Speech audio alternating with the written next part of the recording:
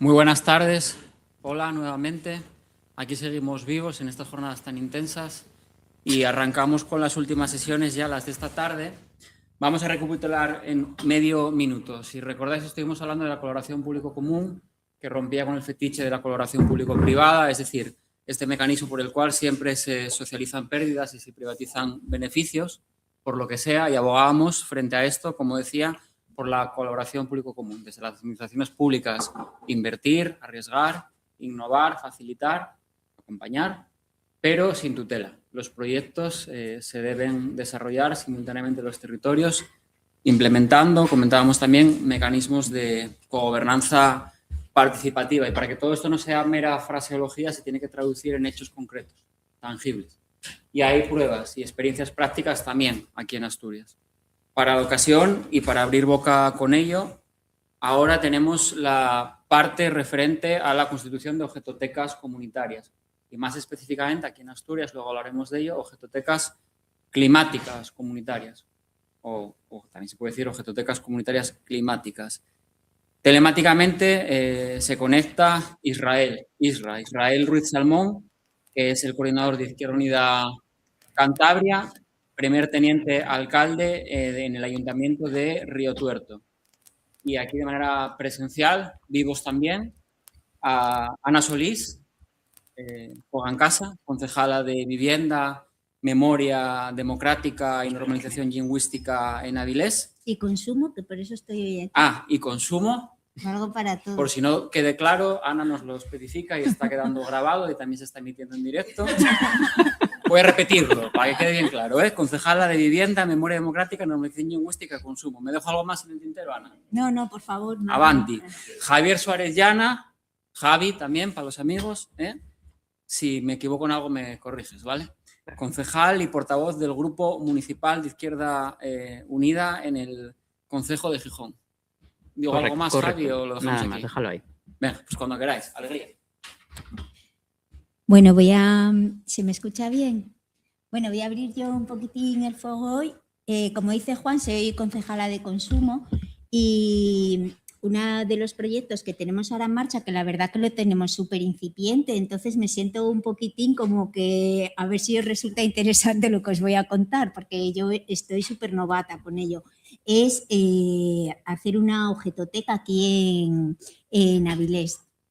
Entonces, me gustaría empezar un poquitín poniendo en contexto dentro de los ODS cuál es la importancia del consumo y cómo la objetoteca va en consonancia con esos objetivos. Por eso tenéis aquí esta diapo, ¿no? Y tenéis ahí el objetivo 12 de producción y consumo responsable. Entonces, este objetivo de producción y consumo responsable para mí es uno de los más importantes de la Agenda 2030 y además es un objetivo que es totalmente transversal, porque cuando hablamos de consumo hablamos del 90% de las decisiones que tomamos cada día todas las personas del mundo. Es decir, que es súper importante y además en mi concepto, ¿no? en mi opinión, la dinámica empresarial actual nos requiere un consumo masivo y acelerado que es sobre lo que se basa, lo que nos vende como economía del crecimiento, que deberíamos de abordar si es un modelo agotado, y el que permite la acumulación de capital. Entonces yo, que soy de una familia numerosa y que tengo numerosos hermanos, todos hombres, pues siempre me ponen a mí como que soy la lista de la casa, pero la lista de la casa es mi madre o era mi madre, y entonces cuando se cayó el muro de Berlín, pues todo el mundo estaba celebrando, menos nosotros, que estábamos viendo la tele y mi madre estaba aterrorizada. Y entonces me dijo ella, la única manera de acabar con el sistema es dejar de consumir. Eso fue lo que dijo. Y yo sí que concuerdo que solamente transformando nuestras pautas de consumo vamos a poder superar el sistema capitalista.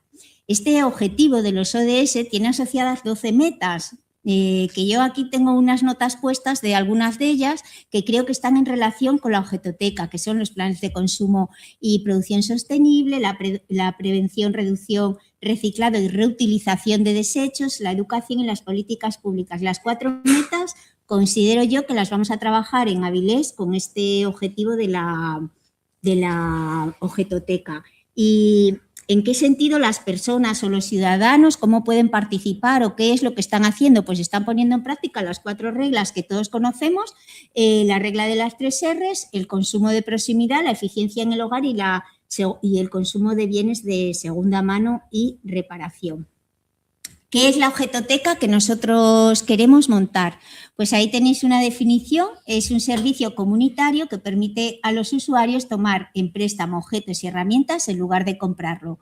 ¿Por qué es positivo para la ciudadanía y para la sociedad en general? Primero, porque fomenta la economía circular, que se basa en que el uso de los productos esté el máximo tiempo posible y en que se reutilicen los productos, y además evita en nuestros hogares la acumulación de objetos que pueden tener un uso esporádico y que ocupan un tiempo, un espacio, y además que muchas veces pues afectan a la economía familiar.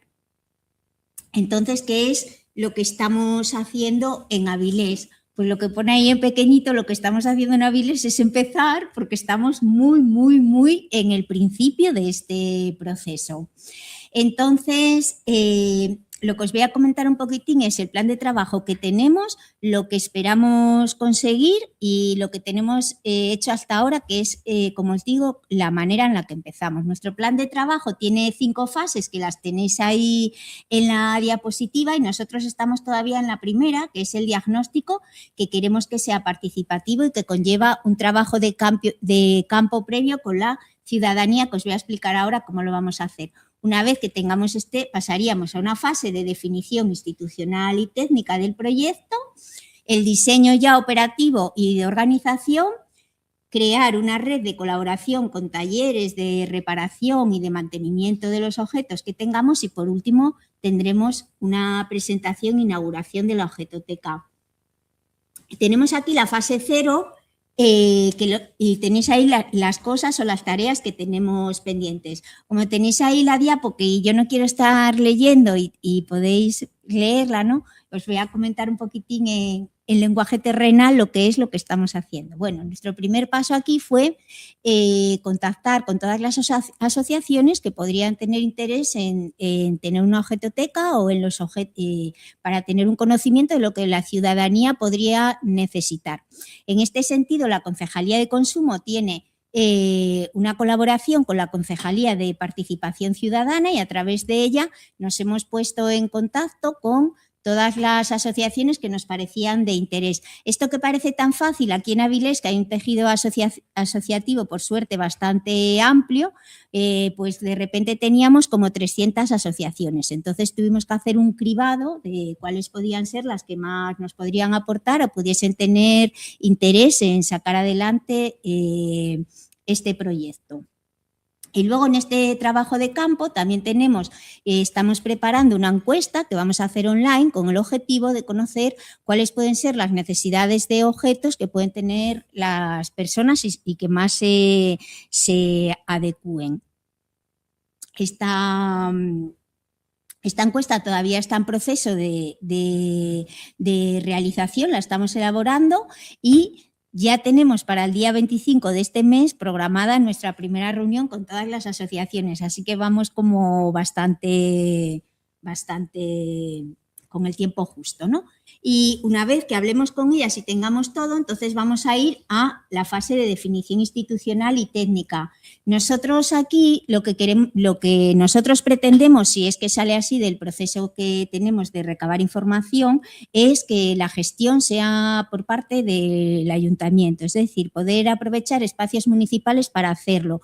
Y nuestra idea es descentralizarla, no tener una objetoteca en un lugar de manera que las personas se tengan que estar siempre desplazando, sino aprovechar la estructura que hay en el ayuntamiento de espacios municipales, centros de día, etcétera, para poder tener en cada uno de ellos a lo mejor una pequeña objetoteca con las cosas que los vecinos más han solicitado en esa zona, y que sean las propias personas del municipio que trabajan allí las que pudieran hacerse cargo de los préstamos. Pero bueno, esto es una idea que tendríamos que mirar a ver si al final funciona o no. Esa es la que tenemos en mente. Una vez que tengamos los espacios, pues tendríamos que organizar el sistema de funcionamiento interno, es decir, es necesario la elaboración de un sistema de gestión de los préstamos, si se van a hacer gratuitos, si va a haber un horario, si hay que pagar una prenda que luego se pueda devolver cuando vuelva de nuevo ese objeto, etc. Y construir la red de colaboración y de talleres. Esto se trata de que vamos a tener una objetoteca donde pueda haber talleres muy diversos, porque ya en una primera aproximación yo ni siquiera era capaz de imaginar todas las cosas que me dice la gente cuando les hablo de este proyecto, que yo ni siquiera me imaginaba que pudieran las personas decirme, pues mira, una muleta, una silla de ruedas, uno del deporte, pues una bicicleta de no sé qué, o sea, como que hay una variedad de peticiones súper diversas, ¿no? Por eso queremos trabajar con asociaciones de diversos tipos, deportivas, juveniles, de personas mayores, asociaciones de vecinos, etc. Y después, pues lo que queremos es que esos objetos duren lo máximo posible y como estamos por la reparación, pues trataremos de hacer una red de colaboradores, de talleres, de empresas, pequeñas empresas del municipio que nos puedan ayudar en el caso de que hubiese una avería, hubiese que hacer una reparación, etcétera. Y luego ya la fase final sería preparar el espacio, organizar los objetos, señalar cómo vamos a hacer la recogida y el catálogo. Y finalmente pues estaríamos en la fase de presentación comunitaria e inauguración, que haríamos una pequeña fiesta, que estáis todos invitados, ¿no? a ello. Entonces, bueno, ya os comento que nosotros estamos en una fase inicial, que esperamos que el proyecto nos salga bien. Lo que tenemos en mente, que sea gestión municipal, que esté en todos los barrios, una pequeña objetoteca, pues es el proyecto que tenemos en mente, pero una vez que pasemos por el escenario de participación y las aportaciones de los vecinos, pues como lo que se trata es que ellos participen y de que sea una cosa útil para ellos, pues nos dejaremos llevar un poquitín por las propuestas y las expectativas que ellos tengan. Y esto es todo lo que estamos haciendo en Avilés. Gracias.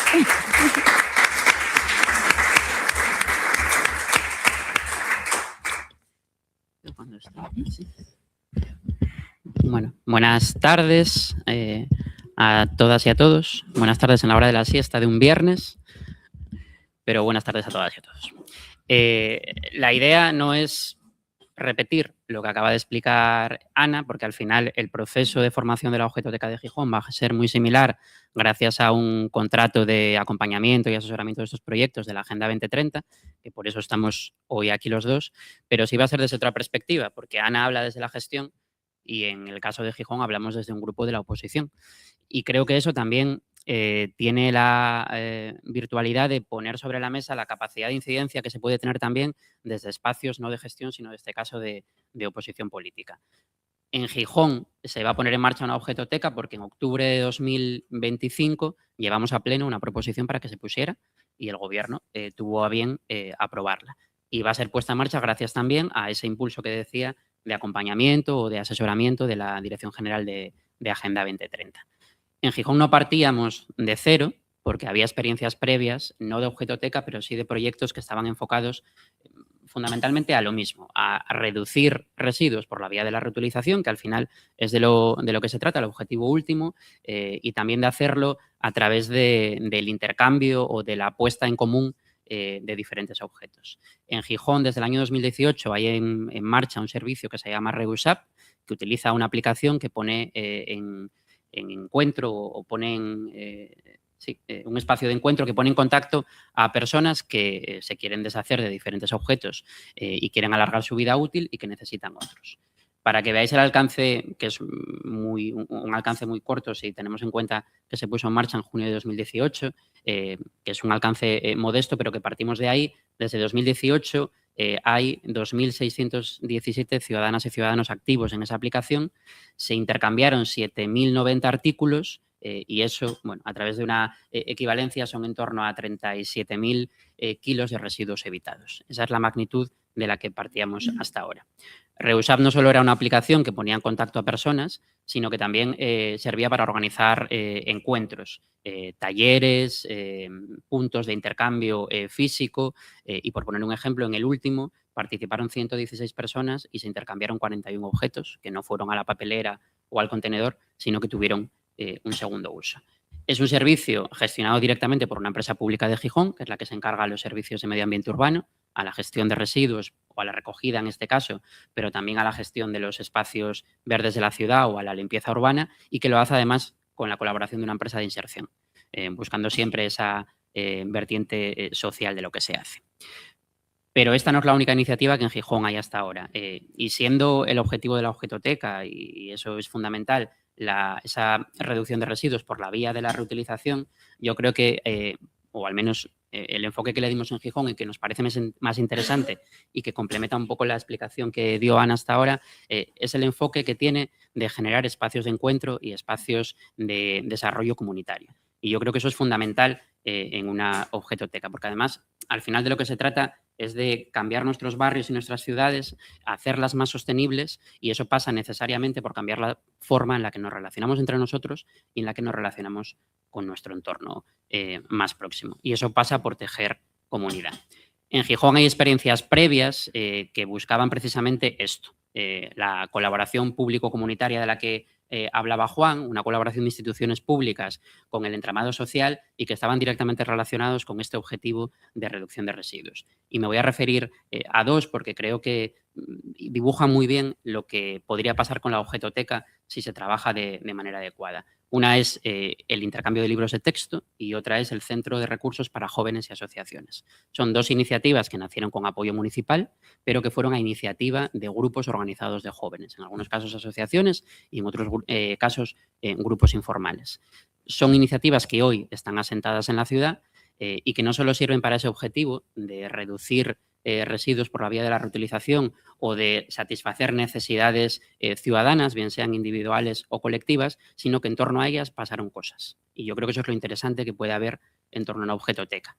En torno al programa de intercambio de libros que nace a principios de los 2000, cuando esto no existía en los centros educativos, lo pone en marcha el Consejo de Mocedad de Xixón, por lo tanto organizaciones juveniles de la ciudad, y en torno a ese proyecto, con ese objetivo, se consigue, por un lado, crear empleo juvenil, y por otro, crear todo un sistema o un espacio de colaboración de las AMPAs, de las asociaciones juveniles y de estudiantes de la ciudad y de los propios centros educativos.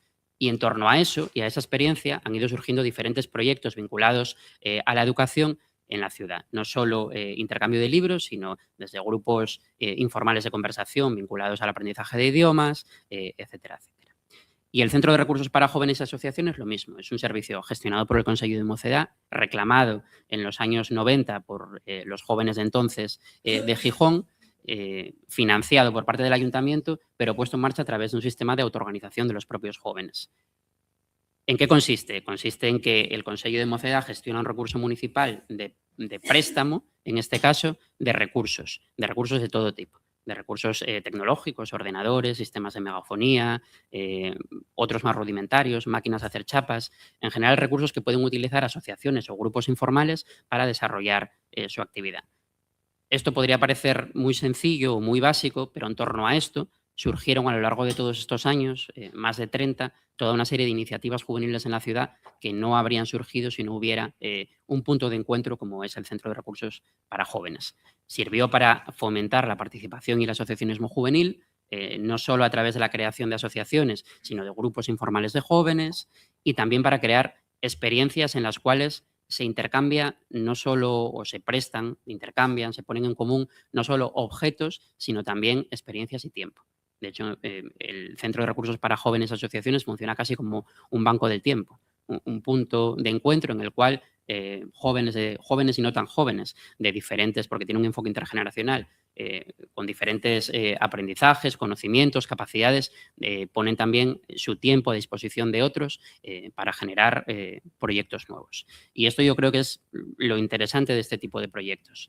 Y yo, desde luego, es lo que espero que tenga o que crezca en torno a la objetoteca de Gijón. No se trata solo de construir esa sostenibilidad ambiental, sino también de hacer mucho más comunitarias y resilientes nuestras ciudades desde el punto de vista social. Y ese es un poco el enfoque que nosotros le dimos a la Objetoteca de Gijón, que viene a complementar estos otros proyectos que en Gijón funcionan desde hace 20 y 30 años y que lo que buscan es avanzar en en ese ecosistema de proyectos o de ideas o de iniciativas que construyen poco a poco ciudades mucho más en común y mucho más sostenibles.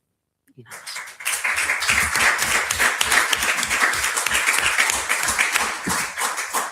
Vamos a dar paso ahora a Isra. Por aquí. Ahí. Te escuchamos. Todo tuyo. Vale. Pues voy a ir compartiendo las diapositivas que he preparado, si os parece. Entonces.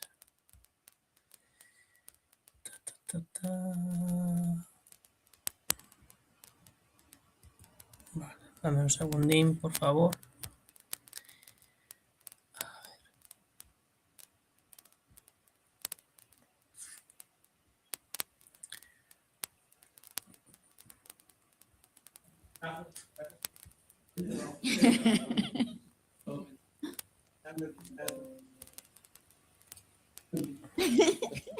Sabemos lo que... Vale. Bueno, pues... Ahora subir archivo. A ver. ¿Encuentras el botón? ¿Encuentras el botón? Sí, estoy subiendo el documento PDF para poder mostrarlo. He dado a la televisión esta. Vale, yo creo que ya estaría. ¿Puede ser? Sí, perfecto. Vale. Todo el mundo lo ve, ¿verdad? Y todo el mundo me escucha. No tengo respuesta. Sí. Ah, vale, vale, perdonad. Bueno, pues, en primer lugar, gracias a Izquierda Unida Asturias y particularmente a Juan Ponte por no solo celebrar estas jornadas, que yo creo que es un ejemplo para el resto de federaciones, sino también, bueno, en este caso por invitarme y también, bueno, en representación de la Federación Cántabra. Si os fijáis, incluso me he puesto de fondo lo que es nuestra actual objetoteca en Río Tuerto. Ojalá sean muchas más pronto y se sumen también las de Avilés y de Gijón. Y para quien tenga curiosidad, bueno, pues en la esquina inferior derecha, al menos en mi pantalla, hay un código QR para el que quiera fisgar un poco el inventario y el reglamento de la Objetoteca de Río Tuerto, que es el ayuntamiento en el cual formo parte del gobierno y como primer teniente de alcalde, bueno, pues hemos impulsado esta Objetoteca. Por no extenderme en lo que han comentado los compañeros, las objetotecas nacen de respondernos a preguntas sobre nuestro consumo, nuestra producción y, en definitiva, este mundo capitalista que no tiene ningún sentido. ¿Tiene algún sentido que tengamos un taladro en casa si lo utilizamos 5 minutos quizá en nuestra vida? O cuando nos hacemos un esguince, ¿tiene sentido comprar unas muletas cuando va a ser para 2 semanas? A lo mejor nos lo puede prestar alguien. Bueno, pues una serie de preguntas que no solo tienen que ver con esto, sino con cualquier aspecto de la vida, que lo que hace es pues nacer estas objetotecas, que no dejan de ser bibliotecas de cosas, pero particularmente, o al menos mayoritariamente, de la cesión de objetos con escasa frecuencia de uso, muy puntuales o muy periódicos. 3 objetivos son los que responden las objetotecas. En primer lugar, evitar la producción y consumo innecesarios. En segundo lugar, facilitar el acceso a familias que a lo mejor no tienen los recursos suficientes para acceder a maquinaria, herramientas que son de alto coste, es decir, democratizar el uso de distintos tipos de herramientas. Y por último, reforzar aquellos lazos vecinales que, bueno, según el pueblo o la ciudad, son mayores o menores, pero al final estás construyendo comunidad y estás extendiendo algo que ya existe, el poder prestarle a tu vecino una herramienta y que a su vez pues te puede prestar otra. Si os fijáis, o un poco de cronología sobre qué ha ocurrido con las objetotecas, en primer lugar, pues a nuestro estado entra fundamentalmente por la Biblioteca de Les Coses, que es pues, el proyecto más desarrollado en este país. Y a partir de ahí, bueno, pues surge la idea, la charla dentro de la propia Izquierda Unida sobre estas iniciativas y, bueno, pues un día me pongo la manta en la cabeza y digo, pues voy a escribir una moción, ¿no? Que sería el paso 2. Pues esa moción, como en nuestra organización se socializa todo, pues al final se empezó a presentar en distintos lugares. Ahí he puesto una muestra en el mapa, pero estoy seguro que hay bastantes más. Incluso que ha sido adoptada por otros partidos distintos porque la han visto interesante. Y finalmente, en algún sitio se ha llevado a cabo. ¿Dónde se ha llevado a cabo? Bueno, pues en principio en Santander habría una objetoteca que nos la aprobaron, no se sabe cómo, por unanimidad. Y en las elecciones de 2023, en la previa, pues la alcaldesa, que todavía sigue hoy, pues abrió la objetoteca en Santander. ¿Qué ocurre? Que no veréis más noticia que la nota de prensa del ayuntamiento, porque luego le han dado difusión y, por supuesto, no han hecho lo que tenían que hacer porque, para que lo sepáis, pues la han situado donde diríamos, entre comillas, la zona de los pobres, donde existe un lugar donde se acoge a las personas que no tienen hogar o que no tienen recursos. Es decir, el enfoque ya de partida de Santander no era el correcto. Aparte que Santander tiene muchísima población y, por supuesto, como comentaba antes la compañera, lo ideal es descentralizar y que hubiese más objetotecas en cada barrio, en cada centro cívico, etc. La particularidad de la objetoteca de Río Tuerto es que podemos decir, y yo creo que con orgullo, que tenemos el primer reglamento publicado en un boletín oficial de toda España. Y que, por supuesto, tenéis a disposición en el código QR para que sea socializado y copiado. O sea, aprovechadlo, que para eso está hecho. ¿Vale? Y ahora datos que tienen que ver con, bueno, pues la puesta en marcha de nuestra objetoteca. Os contextualizo, vivimos en un municipio de 1.700 habitantes y se inauguró en septiembre de 2025, con lo cual llevará en torno a 8 meses. Tenemos 74 objetos en 6 categorías distintas y lo bueno es que en torno al 60% son donaciones de vecinos y vecinas e incluso de personas que ni siquiera viven en el municipio, pero que cuando se enteraron de la iniciativa quisieron donar, a pesar de que al no estar empadronados en el municipio no pueden hacer uso de ello, que es una de las restricciones que, contra mi criterio, pues hubo que establecer para sacarlo adelante. Hasta la fecha hemos tenido 30 solicitudes. Habrá quien diga no son muchas, pocas, yo creo que son muchas y superan nuestras expectativas teniendo en cuenta que es un servicio público novedoso en un municipio en el cual sigue existiendo redes vecinales y el que te pueda prestar el vecino y que llevamos 8 meses. Durante las solicitudes se piden mínimo cada persona entre 1 y 3. Las que quieran pueden pedir, pero bueno, por lo que tenemos de estadística, más o menos entre 1 y 3. Mayoritariamente son las que se piden de bricolaje y jardinería, aunque también hay alguna vinculada a crianza u hogar, fundamentalmente. Tendría que mirar más datos, pero son los que he podido recoger hasta la fecha. Existe paridad en el número de peticiones, es decir, que de esas 30 solicitudes podríamos hablar de que mayoritariamente son hombres, pero podríamos hablar de 40-60, es decir, se respeta la paridad.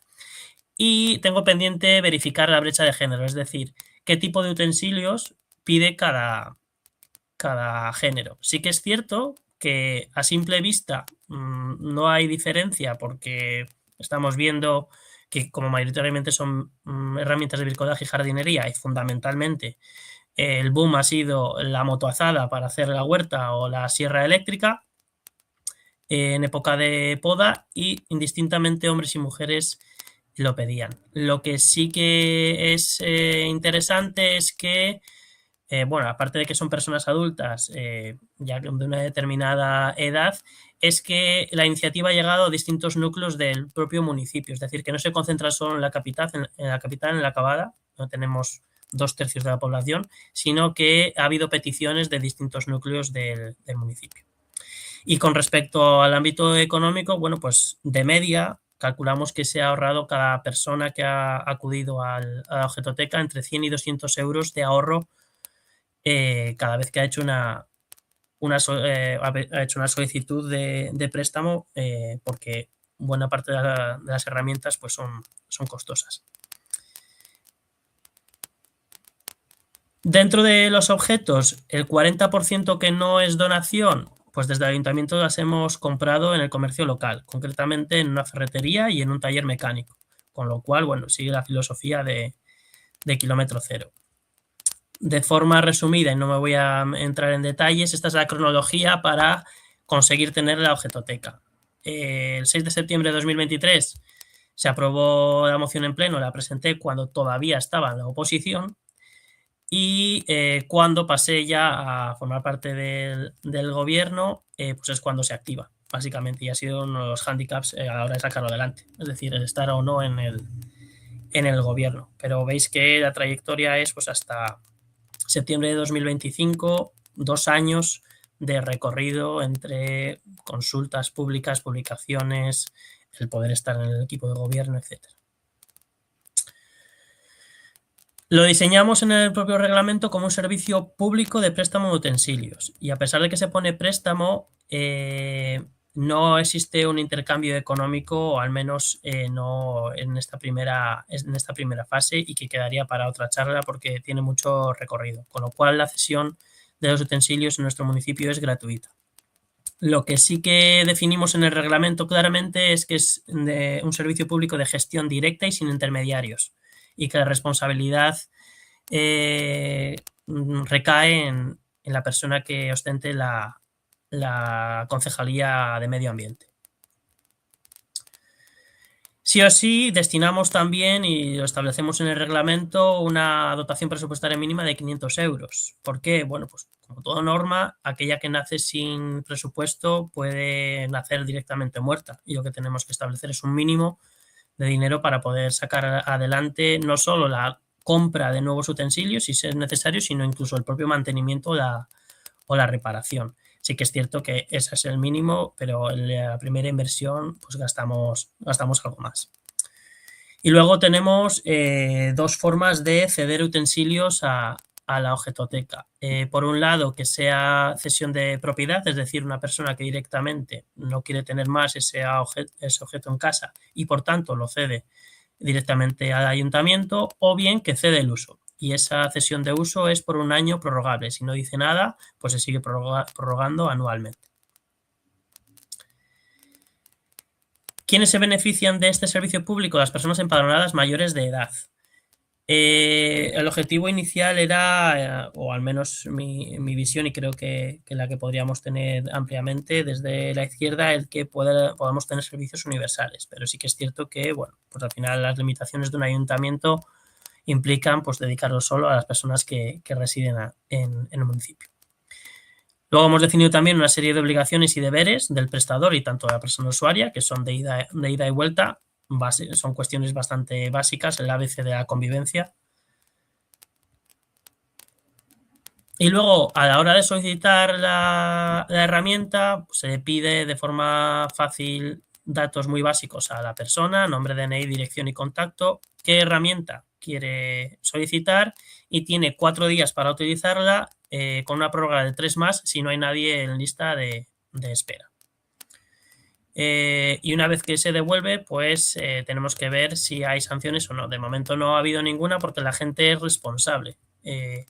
Pero si hubiese algún tipo de problema, pues tendríamos sanciones, categorías de leve, grave, muy grave, y en función de ello, pues suspensión de poder pedir hasta que tengan que pagar una multa para resarcir el objeto. La documentación es bastante básica: el inventario que podéis ver en el código QR, y luego informe de daños y auditorías anuales lo vamos a hacer directamente con una encuesta de satisfacción a las personas usuarias para que nos digan bueno, pues qué tal les ha parecido el servicio, para tener también datos estadísticos de quién lo usa, cómo, qué pide, qué necesita, y también preguntarles también por qué otras herramientas se incluirían. Y para quien quiera entrar directamente en la web, que por supuesto no es una, aunque pone ahí una ayuda moderna, una web moderna en absoluto, estamos a ver si se renueva porque está atascada en el siglo XX. Bueno, ahí veis las 6 categorías que tenemos: bricolaje y jardinería, crianza, limpieza y hogar, ocio y aventura, oficina y salud y cuidados. Y yo creo que para ir acabando, los retos que nos hemos encontrado, bueno, pues el estar o no en el gobierno es una cuestión importante, que al ser un servicio público totalmente novedoso, porque no hay, vamos, uno de los mayores esfuerzos ha sido explicar qué es una objetoteca. Pero cuando os dices ya que es una biblioteca, en lugar de prestar libros, prestas herramientas, pues la gente lo entiende, pero aún así, bueno, pues siempre hay algún cenizo que siempre pone pegas a todo, pero luego se disipan por completo. Retos que también nos hemos encontrado, bueno, pues porque al final si estás en un equipo de gobierno en lo cual no todos tenéis la misma sensibilidad, pues hay que llegar a determinados acuerdos y también evidentemente hay que llegar a un acuerdo con el propio personal del ayuntamiento, que al final es quien va a gestionar diariamente este servicio, aunque os podré decir que las solicitudes se hacen al ayuntamiento, pero quien da el objeto y lo recibe soy yo, precisamente por echar un cable en un municipio en el cual somos 1.700 habitantes y no hay tantos recursos como nos gustaría. Más retos, el tiempo y la agenda. No sé si os habéis dado cuenta en la primera diapositiva, pero llevo 6 concejalías, trabajo fuera de esto, entonces al final los ritmos son los que son. Y finalmente los medios. Pues el tener una ordenanza fiscal o no, porque si se llega a pedir una fianza o un alquiler implicaba una ordenanza fiscal. La propia digitalización, que ha sido a la vez un hándicap, pero también una ventaja a la hora de definir finalmente que sea gratuito, porque si no nos habría supuesto grandes quebraderos de cabeza, apertura y cierre de expedientes, mucho tiempo para realmente lo que iba a suponer en ese caso sería disuadir al vecino de utilizar el servicio. Y para que os hagáis una idea, bueno, vinculado a la objetoteca, y los compañeros asturianos también han mencionado, hemos llevado a cabo distintos talleres. En el mes de marzo, que además tuvo muchísima acogida dentro del programa de participación, la Universidad de la Calle, que hacemos ya por el segundo curso, pues llevamos a cabo 4 talleres. Uno de reparación o reutilización de unos vaqueros viejos para hacer nuevas prendas. Luego uno de fontanería, otro de electricidad y otro de reparación de maquinaria de jardín y huerta. Y lo particular de todo esto es que han sido los 4 vecinos del municipio quienes han dado esos talleres a otros vecinos. Con lo cual, bueno, pues sigue estando dentro del enfoque de kilómetro cero, de economía circular y de participación y tejido de redes. De hecho, os diré que tuvo una gran afluencia, lo podéis ver en las redes sociales de Por Río Tuerto, que es el grupo municipal al cual represento. Y sin más, pues muchas gracias, y si hay alguna pregunta, pues a vuestra disposición.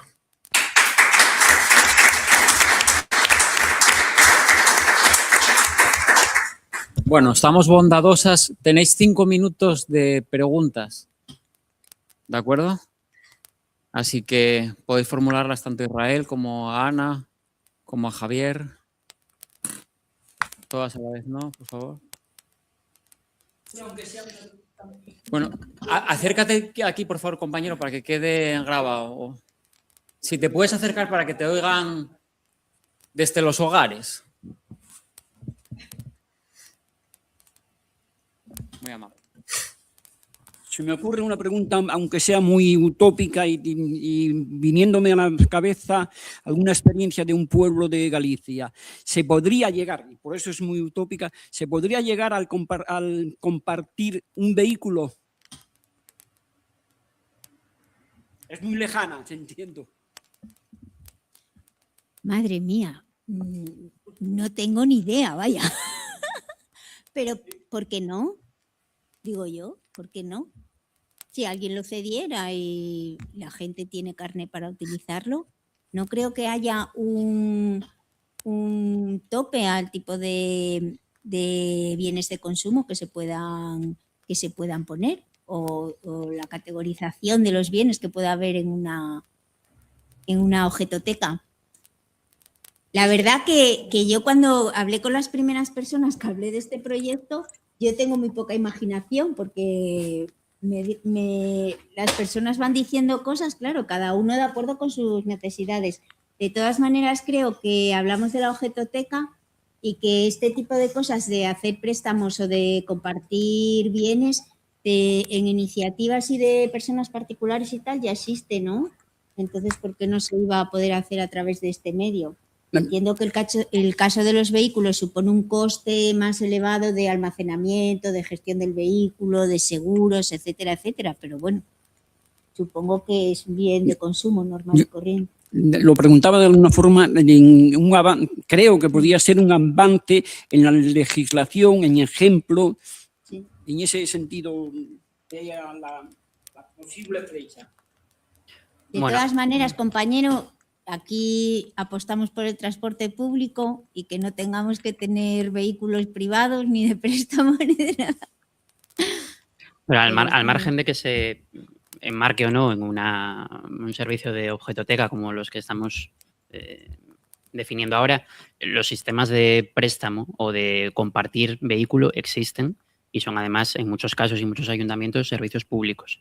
En Gijón, no sé si Avilés, yo creo que también, existe un servicio público de bicicleta compartida, de carácter, en este caso, bueno, gratuito para algunos colectivos y de pago, pero por muy poco dinero, para el resto, bicicleta pública compartida y además eléctrica, que fomenta una movilidad sostenible y activa en la ciudad, pero también en Gijón, por ejemplo, existe un sistema de vehículos compartidos, de coches compartidos, que durante la jornada laboral por la mañana y en semanas son utilizados por funcionarios de la casa, pero en el resto de horas se desbloquean y puede utilizarlo cualquier ciudadano a través de la tarjeta ciudadana. O sea que yo creo que bueno, esos sistemas existen ya en muchos ayuntamientos, aunque no estén vinculados a programas como los de las objetotecas.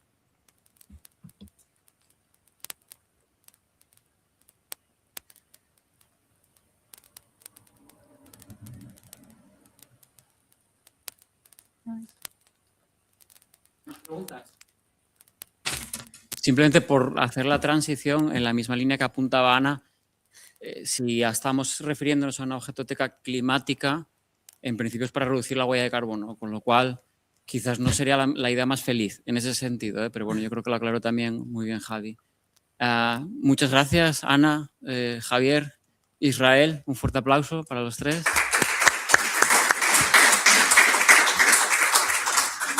Y ahora a continuación el siguiente espacio para hablar de vivienda colaborativa intergeneracional con María Asun Lasa, presidenta de la cooperativa Axuntase, y con Amalio Espinosa, presidente de la cooperativa El Yarco Housing, ambos dos miembros de la Junta Directiva de la Red de Economía Alternativa y Solidaria de Asturias.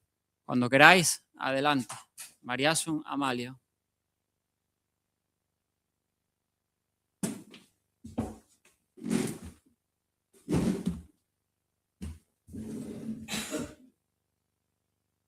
Lo pongo directamente, el Power, me decíais. ¿Quitamos este? Hay aquí dos, quitamos uno. Vaya, sí. Ah, ya quito yo. Nada.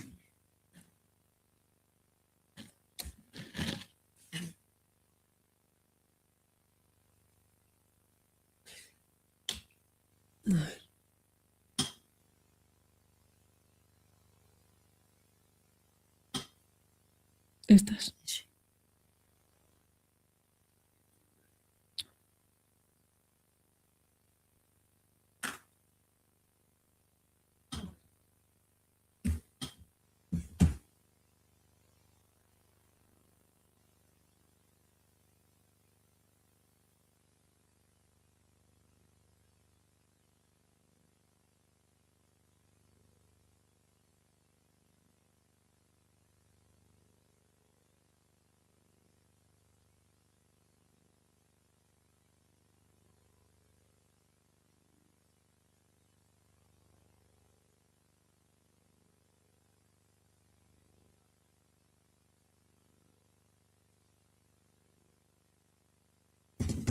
Bueno, pues muy buenas tardes. A ver si podemos aguantar después de comer estas sesiones. Enhorabuena de verdad a Izquierda Unida por tratar un tema como el de la vivienda, porque como hablabais ayer, todo conocimiento genera conciencia y es lo que estamos realmente haciendo. Y muchas gracias también en lo personal por haberme invitado en nombre de Axuntase a presentar el primer cohousing intergeneracional de Asturias, una persona que como yo ha militado también en esta organización durante muchos años. Así que gracias. Antes de pasar al tema concreto, a ver cómo iba esto, sí. Refiriéndome a todo lo que se ha hablado, yo quiero compartir con vosotros, de verdad, como no hay tiempo, unas reflexiones sobre vivienda. Se ha puesto ahora el foco mediático en la vivienda y es verdad, es un problema. ¿Pero por qué ahora? Antes tocó a Cuba, antes tocó Venezuela, después el paro era lo peor y ahora toca vivienda. Y mirando datos, del INE, hay 3,8 millones de viviendas vacías en España. En un tema de sostenibilidad que nos preocupa tanto, ese tema debería también ponerse el foco ahí. ¿Qué está pasando? En Asturias, casi 11.000. Y yo me pregunto, ¿no será también un interés grande nuevamente del sector ladrillo para volver a hacer caja con un tema de primera necesidad? ¿No será necesario modificar políticas públicas que se han hecho y cambiar las cosas de una vez? Recuerdo, porque participé en ello en los años 70, recordáis, hay algunos por aquí que vivisteis aquella época de cooperativismo, de cooperativas de vivienda, donde los sindicatos nos implicamos, donde había mucha vivienda pública, había. ¿Dónde está todo eso? Ha pasado a engrosar la riada de la especulación. Y yo creo que ese es el principal problema hoy en España de vivienda. Dicho esto, hay una nueva ley de vivienda donde dedica un 40% de los recursos, o van a dedicar, a la construcción de vivienda. Y bien, porque aunque haya tanta vivienda, es cierto que no siempre donde debiera. A veces hay viviendas en zonas despobladas y tal. Me parece muy bien, pero ahora que tenemos ocasión de hacerlo, creo que ese dinero, que va a ser importante, se dedique a vivienda pública y blindada, que no se pueda en 5 años volver a engrosar otra vez y a engrosar el monstruo especulativo, y esto parece no tener fin. Aunque la solución ni es fácil ni es única, como en todos los sectores, la vivienda o el paro o la salud, ¿no? Sin embargo, yo creo que es una ocasión ahora de oro para que esos dineros públicos hagamos realidad en lo que estos días se ha venido repitiendo. Las políticas públicas deben tener en el centro a la persona. Pues ahora tenemos una ocasión. Hagamos con toda esa riada de dinero que va a venir, no sé tanto al cortar el grifo Europa un poco, pero va a venir dinero, a hacer política de vivienda pública y vivienda de lo común, vivienda comunitaria, vivienda de todos. Y esto es lo que vengo a presentar, que además es posible. Es posible en Asturias el hacer este tipo de temas que ha causado una repercusión muy importante en países como Uruguay. No solo, aunque nació en el norte de Europa, hace 2 años tuve la ocasión de irme a Uruguay, donde sabéis que hay un movimiento colaborativo muy rico. Uruguay es un país que tiene un coste de vida similar al de aquí, un pelín más alto. Y sin embargo, con un 6% de vivienda colaborativa han bajado estrepitosamente la vivienda. Digo solo, claro, comparándolo con lo de aquí, que es un 0,00, pues fijaros, un 6% ha incidido de manera radical. Estos sí son hechos. Y en Europa otras cosas se están haciendo. En noviembre hicimos un foro también apoyado por la Agenda 2030, magnífico, de vivienda colaborativa, donde se vieron experiencias que pueden paliar en parte esto.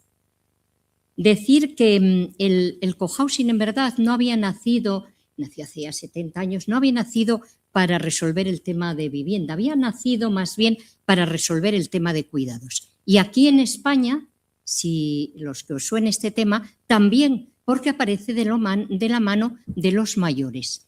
Los primeros que aparecen son los cohousing senior, porque de verdad el menú que teníamos para los viejos y bellas de esta época no era nada apetecible. Así que se pusieron manos a la obra, nace siempre de necesidad. Pero mirad, el nuestro, que es intergeneracional, ¿sabéis lo que está ocurriendo? Que están viniendo por el tema de vivienda, porque en 12 años que nos ha costado sacar este proyecto, la canción dice que 20 años no es nada, 12 años debe ser menos. Tela, en 12 años, al hacerlo con nuestros propios recursos, en este momento no hay ninguna vivienda que nos haga, que sea competencia con lo nuestro. Y no ha sido barato porque hemos ido a un compromiso medioambiental y a materiales muy, muy comprometidos con el medio ambiente. Así que de todas estas reflexiones, de todos estos aprendizajes, nace esto que voy a tratar de explicaros. Agradecería que cuando falten, por ejemplo, 3 minutos me hagáis señas, porque 12 años no se cuentan fácilmente, o a mí me cuesta, vamos. Un tema es que los proyectos de lo común, los proyectos comunitarios, siempre salen de abajo arriba. Es decir, nace una semilla de ciudadanos y ciudadanas y va creciendo ese árbol. Digo esto para empezar porque hay el sector privado que enseguida ve el negocio, pues ya hay anuncios que dice cohousing, llave en mano. E inclusive algunas administraciones. Voy a hacer cohousing. No, el cohousing es de lo común, lo hacen los ciudadanos. Ese es un concepto importante. Así que a Xuntase nace en el año 2014, voy a ir muy rápido, de 5 mujeres que éramos del baby boom, ¿no? Las mujeres hasta que nos toca la vejez ahora y nos toca enfrentar muchos temas, nos tocó primero la crianza y ahora la vejez, y creamos la primera sociedad de cooperativa asturiana de consumidores y usuarios y en cesión de uso. ¿Qué es la cesión de uso? La cesión de uso es que la propiedad va a quedar siempre en la cooperativa, siempre, no va a haber división horizontal. Ahora bien, cuando se vayan por motivos naturales o porque se trasladan por cualquier motivo, se les devuelve el dinero con arreglo a la ley, pero nunca especulando. Esto, compañeros, creo que es algo revolucionario hoy día aquí. Y esto ha costado el paso de muchos cientos y cientos de personas, muy progresistas, muchas de ellas, pero que, amigo, la pela es la pela. Y esto de que no sea tu vivienda y tú puedas vender tu vivienda al precio en la rueda que estamos todas. Yo misma, para entrar aquí, he vendido todo lo que tenía para meterlo aquí y he entrado en la rueda especulativa. Hay que pararla de alguna manera. Creo que esta es la gran aportación del cohousing y creo que en estos momentos es revolucionario. Esto, la gente nos articulamos alrededor de una serie de valores. La autogestión es uno de ellos, ninguna empresa, ni pública ni privada, va a dirigirnos. La intergeneracionalidad es el primer proyecto que sale en España de estas características y nace en Asturias, donde hemos cambiado la ley y hecho cositas interesantes de esta región y casi no se conoce aquí. Sostenibilidad o cuidados, claro, cada uno de esto daría para una charla que no tenemos, pero ahí quedará. Nuestra casa, que ya es una realidad, estamos viviendo desde final de año, tiene 36 viviendas, unos 1000 metros de zonas comunes donde se articula la vida de la comunidad, así que no se necesitan casas tan grandes porque compartimos muchos espacios. En nuestro caso queríamos un entorno rural, así que encontramos en Carabies, en Lugo de Llanera, y para diseñar lo hemos hecho nosotros mismos con los arquitectos. Ha sido un proceso precioso que recomiendo de aprendizaje y de propuesta y de decir, oye, y sabemos cómo queremos vivir y aprendemos cómo. Es muy importante pensar qué grupo queremos, el tamaño, si es rural, urbano, etcétera, porque cada grupo es diferente y encontramos un prado hermoso enfrente de la Morgal que venía muy bien para tener ahí la energía solar y los materiales nos coge la crisis de la banca y además la guerra de Ucrania, que para eso nos hacen las guerritas, ¿no? Para hacernos la vida a todos más difícil, pero aguantamos con lo principal, que es lo que no se ve, los materiales. Esto está hecho de ecotermoarcilla y de madera. Y aquí viene el tema de la vivienda. Al ser intergeneracional, ¿qué ocurre? Que son distintos tipos de familias. Luego, ¿todas las casas iguales o no? Cada casa debería responder a las necesidades de las personas que lo ocupan y no al dinero que tengas como es ahora. Así que, ¿qué hemos pensado? Mirad, como nos creemos eso de que la vivienda es un bien de uso y no para especular, hemos hecho dos tipologías de viviendas. Una con 2 habitaciones, baño es completo, ¿no? Una terracita, que es un elemento bioclimático, y otra de 3 con 2 baños. A esta de 3 habitaciones, 2 baños, cocina, todo equipado, vienen las familias que vienen con 2 hijos e hijas o más. Ocurría que venía una persona de casas mayores, venimos de otro tipo, y decía, no, yo es que prefiero la grande. No, compañera, es decir, aquí la reflexión que hemos hecho es que deberíamos tener la casa que cada uno necesita, porque no hay que olvidar que no es solo lo privativo. Vale, estas casitas tienen una 52 y otra 75, pero es que hay 1000 metros de zona común, con lo cual tenemos casas de 1052 y de 1075 y más de 5000 metros para hacer huertos ecológicos. Tenemos que cambiar esa mentalidad. El mayor problema de cambio está aquí, lo tenemos dentro, lo tenemos todos y cada uno.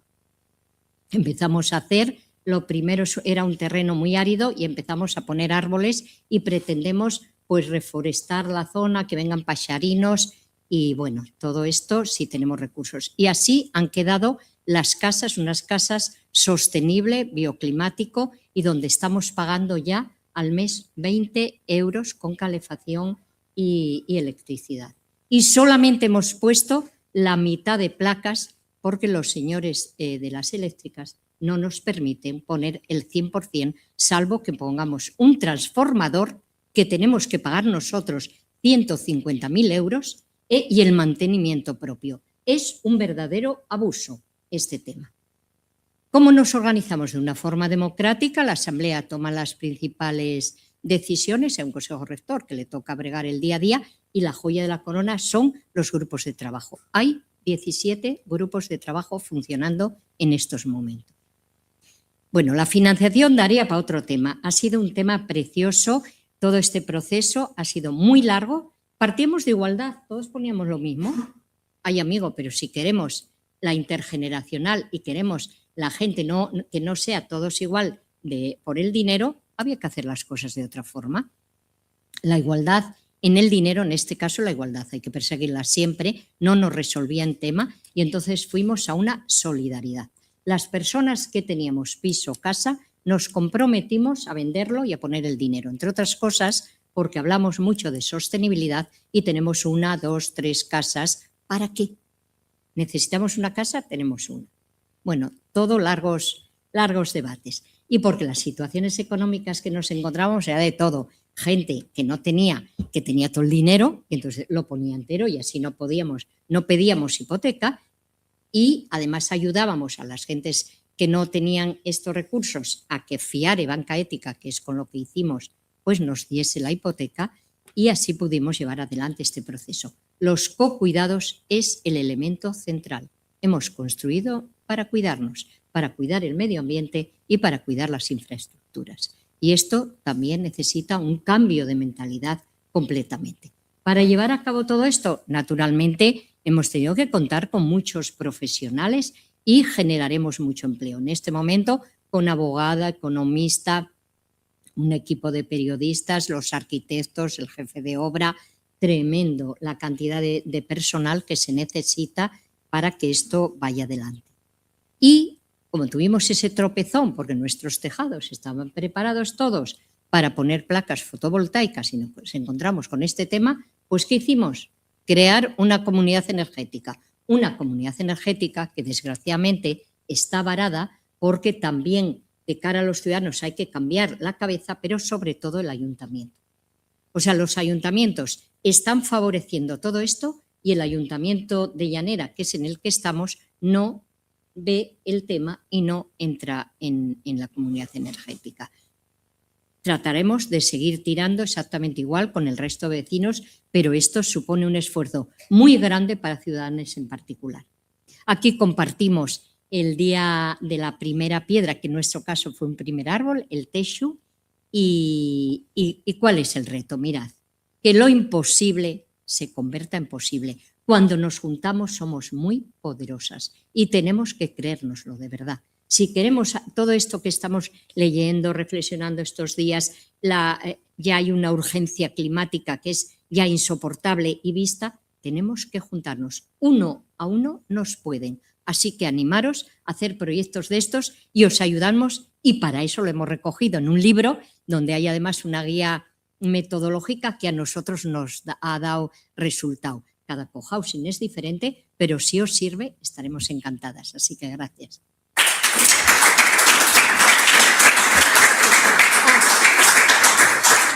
Y ahora, como ya es realidad, la compañera la traían, ya es realidad la vida en el día a día, pues nada, unas imágenes de cómo estamos. Estamos allí pues organizando toda una vida en común. Si una vida en pareja es difícil, imaginaros.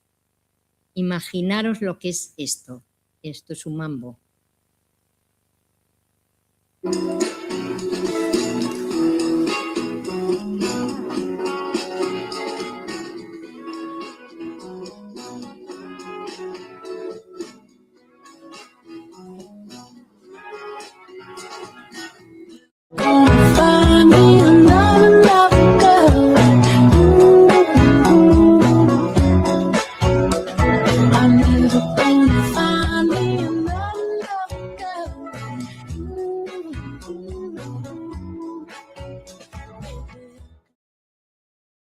Gracias.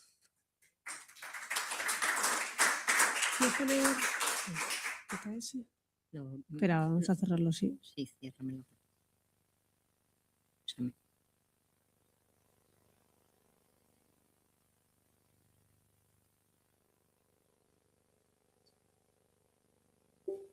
Ahí.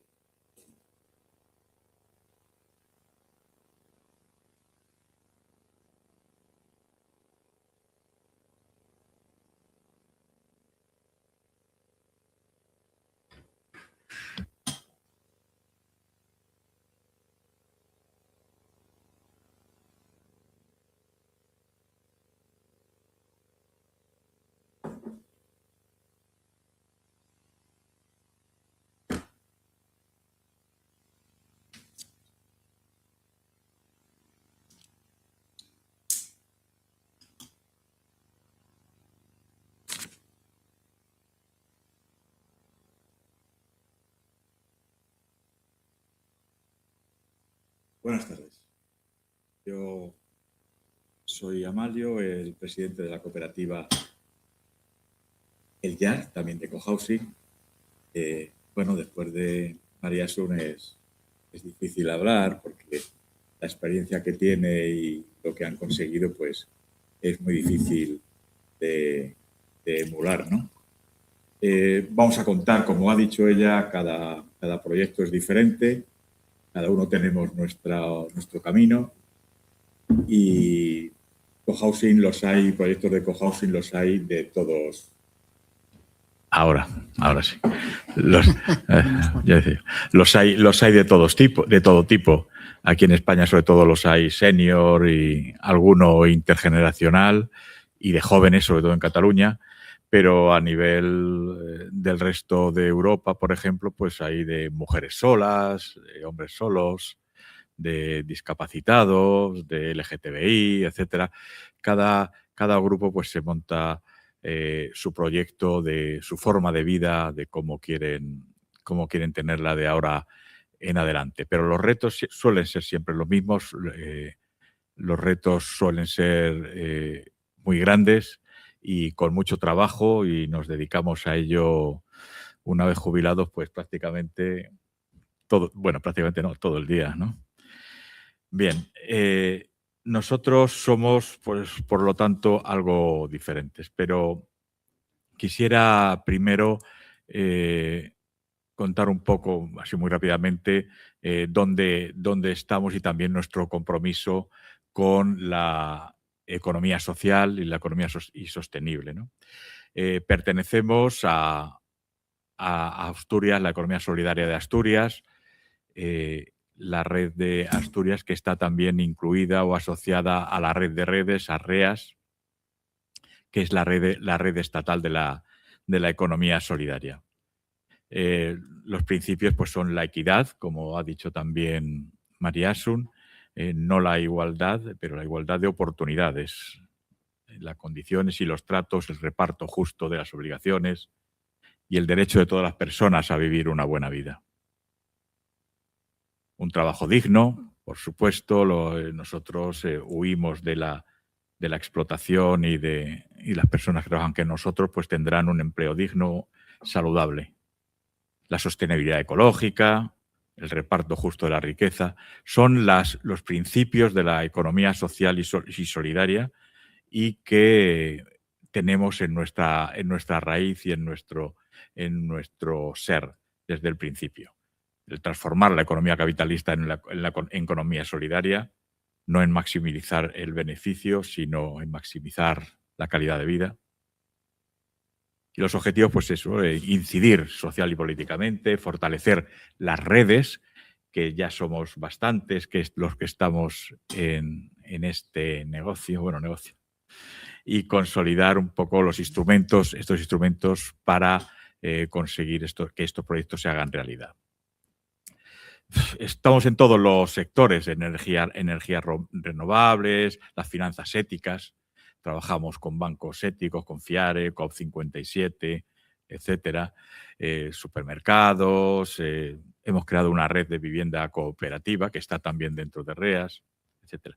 Y aquí en Asturias, nuestra red también tiene socios, estamos socios en la alimentación y ecología. Esta mañana ha estado Panduru aquí explicándonos, Elena, lo que están haciendo también. Tenemos en vivienda, pues estamos Asuntase y nosotros. Las finanzas éticas, FIARE y COP57, como he dicho, recuperación textil, la intervención, la innovación social, etcétera. Bueno, nosotros somos el YAR Cohousing, que nuestro objetivo es, pues, es un poco el mismo que lo que ha hecho Asuntase. En este caso, construir un complejo de unas 30 viviendas colaborativas con zonas privativas y comunes. También primamos las zonas comunes sobre las zonas privativas y el porcentaje pues será, pensamos, en un 60-40, es decir, 60% de la construcción serán unidades habitacionales, viviendas, zonas privativas y el 40% zonas comunes, además de zonas exteriores de esparcimiento y zonas naturales. Diferencias con respecto a Asuntos, como he dicho, pues claro, pues tenemos que ser algo diferentes. Pues es el primer cohousing asturiano que se va a construir en suelo público. Hemos conseguido del Ayuntamiento de Gijón un acuerdo plenario unánime, porque faltaba un grupo político, faltaba un voto, pero bueno, menos mal. Y el Ayuntamiento Pleno aprobó en diciembre la cesión de un derecho o la creación de un derecho de superficie por 75 años de un suelo público, porque creemos que las administraciones, como cree Asuntase, que las administraciones tienen que colaborar en este cambio de paradigma y tienen que comprometerse con suelo, que tienen mucho suelo, y ya habéis visto por ahí, habréis visto las noticias de la cantidad de millones de metros cuadrados que están en propiedad de los ayuntamientos en España, pues que liberen ese suelo público, que lo dediquen a proyectos sociales, porque estos proyectos además son muy difíciles ahora al principio, cuando no hay, pero cuando tienen éxito son muy fácilmente replicables en el momento que la administración ayude un poco. el derecho de superficie por 75 años y además otra característica que también será el primero de Asturias en zona urbana. Es el suelo es una parcela de suelo urbano consolidado con muy buenas comunicaciones con Gijón, cercano a todos los servicios y porque reivindicamos la ciudad como un espacio social también y no queremos que nos echen de la ciudad.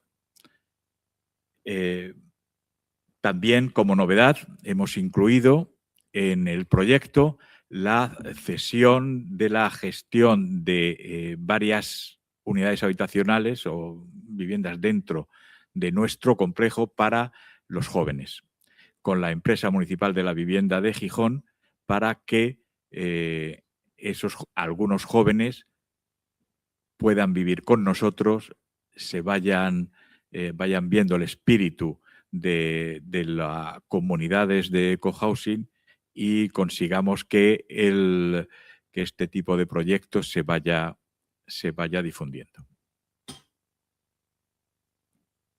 Bueno, esta es una foto del pleno de diciembre. Por aquí está Javier, que acaba de estar ahora mismo aquí con nosotros y que por ahí levantó la mano también para votar y como veis pues es un voto unánime en el pleno de diciembre. Es curioso que todos votaran. Ahí estoy yo también porque pedí participar y pedí explicar antes de la votación qué es lo que éramos, porque la labor de difusión, la labor pedagógica que hubo que hacer durante 3 años hasta llegar a este acuerdo ha sido increíble. Ha habido que contar todo lo que es un proyecto colaborativo de vivienda, lo que es un cohousing, incluso a aquellos partidos políticos que tenían en su programa electoral de las últimas elecciones como punto de su programa electoral, como digo, ceder suelo público para cohousing. Pero sin embargo ni lo sabían, a muchos se los tuve que estar explicando que lo tenían y que no se lo creían y les tuve que enseñar su folleto de programa electoral porque ni se lo habían leído. En fin, es una labor, como ya digo, pedagógica, que es lo que nos ha centrado durante 3 años, pero que al final lo hemos conseguido. Esperamos que, según ya lo que estamos trabajando, en las próximas semanas pues tendremos ya los pliegos de condiciones del concurso público que por ley tiene que ser para adjudicar ese suelo, ese derecho de superficie de la parcela pública. Y bueno, vamos a hablar un poco de los ODS y de la Agenda 2030, pero al revés. Nosotros empezamos con los ODS, empezamos con el eje central de la vivienda. Y el eje central de la vivienda, que se llama covivienda, vivienda colaborativa, cohousing, como se quiera llamar, porque todavía no tenemos ahí una palabra que nos guste a todos. Tenemos con 6 características principales que son nuestro eje central. Es decir, primero, que la propiedad es siempre de la cooperativa, como ya os ha explicado un poco María, solamente lo doy una repasada. La cesión de uso, me quedan 3 minutos. La propiedad, sin ánimo de lucro, por supuesto. Autopromoción, la asequibilidad y la inclusibilidad, igual que la equidad, como ha dicho María, y la corresponsabilidad con el entorno, ¿vale? Eso, que es nuestro eje central, es lo que hemos puesto ahí en el centro de nuestro planteamiento y lo que hemos hecho ha sido ir ampliándolo y ese eje central lo vamos desarrollando en otros objetivos como de cómo vamos a organizarnos y ahí está el feminismo, ahí está la responsabilidad, la economía social, la igualdad, el tejido de los barrios, el consumo responsable, ¿vale? La sostenibilidad, etcétera. Pero es que da la casualidad que cuando abres esto todavía un poco más el foco, eso se corresponde con los 17 Objetivos de Desarrollo Sostenible. Es decir, Los cumplimos todos. Todos los objetivos de desarrollo sostenible están ya dentro de nuestro proyecto, como no podía ser de otra forma. Esas conexiones, al ir expandiendo, al abrir un poco el foco, la estamos cumpliendo todas, desde la vida de los ecosistemas, el consumo responsable, etcétera, etcétera. Después lo ampliamos más, después trabajamos más también. Esto es un gráfico, una infografía de REAS, de la red de redes de la economía social y solidaria. Aquí están también los posibles impactos que en la sociedad el cohousing es imprescindible para hacerlo. Aquí están los tipos de cohousing, un desarrollo intencional, intergeneracional, etcétera, etcétera. Bien, por supuesto también con el ecosocialismo, está alineado totalmente. Los principios ecosocialistas de justicia social, los límites ecológicos, la democracia económica, los cuidados y la comunidad, el territorio, son la esencia de nuestro proyecto. Y todo está en la cooperativa, en la economía circular, en la vivienda colaborativa, en los cuidados, etc. El acceso a la vivienda, nuestros principales objetivos, el acceso a la vivienda para todos, un acceso a la vivienda, una vivienda sostenible, eficiente, asequible para todos. La intergeneracionalidad, como ha hablado también María Asun, que estamos, y ahora muchos jóvenes se acercan a nosotros porque no ven otra posibilidad de acceder a una vivienda nada más que con esto que veían antes como una cosa de viejos, pues ahora ya lo ven como una necesidad por la cual se tienen que acceder a ello. Ya termino. ¿Vale? El envejecimiento activo y saludable, igual, los cuidados es otra de nuestros pilares. La soledad no deseada, por supuesto.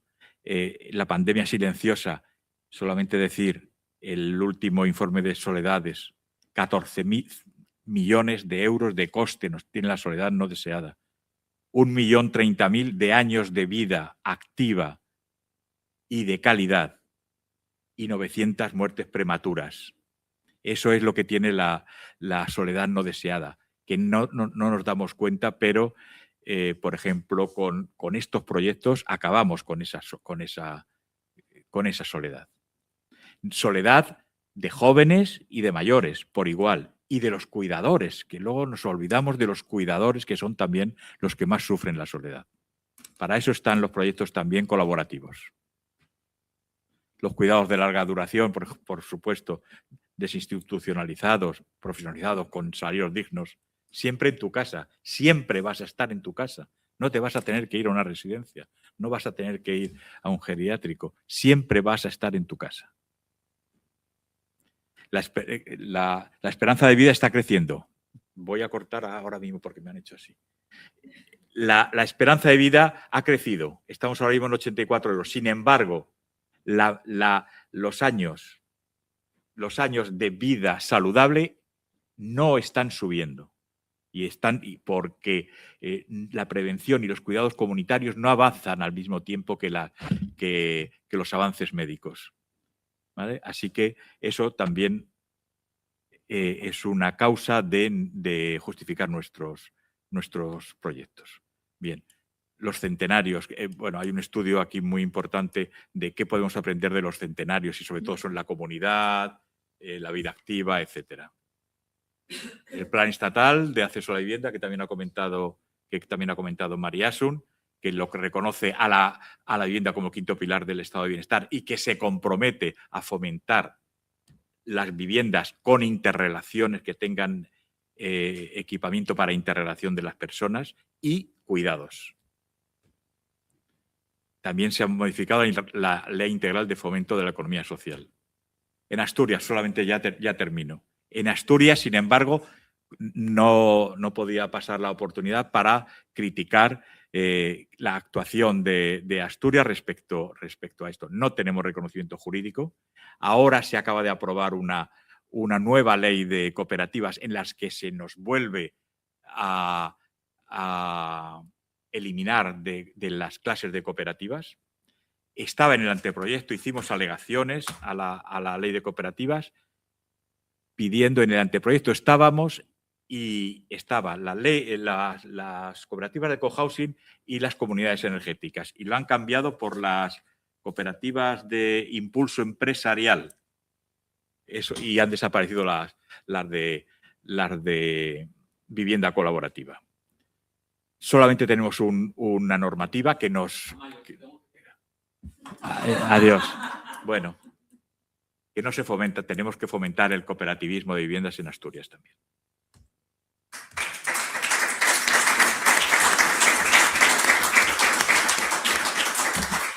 Muchísimas gracias, Amalio. María, me sabe fatal cortaros, pero tenemos que Seguid. avanzar. Nuevo cambio de tercio. Fijaos, en los años 90, Carol Adams, una autora feminista, publicaba un libro que llevaba por título La política sexual de la carne. En él denunciaba cómo el cuerpo de las mujeres históricamente había sido cosificado comparándolo con piezas de carne animal, por ejemplo, un muslo de pollo. Todavía hasta hace poco, recientemente, había anuncios publicitarios en las cadenas generalistas que hacían esta comparación, y aprovechaba la autora en este estudio para analizar históricamente esas involucraciones entre el feminismo, el vegetarianismo y el pacifismo.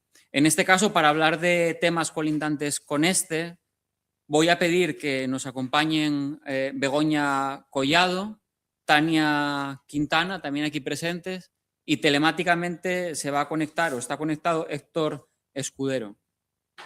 Begoña es directora de Memoria Democrática del Gobierno del Principado de Asturias. Hoy está aquí en calidad de responsable de igualdad de IO Asturias también. Hola, Begoña. ¿Cuánto tiempo? Buenas tardes.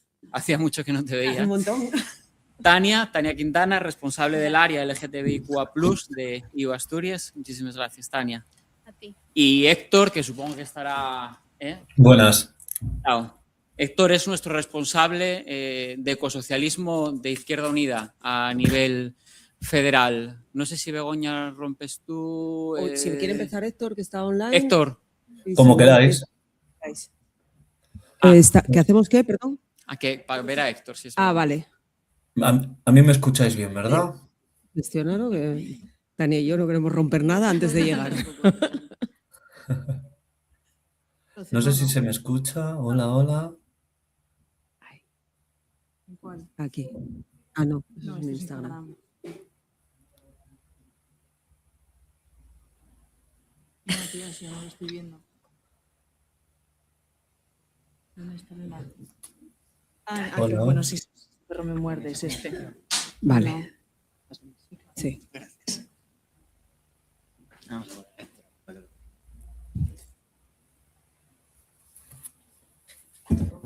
Sí. ¿Está Héctor? Hola, sí, yo estoy aquí. Vale, Héctor, está. estás, ¿eh? Sí, ya se le ve. Sí, no sé si me escucháis. Vale, ya está. Así. Pues vamos a pedir capacidad de síntesis y luego descansamos un poco, ¿de acuerdo? Pero no os mováis de aquí. Gracias. Yo no me muevo.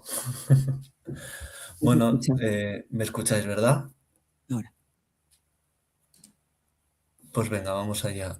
Bueno, lo primero de todo, como no puede ser de otra forma, gracias por la invitación y enhorabuena a todo el equipo de Izquierda Unida de Asturias y especialmente, pues como no, a mi querido Juan, que gracias por la oportunidad de estar aquí hoy y de hablar como un tema que quizás se queda y que además los hombres yo creo que a menudo nosotros mismos dejamos en el perímetro de la conversación. Yo llevo ya un tiempo dando talleres de este tema, sobre todo dentro de Izquierda Unida, y muy pocos hombres, cuando yo siempre pregunto, ¿quién se ha leído un libro de energía? ¿Quién se ha leído un libro de tal? Y ahí levanta todo el mundo, todos los hombres la mano, pero luego cuando pregunto sobre cuántos hombres han leído libros de feminismo, pues ese tema parece como que se queda fuera, ¿no?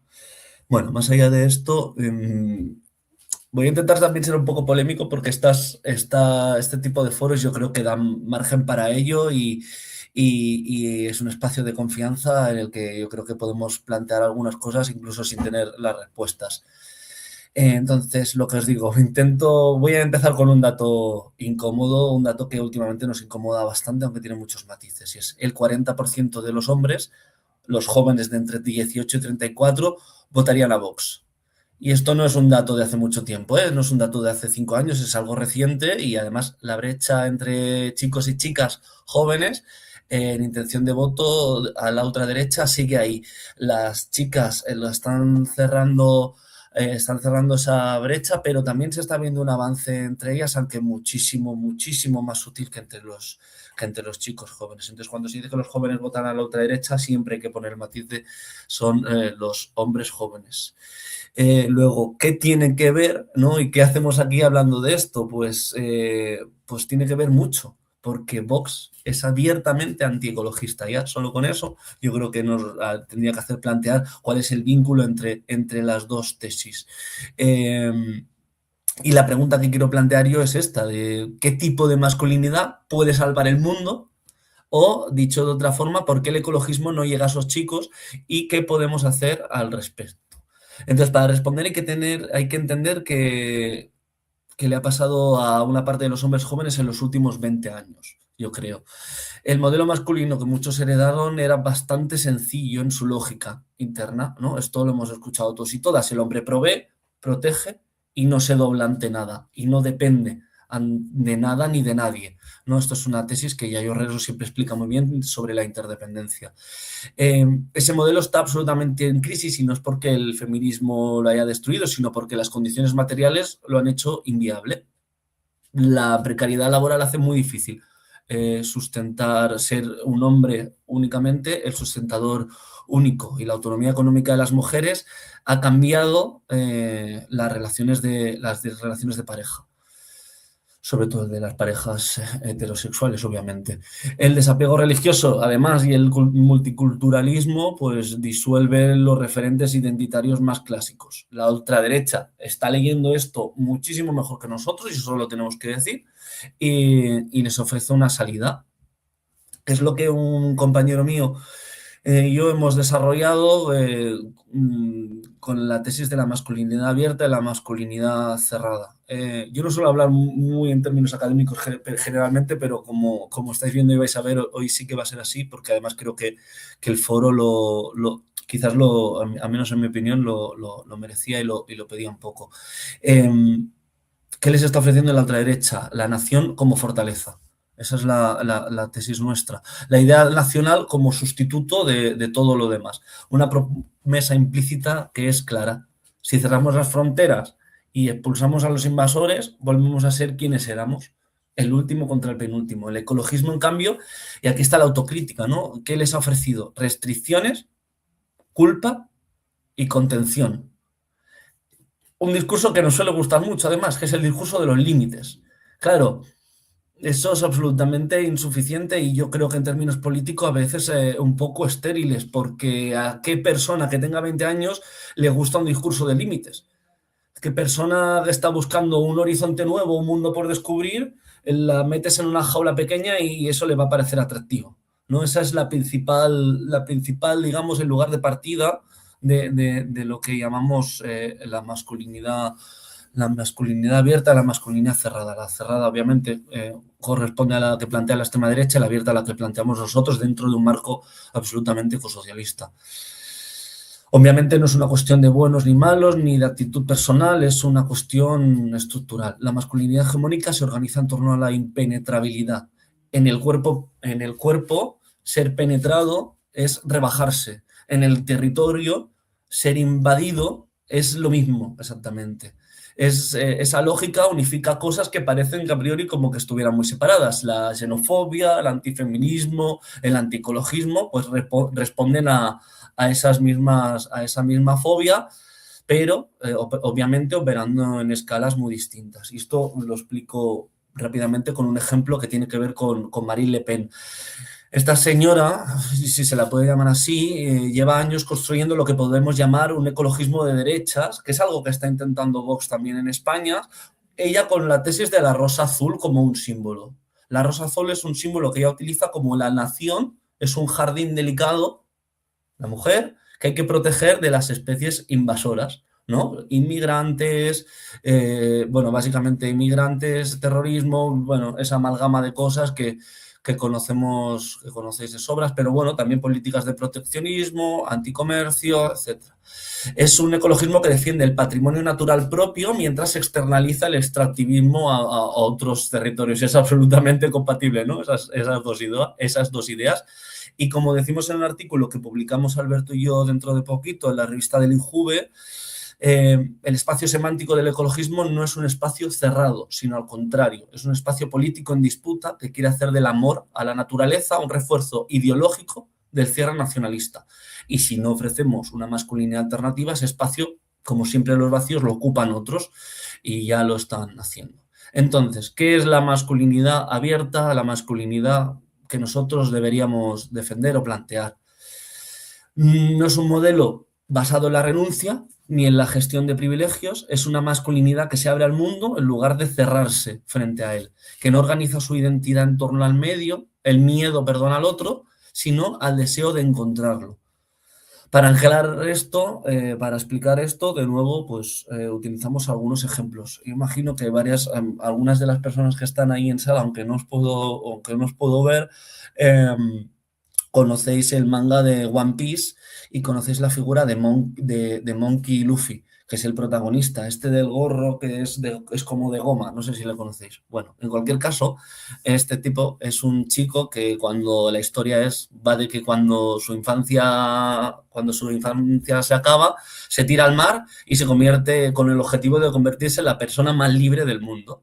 Lo hace haciendo amigos de todos los géneros, todas las razas, poniéndose del lado de los oprimidos, sin calcular las consecuencias, defendiendo territorios devastados por el extractivismo. Es decir, podría ser perfectamente un icono de todo lo que nosotros defendemos. Y de hecho, tanto es así que la bandera pirata de One Piece, el barco que lidera este chico, ha ondeado protestas de la generación Z en Nepal, en Perú, en Marruecos e incluso en las flotillas a Palestina ha estado presente esa bandera. Evidentemente, pues es un personaje con mucha atracción real. En el artículo hablamos de otros referentes, pero como tengo entendido que vamos justitos de tiempo, me voy a reprimir. Ninguno de los, pero bueno, os lo menciono por si alguien tiene curiosidad en investigar. Hay un señor que se llama Everett Rush, que es un estudiante de, bueno, un tipo que en el año 1930 se puso a viajar por Estados Unidos y tiene unas historias muy bonitas y escribe increíble. Bueno, ninguno de los héroes o de los referentes que planteamos en Alberto y yo, pues cierra fronteras. Son hombres que se abren, que se dejan atravesar por el mundo, que entienden la interdependencia no como una debilidad, sino como una condición de la vida buena. Y esta es también otra de las ideas principales. Tal y como decimos en este artículo, frente al cierre ultranacionalista, la apertura ecosocialista significa la hospitalidad y amistad con el otro, humano y no humano. Esto es un elemento que tiene que ver con lo que presentaba Juan al inicio. Es la apertura que constituye la unidad de la sociedad biosférica. Y ya con esto acabo. El ecosocialismo tiene que dejar de ser solo un discurso de límites y cuidados, aunque necesiten estar presentes estas dos dimensiones. No pretendemos, yo no pretendo suprimirlas, acabar con ellas, ni mucho menos apartarlas, pero sí entender muy bien el lugar que deben de tener. También tiene que tener, esto es algo que con Juan también hemos hablado mucho, tiene que ser un discurso relacionado con el deseo de vivir bien, de la vida buena. Lo que hace una vida plena, la mayor parte no requiere dinero ni destruye el planeta. Yo estaba escuchando ahora a los compañeros de la YAR y lo han dicho ellos de pasada, ¿no? Pero acabar con la soledad no requiere grandes infraestructuras, ni grandes despliegues, ni más vías de AVE, ni expansionismo abrumador, ¿no? Se trata de pasar tardes con amigos, se trata de aprender a bailar, a escalar, a hacer boxeo en un gimnasio popular, organizar fiestas de barrio, donde se celebra y se defiende a la vez una vida digna y buena. Se trata de enamorarse y todo eso se puede hacer dentro de los límites del planeta. Así que no le pidamos a los chavales de 20 años que renuncien a cosas, tampoco, sino que vamos a ofrecerles un mundo donde valga la pena defender. Esto quizás quizás, ahora en el coloquio, si tenemos tiempo a hacerlo, quizás es la parte más polémica de este discurso y la que yo también puedo compartir que hay que entenderla y definirla muy bien, pero que tiene que ser un punto de partida y tiene que ser una incorporación que hagamos a nuestra estrategia para con los chavales, y digo chavales en masculino a propósito. Nada más. Espero haberme ajustado. Bueno, pues enciendo. Estoy encendido, ¿no? Estoy, sí, vale, lo acerco entonces mejor. Bueno, retomo, voy a ser muy breve porque, bueno, yo creo que las líneas generales de lo que es el feminismo y de lo que es el ecofeminismo son totalmente transversales a prácticamente todo lo que estamos haciendo aquí, ¿no? Una de nuestras consignas siempre de las feministas es que todo tipo de injusticias, de violencias, siempre atraviesa mucho más nuestros cuerpos, ¿no? Pero bueno, teniendo esto como línea general, voy a desarrollar un poco eso, en qué se basa el ecofeminismo y cómo este movimiento que nace en los años 70, aunque ya en los años 60 empezaba a hablarse de varias cuestiones de estas. A día de hoy el ecofeminismo es un movimiento, es una corriente de pensamiento que sostiene que existe una conexión directa entre la dominación y la opresión de las mujeres y la explotación destructiva de la naturaleza. Aboga por poner el sostenimiento de la vida y los cuidados en el centro de la sociedad.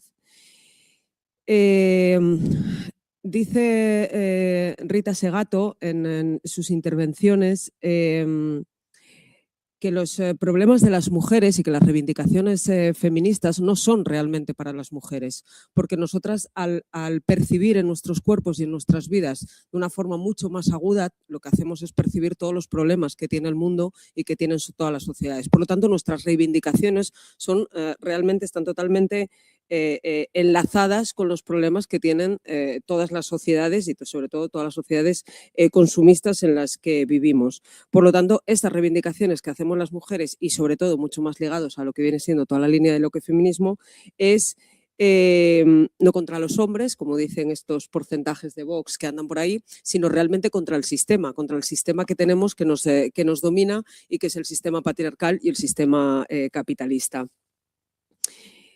Este sistema patriarcal y este sistema capitalista se fundamenta en dos pilares básicos, que es la explotación de la naturaleza, la explotación de nuestro entorno, de la tierra, como únicamente un almacén de mercancías, de materias primas que se pueden destruir sin ningún problema, y la mercantilización del cuerpo de las mujeres y la utilización del cuerpo de las mujeres. Todo ello para generar poder y para generar capital a través de pues todo tipo de explotaciones.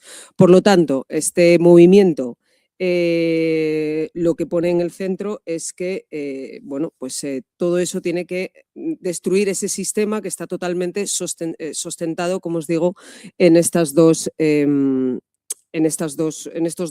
pilares, ¿no? Hay varias corrientes del feminismo, del ecofeminismo, mejor dicho, como el ecofeminismo más espiritual, que va como muy centrado con vivir la naturaleza y vivir la vida de una forma mucho más contenida, con una conexión mucho más directa con la espiritualidad y con la tierra. Está el ecofeminismo radical, está el ecofeminismo del sur, que es, bueno, yo sigo bastante perfiles de Facebook y de Instagram en este sentido, que critican ese patriarcado como la raíz común que tiene toda dominación y sobre ese se sustenta el capital. Y luego el ecofeminismo socialista, que yo creo que en España o en Europa en general es la corriente más global y que más yo creo que tiene conexión con todo lo que veníamos hablando ahí, ¿no? El desarrollo de este ecofeminismo socialista es una de las corrientes, como os digo, más influyentes, pero también más complejas, ¿no? Porque abarcamos mucho más tipos. Se fundamenta principalmente en la opresión de las mujeres, se vincula a todas las estructuras económicas y la destrucción ambiental se vincula al capitalismo extractivo. La idea central no basta con cambiar los valores culturales, sino que es totalmente necesario transformar, cambiar el sistema en el que estamos, el sistema económico, económico, la organización del trabajo y la relación de la producción y la reproducción. El ecofeminismo socialista denuncia que el trabajo de cuidados, realizado mayoritariamente por mujeres, es totalmente invisibilizado, que la naturaleza es tratada como un recurso explotable y que ambos, tanto cuidados y naturaleza, sostienen la economía sin reconocimiento alguno, ¿vale? Hay autoras bastante destacadas y bastantes claves en este sentido que destacan que esas determinadas luchas o esas alternativas de propuestas de sistemas o propuestas de estilos de vida, de formas de vida que reivindicamos las mujeres es en unas economías de subsistencia. Y en eso tenemos ejemplos a lo largo de todo el mundo. Sí, es verdad que en Europa cada vez tenemos menos y no son los más mayoritarios, pero bueno, tenemos ejemplos en África y tenemos ejemplos en Sudamérica importantísimos donde hay comunidades de mujeres que están haciendo cambiar las economías totales de regiones bastante importantes, totalmente empobrecidas, deprimidas y dominadas por sistemas extractivos normalmente de otros países de primeras potencias y que están consiguiendo revertirlo a través de esas economías de subsistencias con una crítica total al desarrollo neoliberal y con la defensa de la sostenibilidad de la vida. Hay conceptos clave que define este ecosocialismo, ecofeminismo socialista, como es la ecodependencia. Los seres humanos dependemos de nuestro entorno rural, de nuestro entorno, de nuestro medio natural. La interdependencia, la vida humana depende de los cuidados. Estos dos conceptos unidos son la sostenibilidad de la vida, la prioridad frente al crecimiento económico. Yo creo que son conceptos básicos, que son conceptos que todos manejamos, que todos hemos escuchado, que son tremendamente difíciles de llevar a nuestro día a día a un conjunto de la sociedad y sobre todo a un conjunto de la sociedad que estamos totalmente inducidos a consumir diariamente sin criterio alguno y sin valoración alguna de todo eso que consumimos, que es toda esa huella que viene generando detrás. Pero al final, en casi todas las reivindicaciones, pues cuando hablamos de la soledad no deseada, cuando hablamos de acceso a una vivienda digna, cuando hablamos de los cuidados, siempre es poner la vida en el centro. Y yo creo que en ese eje principal, que es en el que se basa el feminismo y el ecofeminismo, siempre yo creo que somos las que estamos las mujeres desde nuestras reivindicaciones mucho más concienciadas, podría decir, o que ahora mismo a nivel mundial esta lucha yo creo que es la que más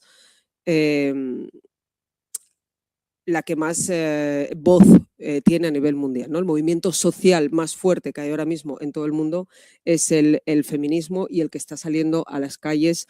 Yo veía ayer imágenes, sin irme mucho de la cuerda para que no me reña Juan, yo veía ayer imágenes de Argentina, que es un país que ya sabéis por todo lo que está pasando y que no sé cómo no lo están quemando, incendiando todo con este presidente que tienen, pero bueno, la gente sigue haciendo movilizaciones medianamente pequeñas. Anteayer hubo unas movilizaciones brutales de feminismo por 2 feminicidios, de una niña de 14 años y otra de 17, que sí consiguieron arrancar miles y miles de personas en muchísimas ciudades argentinas por esto, ¿no? Por lo tanto, yo creo que a través del feminismo, a través del movimiento de las mujeres, el ecofeminismo nos puede llevar también a una mayor difusión de cómo tenemos que convivir en un planeta en el que estamos destruyendo y en el que tenemos que mejorar, y cuáles son esos 2 ejes principales que es, como hemos dicho y decimos siempre en nuestras movilizaciones feministas, patriarcado y capital, alianza criminal, ¿no? Bueno, pues siempre es sobre nuestros cuerpos, pero evidentemente sobre, como dice Rita Segato, sobre todos los cuerpos. No sé cómo voy de tiempo, corto, ya me está diciendo Juan, no sé si me está diciendo me pego un tiro o que corte, pero bueno, quedó ambiguo, en fin, pienso que no está tan malo, vale. Nada, eso. Conclusiones de que el ecofeminismo constituye una de las teorías más relevantes para entender la crisis climática, las desigualdades sociales y los límites del modelo económico actual. Gracias.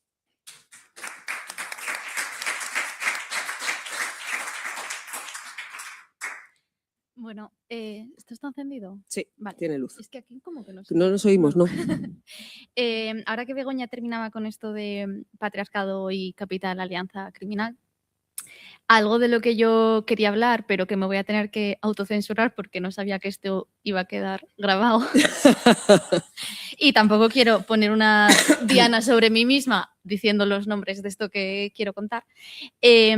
Yo preparando esta intervención, pues hice lo que siempre hago, que es búsquedas de conceptos relacionados en Google, de, bueno, a ver qué ideas me da, a ver qué noticias veo, vale. Y llegué, pues, a una noticia que yo ya recordaba de hace años, de lo maravilloso que es como destino turístico Tel Aviv para personas gays. Entonces yo decía, recordaba de hace años, de esta campaña que se hizo de promoción turística de Israel, como, bueno, una capital súper respetuosa, que puede ser quien tú quieras, ir de la mano con tu pareja. No. Puedes ser eso si eres un hombre blanco europeo. Bueno, supongo que lo sabéis, pero esto es lo que se llama como pinkwashing, que es este lavado rosa del capitalismo para vendérnoslo como que, oye, que a las personas del colectivo LGTB también os podemos incluir en este capitalismo, porque bueno, tengo yo aquí una tarjeta, mi preparación es una tarjeta que pone interseccionalidad. Si eres un hombre gay, la discriminación no te atraviesa de la misma manera que si eres una mujer lesbiana, racializada, en un país del sur global. Bueno, como no quiero tampoco extenderme demasiado, os quería hablar de una bióloga colombiana que se llama Brigitte Baptiste, que lo que hace en su trabajo es aplicar la teoría queer al ecologismo. Sé que el término queer a veces suscita ciertos recelos en algunos sectores, pero a mí, la verdad, me siento muy cómoda con él, entonces dije, bueno, para algo hablo yo. Desde la teoría queer aplicada al ecologismo, lo que se plantea es que hay otras formas de mirar a la naturaleza, o mejor dicho, que las categorías y los objetos que interpretamos como naturales igual no lo son tanto, y que nos podemos cuestionar qué manera tenemos ya no de relacionarnos entre nosotros o con uno mismo, sino qué manera tenemos de relacionarnos con el medio. Esto no significa que haya que borrar la realidad o que haya que romper con todo el sistema, porque entendemos que eso pues, es un poco utópico, pero sí que podemos aplicar este cuestionamiento a todo lo que hacemos, a todas las políticas que llevamos a cabo, a todas las reivindicaciones. Y tenemos que entender que no podemos hablar de una transición ecosocial si no tenemos en mente la justicia social. ¿Qué transición vamos a llevar a cabo si lo que hacemos es reproducir las desigualdades que ya están presentes en el sistema? Esta justicia social tiene que pasar, porque es lo que me interesa a mí hablar, pero también tiene que pasar por otras cosas, tiene que pasar por reconocer la realidad de las personas LGTBIQ+. No suelo decir todas las letras, pero si yo hablo del colectivo me refiero a todas las letras, ¿vale? Sin reconocer la realidad de las personas del colectivo, difícilmente vamos a tener una transición ecosocial verdaderamente igualitaria. Y quería también reenfocar un poco lo que nos pueda aportar esta perspectiva queer en este sentido, y es que las personas del colectivo, históricamente, por pura supervivencia, desarrollaron otras maneras de crear comunidad, de crear familia, de vivir. Porque bueno, si tu familia te echa de casa por ser quien eres, que es algo que sigue pasando hoy en día, no vas a tener las mismas posibilidades que una persona que tiene su familia, que se desarrolla con su familia. Entonces, esta manera de vivir desde la disidencia nos puede enseñar también mucho de cómo se puede crear comunidad, crear otras formas de vivienda, que por cierto soy súper fan. Y reenfocar los cuidados, la cooperación y la interdependencia, que bueno, que al final es algo que a los hombres cis hetero les está costando bastante asimilar.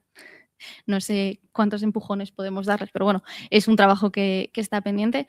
Pero tanto desde el feminismo como desde los colectivos LGTB+, es algo que llevamos teniendo claro muchísimo tiempo, que las personas somos codependientes y que no pasa nada. Bueno, es que estoy súper en contra del individualismo.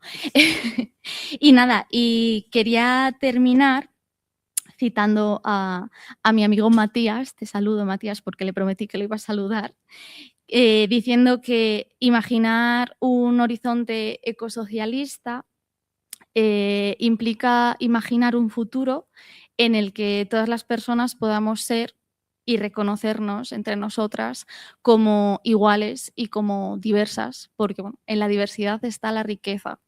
Y ya.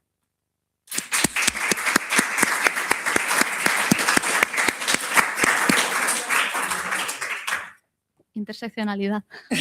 Gracias, Tania, gracias, Begoña, gracias, Héctor, que estás en las alturas. Vamos a hacer un receso para estirar un poco, ¿vale? Podéis pasear en el pasillo. 15 minutos, ¿de acuerdo? No más, pero no marchéis muy lejos porque ya queda la traca final, ¿vale? A continuación vamos a dialogar con Carolina Sarmiento, que acaba de publicar su última novela, que se titula Las fronteras. ¿Os imagináis que liberáramos la mitad de la superficie de la Tierra y que la convirtiéramos en una reserva natural? ¿Qué ocurriría? Bueno, de eso va a ir el diálogo, la conversación, que como ser pluriempleado voy a hacer con ella misma. Después tendríamos el bloque de educación medioambiental, eso que en Asturias no existe. A continuación, la parte de postcrecimiento, que es esto del crecimiento negativo, del decrecimiento, el postcrecimiento, etcétera, con Hugo y con Gabri, que está al fondo. Y ya cerramos con un debate muy interesante que interrelacionará sindicalismo y ecologismo.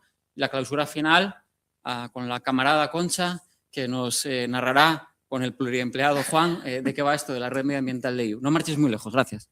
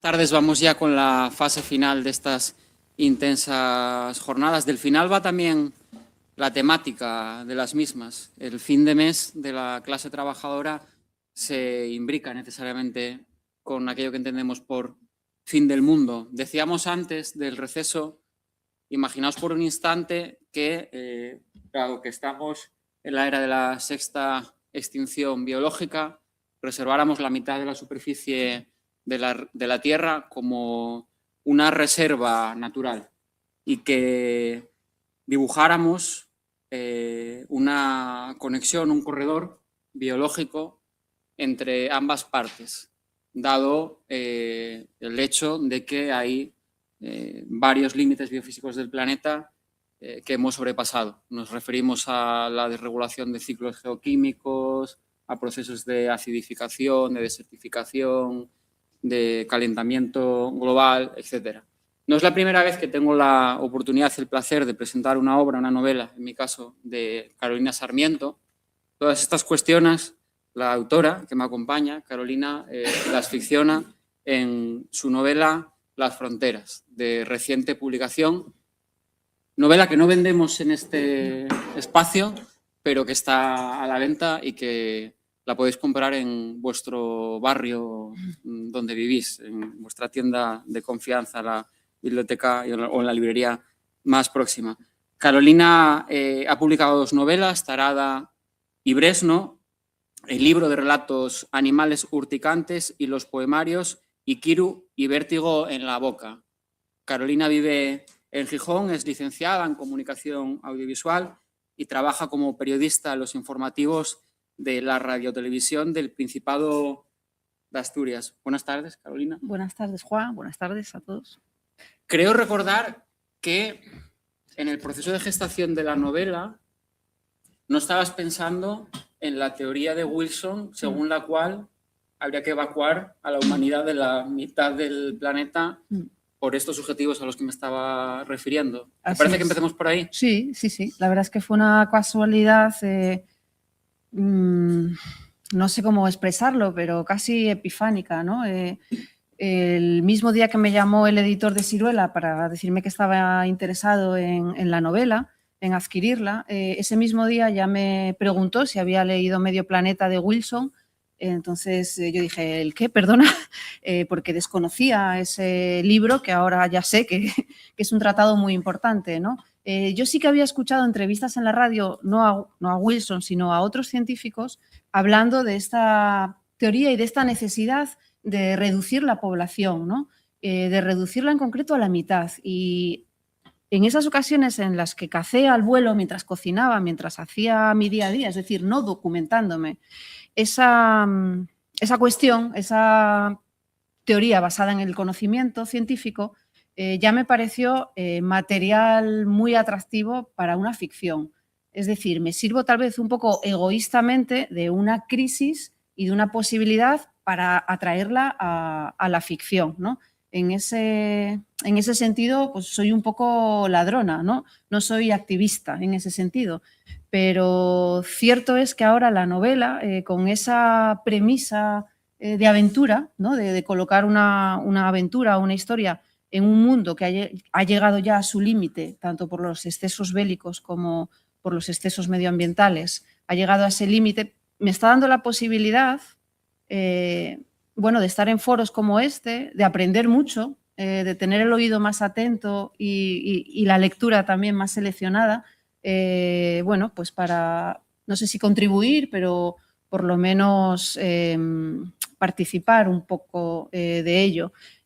Una científica de la Universidad de Oviedo, una geóloga, me decía que es muy importante sumar a los artículos científicos no solo la ficción, sino el arte en general, porque da la posibilidad de generar empatía, ¿no?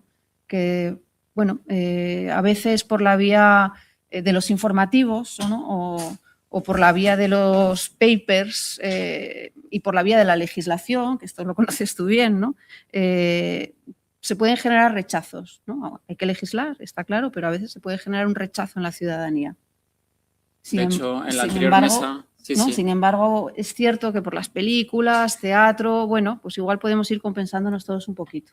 De hecho, de eso estábamos hablando, Carolina, en la anterior mesa. Héctor comentaba que uno de los errores, a su juicio, yo lo comparto, cuando se abordan temáticas ecologistas o ecosocialistas, es poner en el núcleo de atracción los conceptos de colapso y límite, que tienen la capacidad de erotizar de una piedra, o menos, yo diría que probablemente si entramos ya en psicopatologías. Sí, es decir, bastante rechazo, claro. Con lo cual eso significa que en las corrientes de pensamiento y de acción, de praxis en general, se necesitan narrativas, pero no al final como suele ocurrir, ¿no? Se comete el error de vamos a hacer sesudos análisis científicos y luego que llega alguien del ámbito de la literatura o de la cultura a poner el barniz, ¿no? O sea, lo interesante es que ya desde dentro intrínsecamente está la narrativa ahí para poder explicar lo que quieres compartir. Sí, yo tenía muy claro que no quería hacer un alegato mientras lo escribía.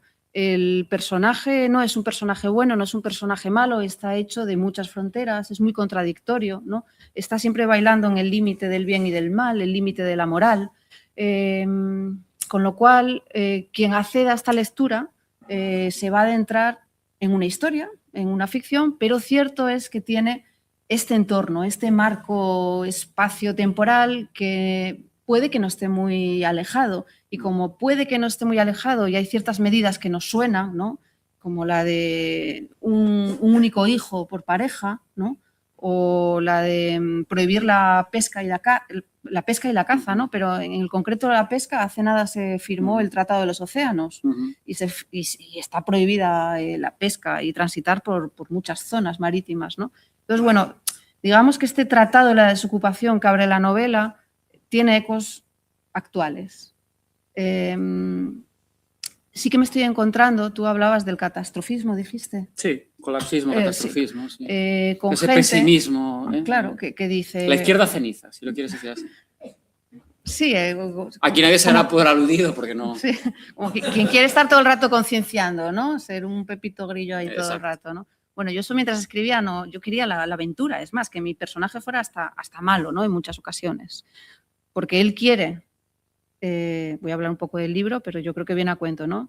Él cree verdaderamente en este tratado de la desocupación, es el guarda de uno de los pueblos llamados a ser renaturalizado por completo, es decir, de esa mitad del mundo que va a ser devuelta a la naturaleza, aunque decir devuelta ya es un egocentrismo, ¿no? Porque la naturaleza es la reina, o sea, nosotros estamos aquí de paso, ¿no?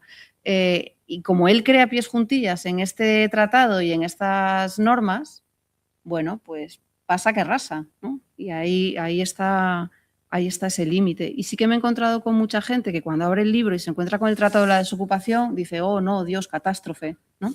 Pero en la siguiente página empieza el lirismo. En realidad lo están deseando, o sea, buscan la catástrofe. Sí. A mí una de las cosas que me llevó, yo creo, a escribir la novela y a profundizar en este personaje, sobre todo en este protagonista que es un poco cenizo y así un poco cascarrabias. Bueno, es una persona como herida y deshumanizada, ¿no? Porque viene de un montón de guerras y no le gusta el ser humano.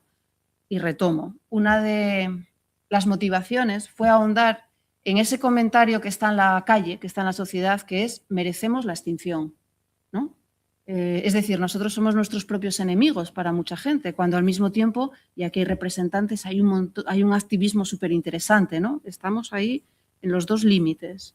Pero ese comentario de merecemos la extinción, es decir, un suicidio colectivo, ¿no? Me parece un temazo. Bueno, esa teoría se abordó y las puso Nico, ¿te acuerdas? Por la mañana. Es una teoría que está, es decir, que hay abundante bibliografía al respecto. Claro, no unos dicen la mitad de la población y otros ya directamente todos, ¿no? No deja de ser una opción, ¿eh? Claro, voluntariamente, sí. Y siguiendo un poco con tu perfil, porque con el perfil del protagonista, quiero decir, porque me gustaría, Carolina, que animáramos a que la compren y que la lean, porque merece mucho que lo hagan.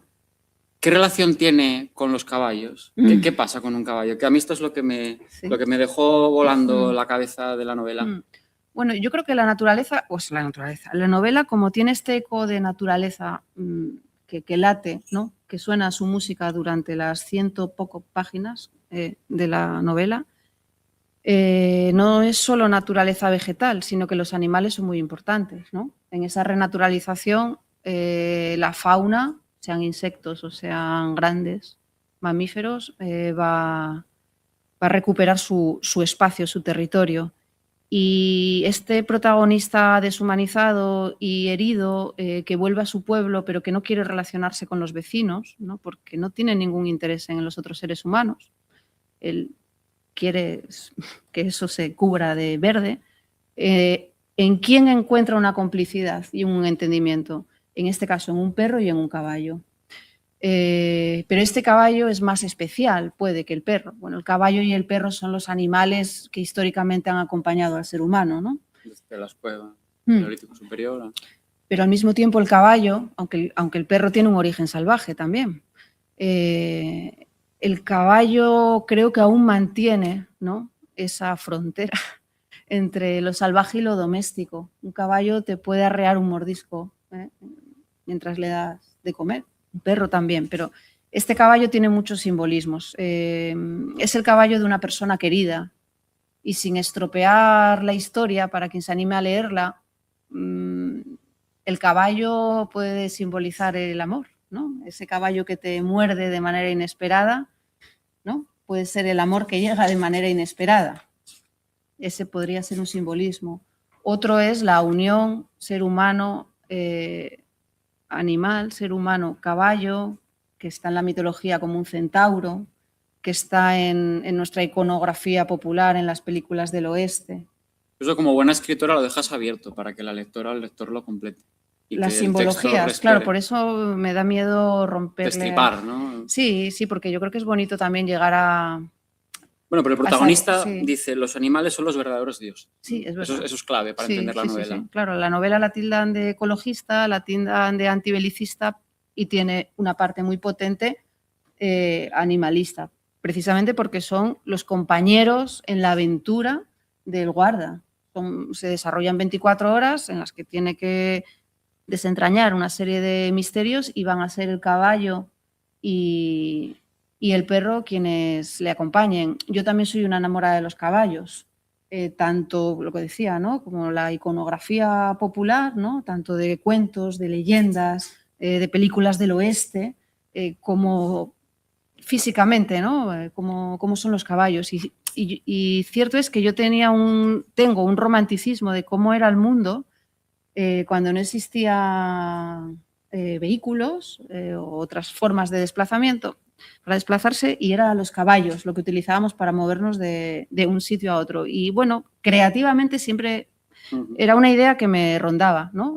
Montar a un tipo, a una tipa a caballo y que se desplazara, ¿no? Esto lo conté en un club de lectura y una chica me dijo, pues eso se puede hacer todavía, te puedes desplazar a caballo, porque tiene una casa rural en Somiedo, y me dijo que este invierno recibió una solicitud de una suiza que le preguntaba si admitía animales de compañía y dijo que sí. Y lo siguiente fue, bueno, pues voy con un caballo. Sí. Desde Suiza hasta Somiedo. Pequeño comentario de hombre mediocre, utilizando la expresión de Tania. Yo soy de Mieres y recuerdo que cuando salíamos por la Cúpula, que era una discoteca muy famosa, había gente de Turón que iba a caballo a la discoteca. Quiere decir que no me pilla tan lejos. En Ponga también. Es muy típico. No, muy bien. Salmón, Ricardo Menéndez Salmón, otro grandísimo escritor, elogió y elogia mucho la novela, diciendo: es un western boreal, una fábula ecológica, una novela que nos sacude como un caballo a la carrera, grave, enigmática, muy bella. Yo tengo una anécdota también con Ricardo en relación con los caballos, porque recuerdo que presenté una colección de cuentos suya y salía la figura del caballo. Ahora no lo recuerdo muy bien, lo tenía borroso. Y era, ese relato es espectacular. El relato, brutal, ¿no? Y entonces yo me las quise dar como de listo y guay y tal. Le dije, no, solo un caballo azul en la madrugada de Lorca. Y me dijo, odio a Lorca. O sea, hay que tenerlos para decir eso, ¿eh? Hay que tenerlos, ¿eh? Sí, y dice, bueno, esto porque es Salmón, ¿no? Pues si no, esto acabaría mal, seguro. ¿Sí? Y no, lo relacionaba con Frank Marc, el pintor y los caballos azules, etcétera, etcétera, ¿no? Pero cuando vi las palabras de Salmón, pues digo, pues seguimos con los caballos, ¿no? Sí, bueno, es que es un animal que tiene algo mágico, ¿no? Está también, qué sé yo, la figura del unicornio, aunque en este caso no sea un unicornio, ¿no? Me contaban, que yo no lo sabía, porque no me acordaba, que en la película Blade Runner hay también un sueño, en esta novela hay un sueño, y hay un sueño con un caballo importante, y que en Blade Runner pasa algo en un sueño y que es algo importante. Bueno, Como tenemos muy poco tiempo, Mm. porque me podría vengar aquí del público asistente y digo, pues ahora vais a aguantar 2 horas de chapa mía, pero no lo voy a hacer. Te voy a preguntar como por 2 o 3 perfiles o núcleos de la novela para que sintetices un poco qué significan para ti. Uno muy rápido, porque quizás ahora es el que menos me interese, pero quiero ponerlo también encima de la mesa, el papel de la comunidad científica, de los científicos, porque aunque parece que no tiene nada que ver, en la página 17 dices algo que comparto totalmente, que dices, me parece que es muy tú, muy Carolina. O sea, dice, he aprendido, igual que todos, que la única ciencia exacta es el desengaño. Ojo, Bueno, no, creo que no soy yo. Ah, vale. Yo creo que soy bastante positiva y optimista, pero mi protagonista no lo es. Y está desengañado. Él vuelve a su pueblo después de un montón de guerras. Se fue del pueblo porque no quería ser cazador, como el resto de sus vecinos, y pensó que yéndose a las guerras del mundo iba a haber mundo, pero unió una tras otra y cuando regresó era más cazador que los cazadores. Entonces vuelve totalmente desengañado de la humanidad, aterrado. 2, los medios de comunicación, que esto algo de ello sabes. En la novela se dice, nuestra televisión solo muestra imágenes de archivo, contextualiza la autora un poco, ¿vale? Por ir a uña de caballo. Una manera estudiada de provocar añoranza, ya se sabe, ese veneno puede acabar en desapariciones voluntarias. O sea, la televisión solo emite imágenes de archivo para generar añoranza. Sí, exacto. En los pueblos que van a ser deshabitados, que tienen un plazo de 10 años para que desaparezca todo rastro humano, bueno, pues hay más normas, ¿no? No es solo que desaparezca, que venga la pala y que desaparezca todo, ¿no? Sino que la televisión solo emite archivo.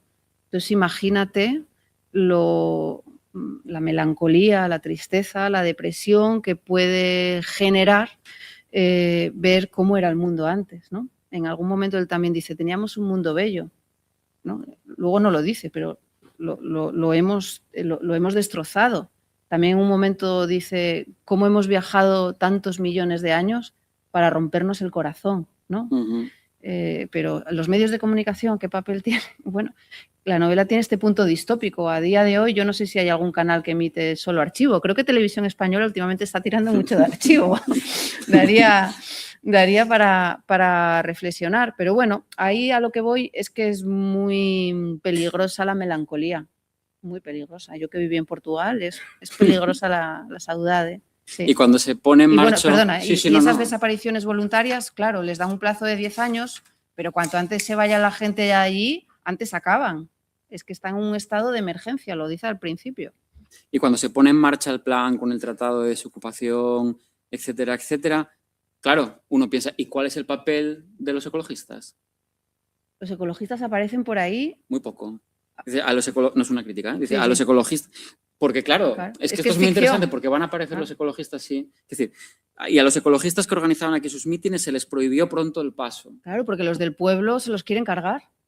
Claro. Tú le dices a alguien de Luanco, pues no sé si hay alguien de Luanco. Yo, por ejemplo, estuve con esta novela en Tenerife y uno de los puntos del Tratado de Desocupación es que se desocuparán las islas. Claro, y me decían, qué guapo, ¿no? Claro, yo fui a Tenerife sin darme cuenta de que, claro, pues los de Tenerife, que lo van a perder todo, o sea, se saca lo más valioso de los museos, pero el resto, casas, las tumbas de los antepasados, todo queda ahí. Este proceso del Tratado de Desocupación también se pone en marcha por la figura de una divulgadora, ¿no? Una divulgadora que además es asesinada, ¿no? Sufre un atentado por todo lo que estaba generando, ¿no? También me interesaba eso. Hay quien ha visto a Greta. Yo no estaba pensando en Greta, estaba pensando en alguien que logra una movilización fuera de la estructura política, lo que puede suponer la movilización.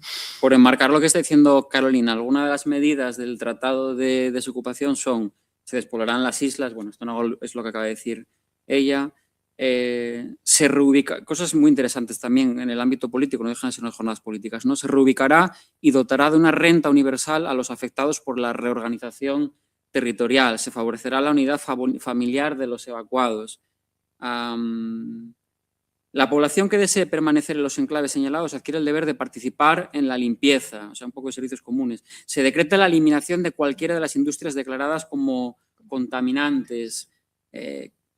La cuestión natalista que decías antes, Hace poco Donna Haraway, la filósofa de la ciencia, dio también una entrevista, se publicó en El País, súper polémica. Queda prohibido tener hijos en las regiones afectadas, ¿no?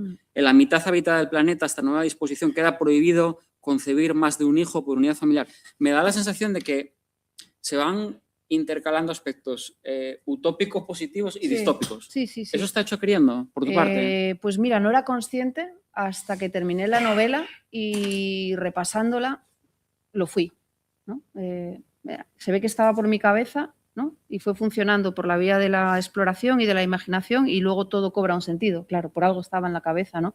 Pero y ahora en las charlas y en los encuentros me doy cuenta de que tiene ese punto de interés, ¿no? Que como algo utópico, como puede ser, vale, que está en una situación de crisis, pero que se toma conciencia a través de la llamada unión de los pueblos de que la situación es límite y tiene que llevarse a cabo una medida urgente, como es devolver, tengo que encontrar otro verbo, ¿no?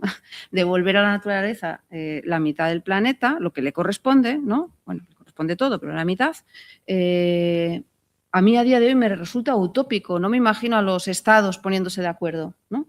Pero luego la manera de proceder es distópica, pero también me daba lugar a reflexionar sobre temas que me interesan, por ejemplo, la renta universal, ¿no? A mí cuando en Suiza se votó en contra, dije, jo, esto es interesante, ¿no? ¿Por qué se vota en contra? Tuvieron un referéndum y decidieron que preferían seguir trabajando y ganando su dinero, ¿no? En este pueblo llamado a desaparecer, mucha gente, o sea, quien vive en estos pueblos tiene todas las necesidades cubiertas y no existe el dinero. No existe el dinero. Sin embargo, mucha gente del pueblo se va porque necesitan esa motivación de ganar dinero, ¿no? Entonces, bueno, el poder del dinero, el poder atractor de la ambición, ¿no? Para algunos vecinos es la ambición de cazar, ¿no? Y el guarda es lo que tiene que frenar, está prohibido cazar, pero ellos dicen, no, aquí se están reproduciendo los animales y queremos morir matando, ¿no? Para otros es la ambición del dinero. ¿Y qué pasa en la otra parte? Pues esa es otra novela. Yo me centré, es que la naturaleza es protagonista. Vale, el protagonista es el guarda, el caballo, aquí. Son los protagonistas, el misterio. Bueno, la novela es de súper misterio. O sea, te deja. Por eso tenéis que leerla, ¿eh? O sea, porque te deja como capítulo a capítulo, es como, ¿y ahora qué va a pasar? Fíjate que a mí me parece interesante venir aquí sin la necesidad de vender el libro. O sea, que sea una charla. No, es que es el mundo al revés, porque lo primero que le digo yo del Partido Comunista es: ¿traes los libros para venderlos? Y dice, no, esto no lo pensé. No, me parece perfecto. No sé, la editorial no estará a favor. Pero sí, porque parece que siempre tienes que estar ahí intentando vender y a mí me parece interesante también charlar. Pero esa era la pregunta, y acabamos ya, que Yarina estará ahí que me mata ya. En la otra parte, o sea, porque se supone que Wilson quería, por lo menos decía, mantener o regenerar el 80%, o sea, mantener el 80% de la biodiversidad y regenerar el planeta, ¿no? Por eso hay que evacuar ahí esa especie animal llamada Homo sapiens, etcétera, etcétera. Vale, pero en la otra parte se supone que habría que forjar un tipo de sociedad pero de la abundancia, de la prosperidad. Claro, yo es que no me metí ahí. Esta pregunta ya me la han hecho y yo creo que sería otra novela. Sería una novela todavía más angustiante, yo creo. Porque para mí esto, y depende de quién lo lea, ¿no?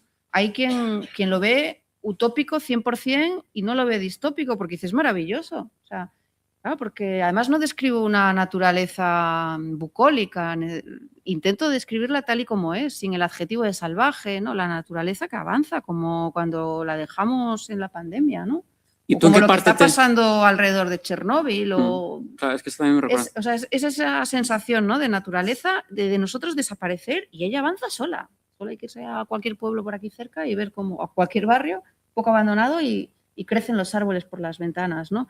¿Cómo me imagino ese lugar? Terrible, terrible. Unas luchas, unas hambrunas, unas desigualdades. Me imagino una novela realmente terrorífica. Y esta para mí tiene un punto positivo. ¿En qué sentido? A mí, por ejemplo, me da mucho placer cuando voy en avión, miro hacia abajo y veo manchas verdes sin restos humanos de ningún tipo, ¿no? O cuando estoy por el monte y no veo tampoco nada a mi alrededor.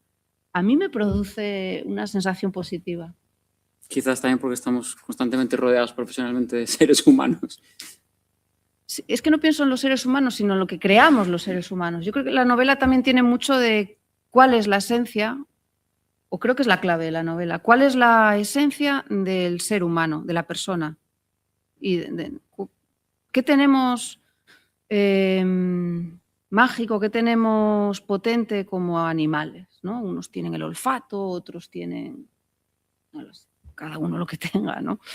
Y nosotros, ¿qué es lo que nos identifica, ¿no? Pues yo creo que él, el protagonista, y sus reflexiones nos ayudan, creo yo, a pensar sobre eso. Cuando nos encuentren, si es que sucede, no sabrán nada de nosotros. Seremos vestigios del sueño de la humanidad, mitología y trabajo arqueológico en unos cientos de años. No entenderán qué significa ese caballo, pero de lo que no quedará duda es de que los hombres fueron también capaces de cuidar. Abrazados para siempre, últimos testigos, soñaremos por fin sin pesadillas. Gracias, Carolina. A vosotros.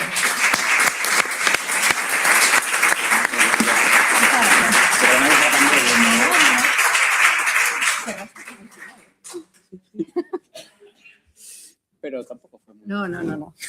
Bueno, seguimos para bingo.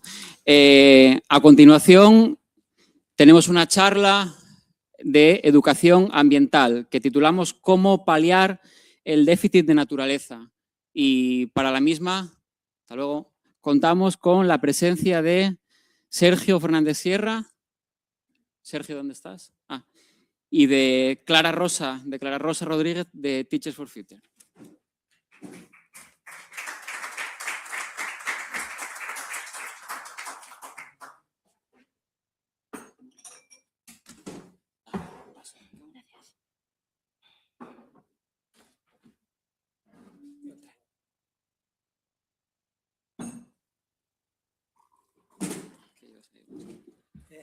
Ay, espera.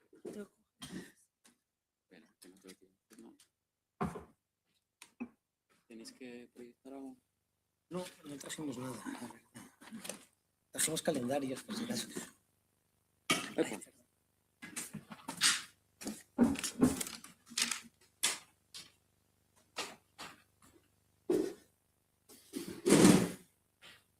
Sí, nada.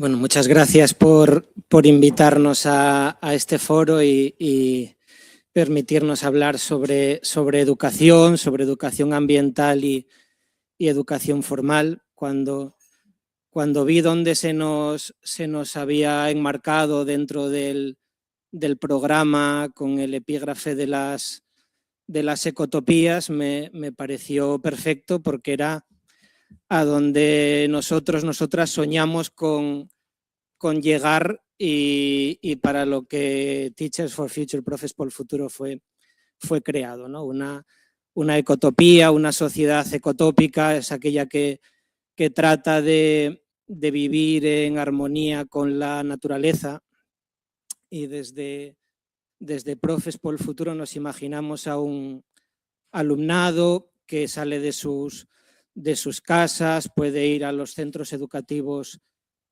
formando grupos para ir en bici, llevados por profesorado, por vecinos, por vecinas, por madres o padres de familia, pueden salir en grupo guiados por alumnado mayor, salen de sus casas y tienen a su alrededor parques y árboles que, además de hacer el camino mucho más saludable y mucho más sostenible que si las calles están llenas de coches inundando sus pulmones de contaminación atmosférica, también sirven como recurso educativo. Llegan a los centros educativos y esos centros educativos ecotópicos fueron abandonando el hormigón de los patios para volver a llenarse del verde que está todavía en algunos centros educativos rurales. Pueden salir al patio y no pegarse con los patios de fútbol, tienen sombra, pueden sentarse.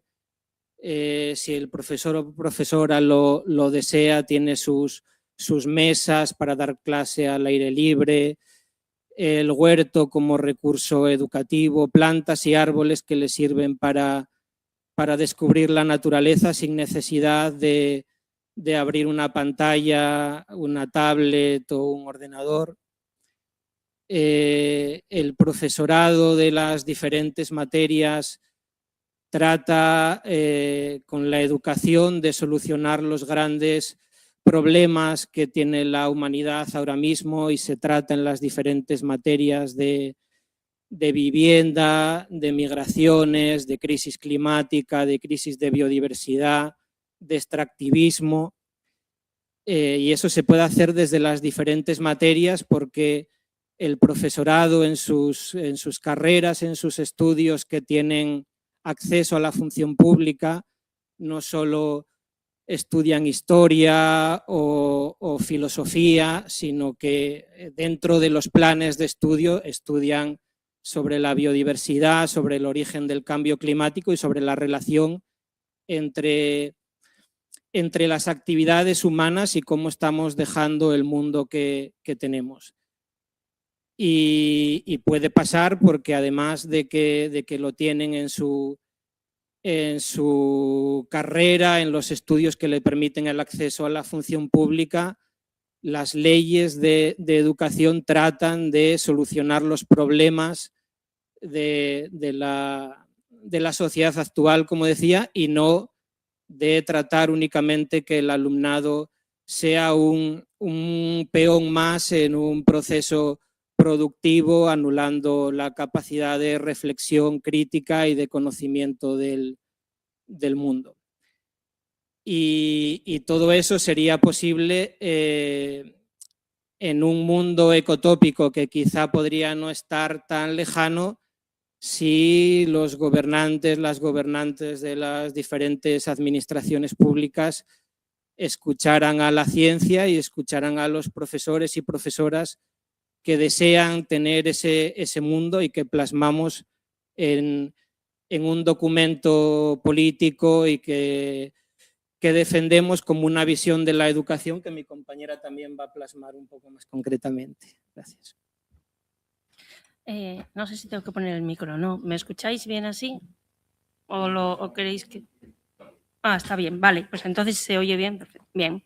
Mirar, lo que acaba de contar Sergio y lo que presentaba Carolina es como si fuera la parte guay del mundo que nos podríamos imaginar y a lo que nosotros desde Teachers y como pertenecientes al movimiento ecologista nos encantaría que llegase. Y a mí me toca hablar de la cruda realidad, de lo que realmente tenemos en el día de hoy y qué nos gustaría desde la educación ambiental que se implementara. Me hizo mucha ilusión lo que comentaste antes porque precisamente yo hace muchos años que pensaba que bien estaría que nos dejasen dividir el mundo en dos partes, los que realmente queremos respetar la naturaleza y queremos convivir en sintonía con el medio ambiente, con el resto de especies, y aquellos que no ven esa necesidad, que no es que sea un gusto o un capricho, los que no ven la necesidad, que se arreglen y que se desenvuelvan y que se peleen en ese otro mundo horrible en el que nos están obligando a desenvolvernos a todos. También, por otro lado, siendo partidaria, como tú decías, de los animales, nosotros hablábamos que lamentablemente las dioses en esto son las plantas. Sin plantas no somos nada, sin cuidar el medio ambiente no somos nada porque dependemos de ello. Nosotros no somos profes por el futuro porque seamos clarividentes ni tengamos una idea más realista que el resto del profesorado. Nosotros tenemos claro que dependemos del entorno en el que vivimos mucho más de lo que creemos y que le estamos despreciando en la manera en la que luego no pagaremos. Punto. no hay más. Como decía Sergio, nosotros viendo la necesidad, que yo no sé si es un poco realista o más bien utópico, pensar que nuestra labor va a conseguir mover algo de la iniciativa en las personas, porque lo vemos muy claro en los niños, pero cuando pasan adolescentes entran en el rollo y ese amor por el medio ambiente parece como que se quiebra un poco. Pero como estamos convencidos de qué es lo que hay que hacer, nosotros luchamos porque la educación ambiental esté más presente en el día a día de los centros y preocupados por eso, llevamos como un par de años dando vueltas y hablando con muchos grupos ecologistas, interaccionando más con ellos desde la educación y promoviendo que se incremente el trabajo en educación ambiental en los centros, en la educación formal, también en la no formal, y que permee luego en la sociedad, de manera que los alumnos, cuando luego quieren llegar a ser parte de una sociedad, vean ese respeto en la sociedad, vean la capacidad de seguir trabajando por un entorno mejor. Y lamentablemente eso ahora se ve muy poco, se ve más el extraccionismo y el productivismo y como que si no le damos valor económico a lo natural no tiene sentido pelear por ello. Nosotros, conscientes del momento en el que vivimos, elaboramos un documento en el que gran parte de las peticiones que hacemos son un poco del ámbito docente y del ámbito medioambiental. Entonces, en lo que se refiere al ámbito docente, solo pedimos que se cumpla la ley educativa que está vigente ahora y que obliga a que en 2025, ya pasó, todo el profesorado debería tener formación en educación ambiental. Lo que decía Sergio utópicamente de que todo el profesorado, que aunque no sea de ciencias, aunque no sea de biología, aunque no sea de naturales, que tenga la capacidad de enseñar en el contexto de que dependemos del medio ambiente y de ese cuidado medioambiental, que no es un capricho como si los ecologistas tuviésemos aquí la necesidad de ser los Pepito Grillo que nadie hace caso, pero que somos interesados en algo. Nosotros no tenemos el interés más que el conocimiento de que sabemos que eso es necesario y que depende nuestra vida de ello. En ese contexto, la ley obligaría a eso, pero la formación que se está ofreciendo, que se estuvo ofreciendo a lo largo de estos últimos no 10 años, pero sí 8 que llevamos revisando, pues anda del orden del 5 al 10% de la oferta formativa para el profesorado en Asturias.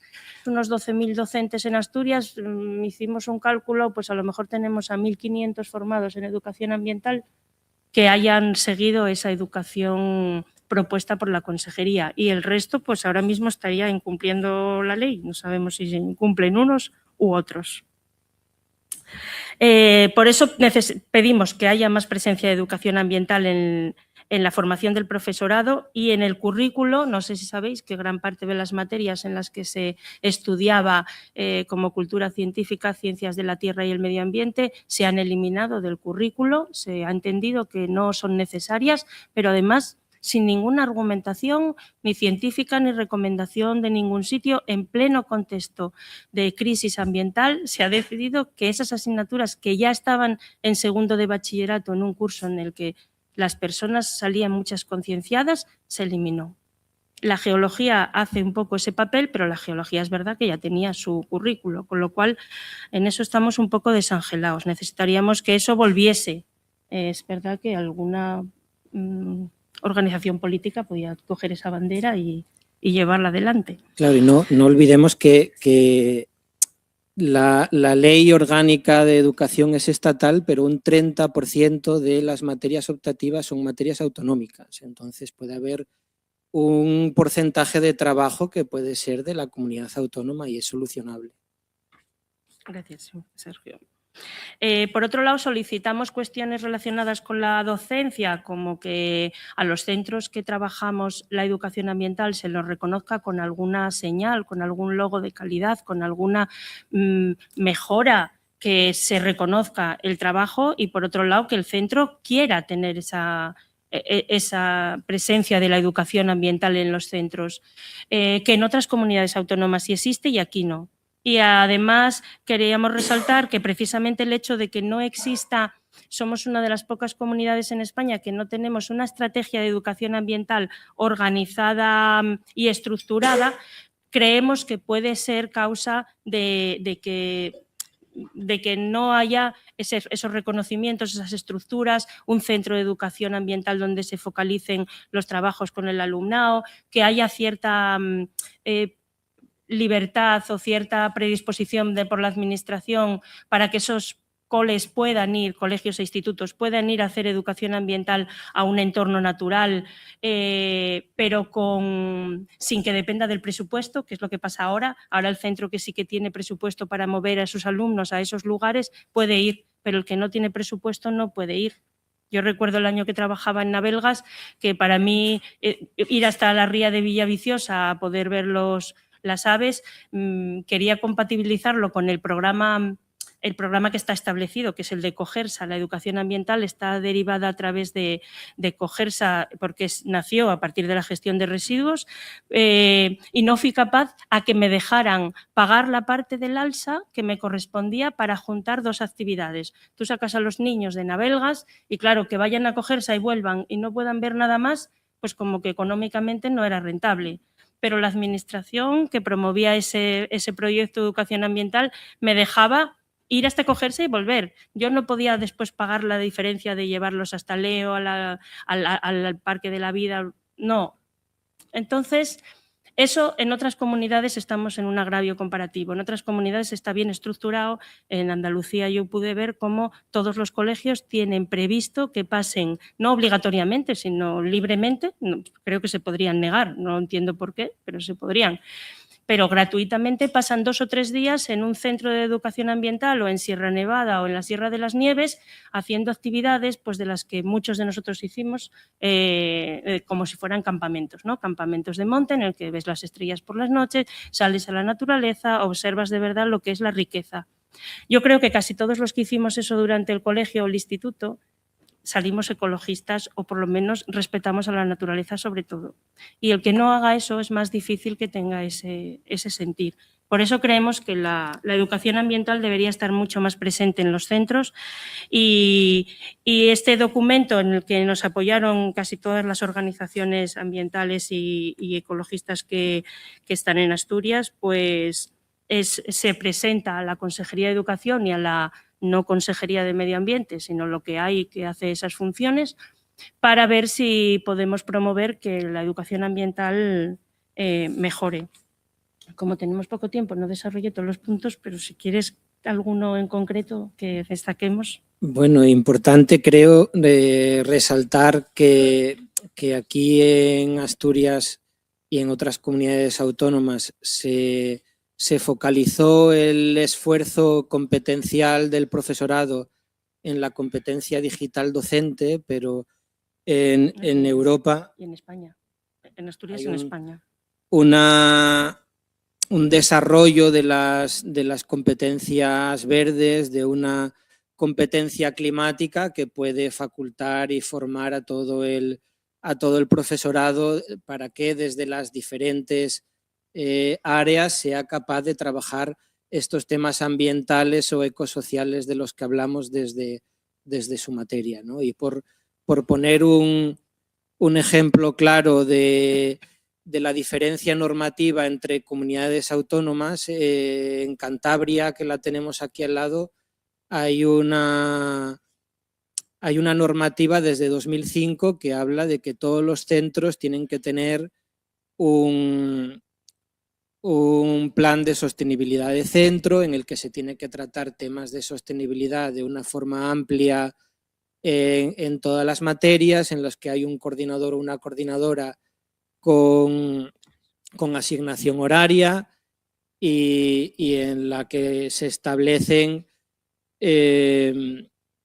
una serie de organigramas y de gobernanza para que esa sostenibilidad sea una realidad en los centros. Entonces, estamos hablando de 20 años de diferencia o de retraso respecto a otras comunidades autónomas, ¿no? Y decir que sí que es verdad que aquí tenemos ese consorcio de Cogersa y esa educación que pudo empezar ahí, pero aquí en Asturias seguimos anclados en la educación ambiental sobre los residuos o sobre la circularidad del comercio, cuando la educación ambiental o la educación ecosocial que se trabaja en la mayoría de las comunidades autónomas y en la que creemos como profesores y profesoras tiene un sentido mucho más amplio, ¿no?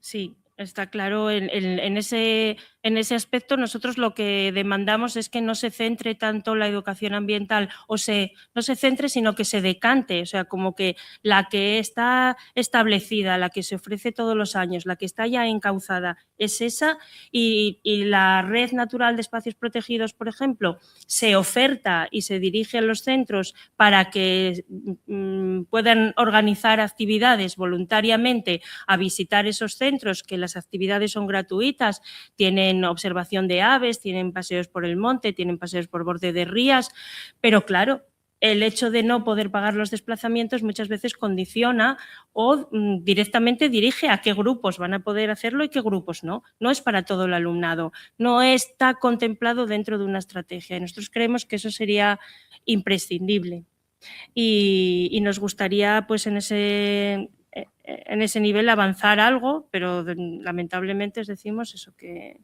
en Asturias no tenemos ni siquiera la sensación de que están percibiendo que eso es necesario.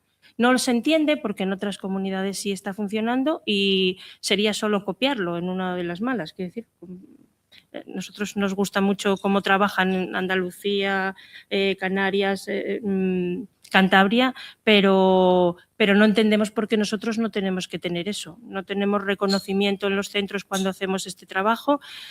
Participamos en todo lo que nos ofrece la educación ambiental de Cogersa porque estemos muy de acuerdo o no, es lo que hay. Y entonces, si quieres llevar a los alumnos a hacer alguna actividad, tienes que participar en eso. Hay un programa a nivel europeo, incluso mundial, que se llama la CONFINT, la Conferencia de Jóvenes que Defienden el Planeta, y que son como pequeñas organizaciones que primero seleccionan a unos ecodelegados en el colegio, en el instituto, luego entre Asturias, luego van a la nacional.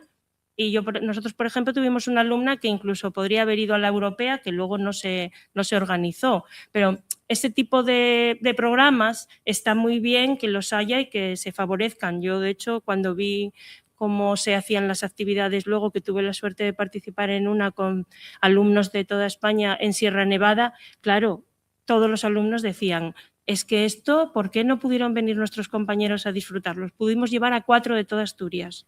Dices tú, ¿por qué hay que seleccionar? Porque está bien que sea un premio, pero la educación ambiental no puede ser un premio para escogidos y tampoco puede depender de que tengan profesores motivados o no en el centro, porque hay muchos centros educativos que directamente, pues porque no es cómodo, porque no es fácil llevar a los alumnos tampoco hoy en día, porque te juegas en cierto modo, muchos centros directamente deciden no hacerlo, porque no se ven respaldados por las autoridades. Entonces, la educación de nuestro alumnado, si queremos que esto vaya mejor, tenemos que invertir en eso. No podemos dejar que dependa eso, de que se pueda hacer porque nosotros lo dedicamos con nuestras horas, que a veces es una o ninguna, y con un montón de tiempo y de esfuerzo, que lo haces porque estás convencido, pero también te prestaría que lo reconocieran al alumnado, al profesorado y a los centros. Bueno, estamos en eso, a ver si la consejería nos escucha y a ver, hay avances. Y a ver si desde aquí, donde estamos, como una parte del gobierno, pues se puede hacer algo también para que esa voz se oiga más allá o hacia adentro, ¿no? Muchas gracias y si alguien tiene... Si tenéis alguna pregunta o algo.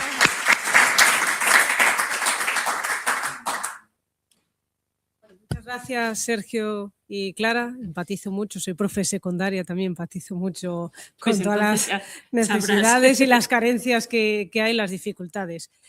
No, como siempre, vamos mal de tiempo, así que no tenemos tiempo para preguntas. Sí que recordaros que ahí en la mesa hay unas cartulinas donde podéis dejar anotaciones y nos comprometemos a hacérselas llegar a las personas que participaron en las jornadas y por si queréis seguir teniendo contacto.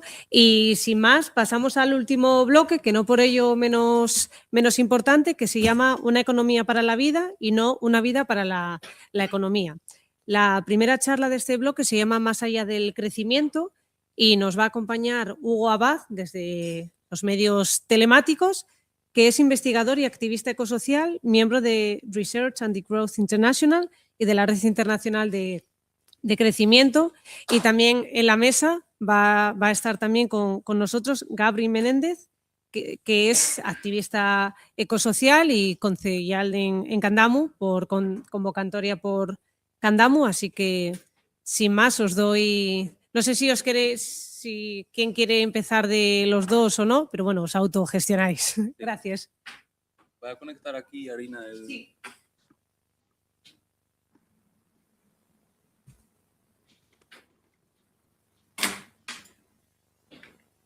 ¿El HDMI? Sí. Espera, a ver, porque como está... ¿Hay opción de que lo coloques aquí? No. Matías, bueno, SOS. ¿Tienes un USB? Porque si es igual lo puedo pasar. Creo que sí.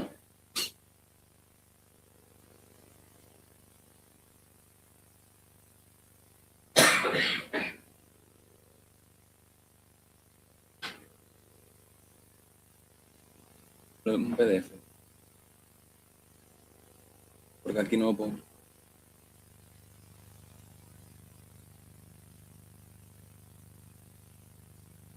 Sí. No. ¿Alguien tiene un pendrive de sobra por la sala? Hay un médico en la sala, hay un pendrive en la sala. Esto es de Sergio, sí. Vale.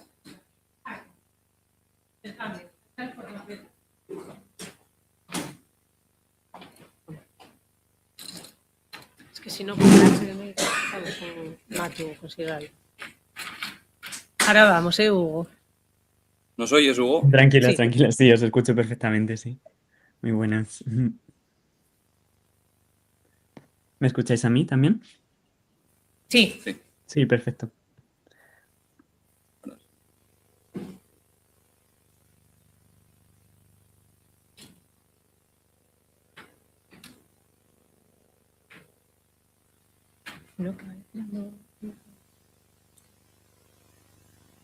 Sí.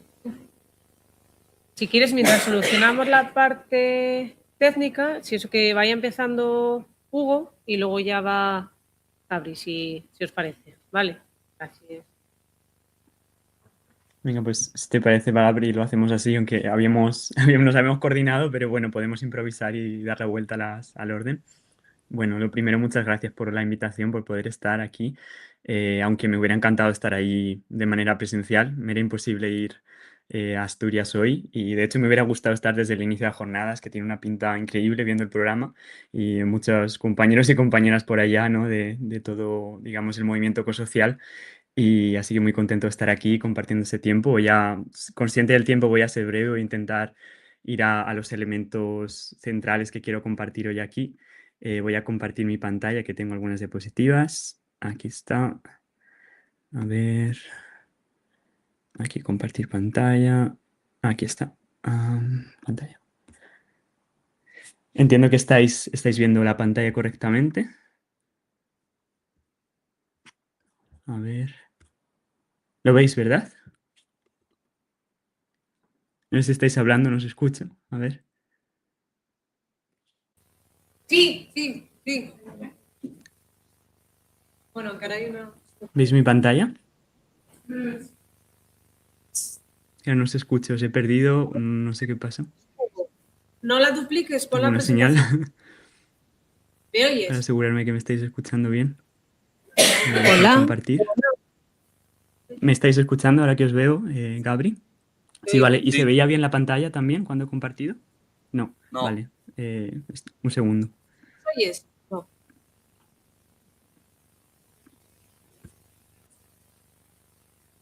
Ahora deberíais estar viéndola. No me oyes, ¿verdad? ¿Veis la pantalla? ¿Sí? No. Ahora. Ahora. Que no sé si no os escucho. A ver. Sí, bien, perfecto. Vale, pues voy a ello entonces. Confío en que me estéis escuchando bien. Bueno, pues yo formo parte de la organización Research and Growth, una asociación que se fundó en Barcelona en 2010, después de la segunda Conferencia Internacional de Crecimiento. Yo soy miembro desde hace un par de años, pero bueno, vengo sobre todo pues trabajando en línea con lo que fue el motivo de crear esta organización, que es hacer investigación sobre el decrecimiento y también cómo ponerlo en práctica, ¿no? En el contexto actual de crisis ecosocial. Y por eso hoy, sobre todo, quiero enfocarme, viendo el programa, a cómo el decrecimiento puede ser una herramienta tanto teórica como práctica para pensar futuros pues, capitalistas en el contexto actual, en el contexto asturiano, pero también en el contexto internacional. Primero de todo, me gusta siempre recalcar que a veces cuando se habla de decrecimiento se presta mucha atención a esta parte metabólica o física de entender el decrecimiento como una reducción del uso de energía y materiales democrática para mejorar el bienestar y las condiciones ecológicas locales y globales en el corto y largo plazo. Una reducción que tiene que ser democrática. Y es verdad que la atención muchas veces se pone en esta faceta, ¿no? Como esta dimensión más física y la necesidad para evitar ahora realmente el colapso ecológico. La mejor estrategia que la ciencia nos está mostrando es reducir de forma planificada la energía de consumo de manera justa, con criterios de justicia social y global, lo que implica una redistribución. Pero también el decrecimiento puede entenderse de otras dos maneras muy importantes. Por una parte, como una emancipación o liberación del imaginario del crecimiento, de la ideología que acompaña al capitalismo, de que el crecimiento es una precondición para el bienestar. Y también consideramos el decrecimiento como un destino deseable y posible de sociedad más allá del capitalismo. Entonces, más allá de esta definición quizá más extendida, pues me gusta introducir siempre estas dos. Sé que habéis estado tanto con Laura Lucio de Altequio como con Coes y otras personas en el programa que han traído esta perspectiva de futuro, ¿no? De cómo pensar el futuros posibles y escenarios de transición ecosocial justa. Pues precisamente el trabajo que hacemos desde Research and Growth, desde el movimiento del decrecimiento, va mucho en la línea, ¿no? Como veis, este libro de autores decrecentistas de Alemania, Future for All, trabaja en un futuro posible en todas las dimensiones de la economía para el año 2048, y esta guía, por ejemplo, que entre ellas Altequio participó y se ha trabajado con ella en la Asamblea Catalana por la Transición Ecosocial, son elementos muy interesantes, ¿no? Para empezar a pensar visiones posibles de transformación. Al igual que creo que también tenemos la fortuna en el Estado español de tener informes de una gran calidad de rigor académico y práctico para pensar la transición ecosocial desde un prisma decrecentista. Aquí recojo varios y creo que es una riqueza también para hacernos conscientes del realismo ecológico que el decrecimiento trata de traer, ¿no? Cómo pensar esos futuros, pero no en un abstracto, en una utopía separada de la realidad física, sino una utopía concreta centrada en las realidades materiales y en lo que es posible. Entonces, en este sentido, y preparando esto con Gabri el otro día, creo que nos resultaba interesante, ¿no? Compartir que, por ejemplo, en Research and Growth, la manera en la que abordamos esta visión de transformación más allá del capitalismo, más allá del crecimiento, no es una visión única. Sí que hay un hilo conductor, este hilo rojo que hay aquí entre estas manos, que nos une, que es esta visión de una transformación ecosocial justa, pero para llevarla a cabo hay distintas formas de entenderla, ¿no? Distintas estrategias. Y en la propia asociación, en Research and Growth, hay personas que ponen más su energía en pensar las estrategias más allá del sistema, más allá del Estado, en los intersticios del sistema, crear alternativas en la economía solidaria, proyectos de agroecología, permacultura, ecoaldeas, apoyo mutuo, autonomía material. Por otro lado, hay personas que ponen más su foco en pensar políticas públicas que puedan ser palanca para movernos hacia escenarios donde no dependamos del crecimiento para el bienestar de la población. Lo que tiene que ver más con esa simbiosis, con las estructuras del Estado, el Estado que también podemos considerarlo a nivel local. Y en tercer lugar, como una vía de ruptura, de movilización directa, de acción directa, que va más a incidir, ¿no? Incluso con una tradición revolucionaria o una tradición de ruptura con el orden Y bueno, quiero como poner de relieve algo que Gabri también va a comentar un poco en su presentación, que en el decrecimiento ha ido habiendo un debate, un diálogo sobre las estrategias y la pluralidad de estrategias, ¿no? Y creo que es muy rico cómo en el decrecimiento confluyen estas distintas visiones que se parecen un poco a las tradicionales, ¿no? De la socialdemocracia, el comunismo, el anarquismo, y como hoy también pues, el decrecimiento está siendo un terreno fértil para pensar alianzas entre estas distintas visiones de transformación más allá del capitalismo. Desde la asociación hemos venido elaborando una serie de informes. Aquí tenéis uno sobre garantía de empleo público a la izquierda, uno sobre renta de cuidados universal a nivel europeo, y hace un par de meses con dos compañeras pues elaboramos un informe que pone en relación la garantía de empleo público con la renta de cuidados universal, cómo se podría implementar en el Estado español, y también con un escenario de planificación democrática de la economía, que consideramos esencial, ¿no? Lo que caracteriza el decrecimiento es que se diferencia de una recesión. No se trata de una reducción cuantitativa indiscriminada, sino de hacerlo de manera planificada, democrática, y supone también un cambio cualitativo en las relaciones de producción y un cambio cualitativo en el modo de vida. Por eso ponemos el énfasis en este informe en cómo ciertas políticas, como la garantía de empleo público, la renta universal de cuidados, pueden crear condiciones más favorables para la planificación. Bueno, aquí veis, simplemente quería compartir que aunque sé que es un encuentro a nivel autonómico, pues cuando hablamos de imaginarios futuros, de visiones posibles, sin duda tenemos que pensar en las herramientas institucionales que podemos activar, ¿no? Y nosotras hemos venido, sobre todo desde la investigación que se está haciendo en torno a la garantía de empleo público, la renta básica de cuidados, viendo el potencial. Por un lado, la garantía de empleo público tiene que ver con que el Estado pueda garantizar una jornada garantizada hasta 30 horas semanales en trabajos esenciales hoy para la transición ecosocial, como la agroecología, los cuidados, la restauración de ecosistemas, la rehabilitación energética, y de esa manera también redirigir las fuerzas productivas, las relaciones, la fuerza social que hoy está en gran medida capturada por el mercado capitalista hacia las actividades que son esenciales para una transición ecosocial, desescalando sectores que no son esenciales y escalando otros que son vitales, ¿no? En este sentido, pues lo vemos como una manera de transitar hacia un paradigma de servicios básicos universales, donde las necesidades básicas están garantizadas, más allá de la educación y la sanidad. Estamos hablando de vivienda, estamos hablando de alimentación, que por ejemplo estamos ahora elaborando un informe sobre supermercados públicos, en una lógica público-comunitaria que trasciende ese binomio Estado-mercado y piensa cómo puede lo público apoyar la iniciativa comunitaria y cómo lo comunitario abre también vías de ruptura hacia visiones y futuros capitalistas.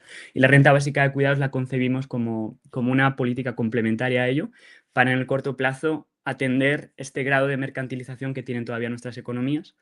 Y quiero recalcar que aunque estas políticas sean de ámbito estatal, su implementación debería ser municipal, comarcal, bioregional, porque el tipo de empleos que se cree en Asturias no va a ser igual el que se cree en una zona despoblada de Cuenca o en La Mancha, desde donde os hago la llamada. Entonces, esta idea de pensar, ¿no? una serie de recursos comunes y una implementación democrática de base, ¿no? Cómo conjugar lo horizontal y lo vertical es clave. La cuestión de la transición, ¿no? Aquí es que quería hacer simplemente unos apuntes sobre el proyecto REAL con el que colaboramos en la Autónoma de Barcelona, en ICTA, que ha venido desarrollando esta idea de cómo transitamos desde la economía política capitalista global que tenemos hoy, centrada en el crecimiento, la especulación financiera, a una economía al servicio de la vida, al servicio de las personas, de los seres humanos y de necesidades fundamentales.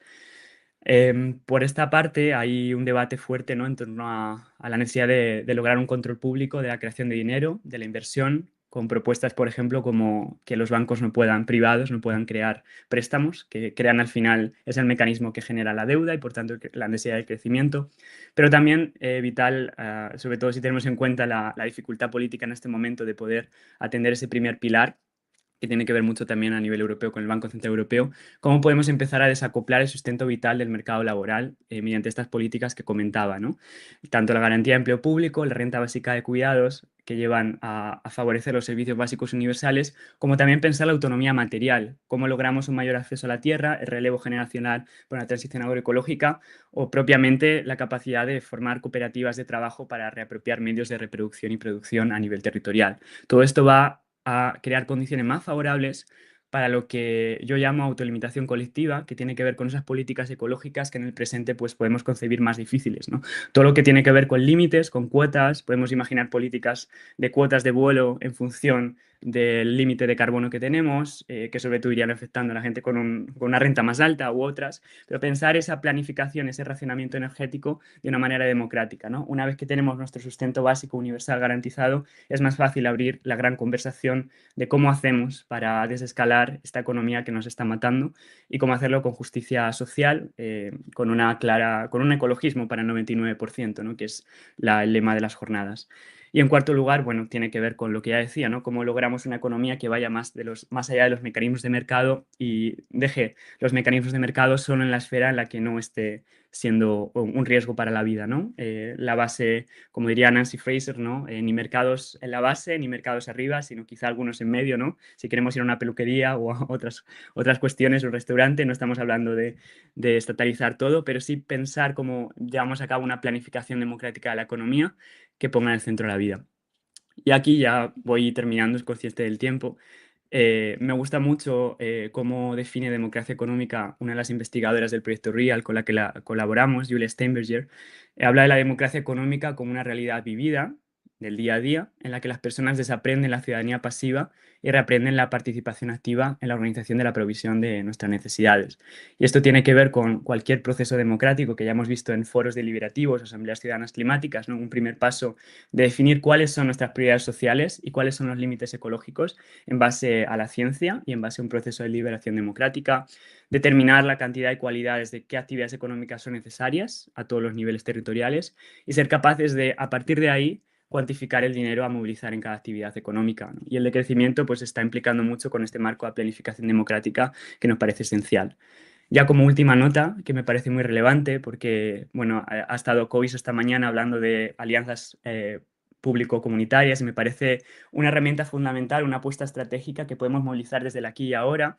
Y bueno, y hablando pues también con las personas que organizáis el evento y desde la actividad y de las iniciativas que estáis desarrollando desde el gobierno en Asturias y desde vuestra acción política, pues me parece muy relevante el trabajo que están realizando, por ejemplo, estos tres autores del Instituto Abundance en Reino Unido, que piensan los partenariados público-comunitarios como una apuesta estratégica para transferir el poder del mercado a las comunidades, con lo público apoyando ese proceso, ¿no? Formas de copropiedad y cogestión de empresas conjuntas que pueden ser cualquier cosa realmente, ¿no? Cualquier cosa que vaya a satisfacer necesidades. Podemos pensar en una cooperativa agroecológica, en un supermercado público comunitario, en una cantina,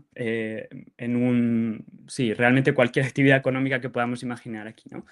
Y bueno, ellos piensan también en cómo estas partenariados público-comunitarios pueden retroalimentar un flujo positivo, ¿no? Entre unos a otros. Una comunidad energética puede apoyar, algo que ya está pasando, ¿no? En la economía solidaria, puede apoyar iniciativas ligadas a un grupo de consumo y como ese capital que circula no especulativo puede favorecer una sinergia positiva, ¿no? Que va creando también otros imaginarios más allá del individualismo capitalista, el realismo capitalista. Y bueno, como decía aquí, pues el informe también reciente de Foros de Transiciones, que está muy conectado a esto. Y no quiero extenderme más para respetar el tiempo. Muchas gracias por vuestra atención y también quedo por aquí para las preguntas y el diálogo si hay un poquito de tiempo.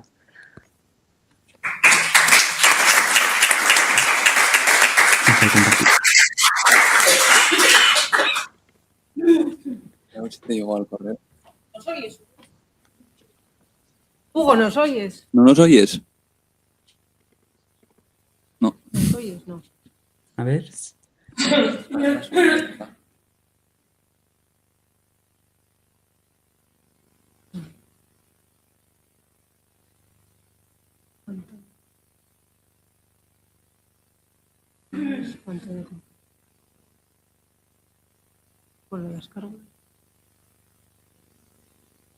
Hola. ¿Hugo? ¿Me oyes? No me oyes, ¿verdad? Hugo, ¿nos oyes? ¿Estás con nosotros?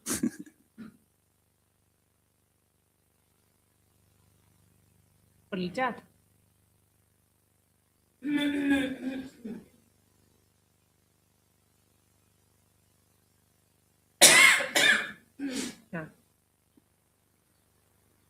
Os estoy escuchando, no sé si... Ah, vale. No sé si, sí. No sé si Gabri, cuando empezó a hablar, os estoy viendo de momento, sé que no, para poder Vale, escuchar vale. la ponencia de Gabri. A ver.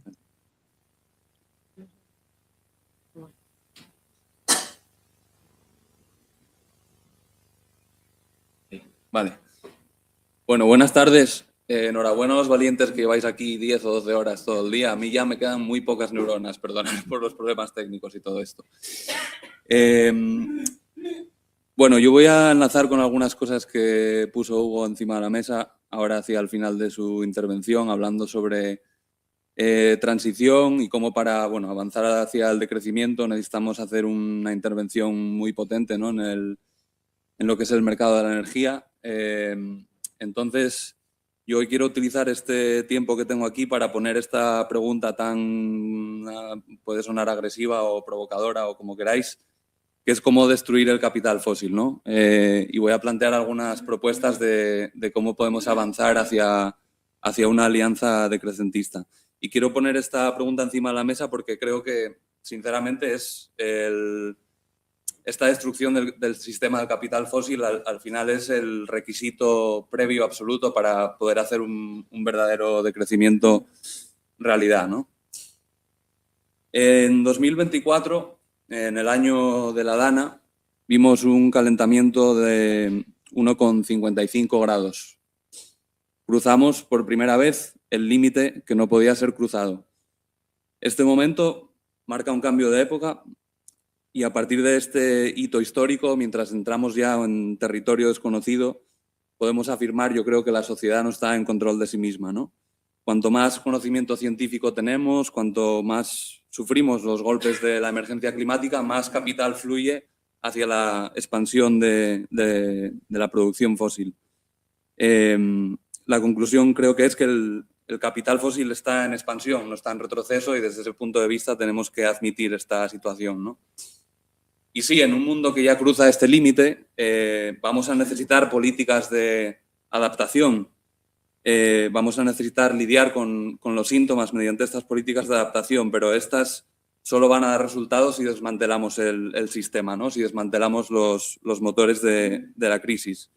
Y yo creo que el ecosocialismo debe confrontar esta tarea. Es una tarea que está un poco perdida en el cajón desastre de la política climática, y esta es la tarea de la mitigación, ¿no? Evidentemente pongo esa pregunta aquí, pero no tengo respuestas definitivas, ¿no? Nadie las tiene, si no, no estaríamos en esa situación. Lo que voy a tratar de ofrecer es un análisis concreto de la situación concreta. Es decir, voy a tratar de, en primer lugar, presentar un análisis histórico del capital fósil, cuáles son esas raíces históricas, cómo se estructura un poco el sistema y cuál es la coyuntura actual. Y después voy a dar algunas, no sugerencias, pero sí voy a poner encima de la mesa algunos de los debates que se están dando en el movimiento decrecentista a nivel internacional sobre cómo hacemos este decrecimiento realidad. En su obra Fossil Capital, el profesor y activista Andreas Malm estudia los orígenes de esta emergencia y demuestra cómo el ascenso del capital fósil se produjo bajo la lógica de aplastar a la clase trabajadora. En la esfera de la producción, la energía es lo que hace que todo funcione, por lo que el control sobre ella implica energía como dominación. Este autor investiga la transición del agua al carbón en la industria textil en Inglaterra y estudia este proceso desde el materialismo histórico, ¿no? Desde el estudio de la lucha de clases. Su investigación nos muestra cómo esta transición, nos muestra cómo el agua era mucho más abundante y más barata que el carbón como fuente energética. Entonces, ¿por qué el capital impuso esa transición, ¿no? Si el agua como fuente energética era más barata?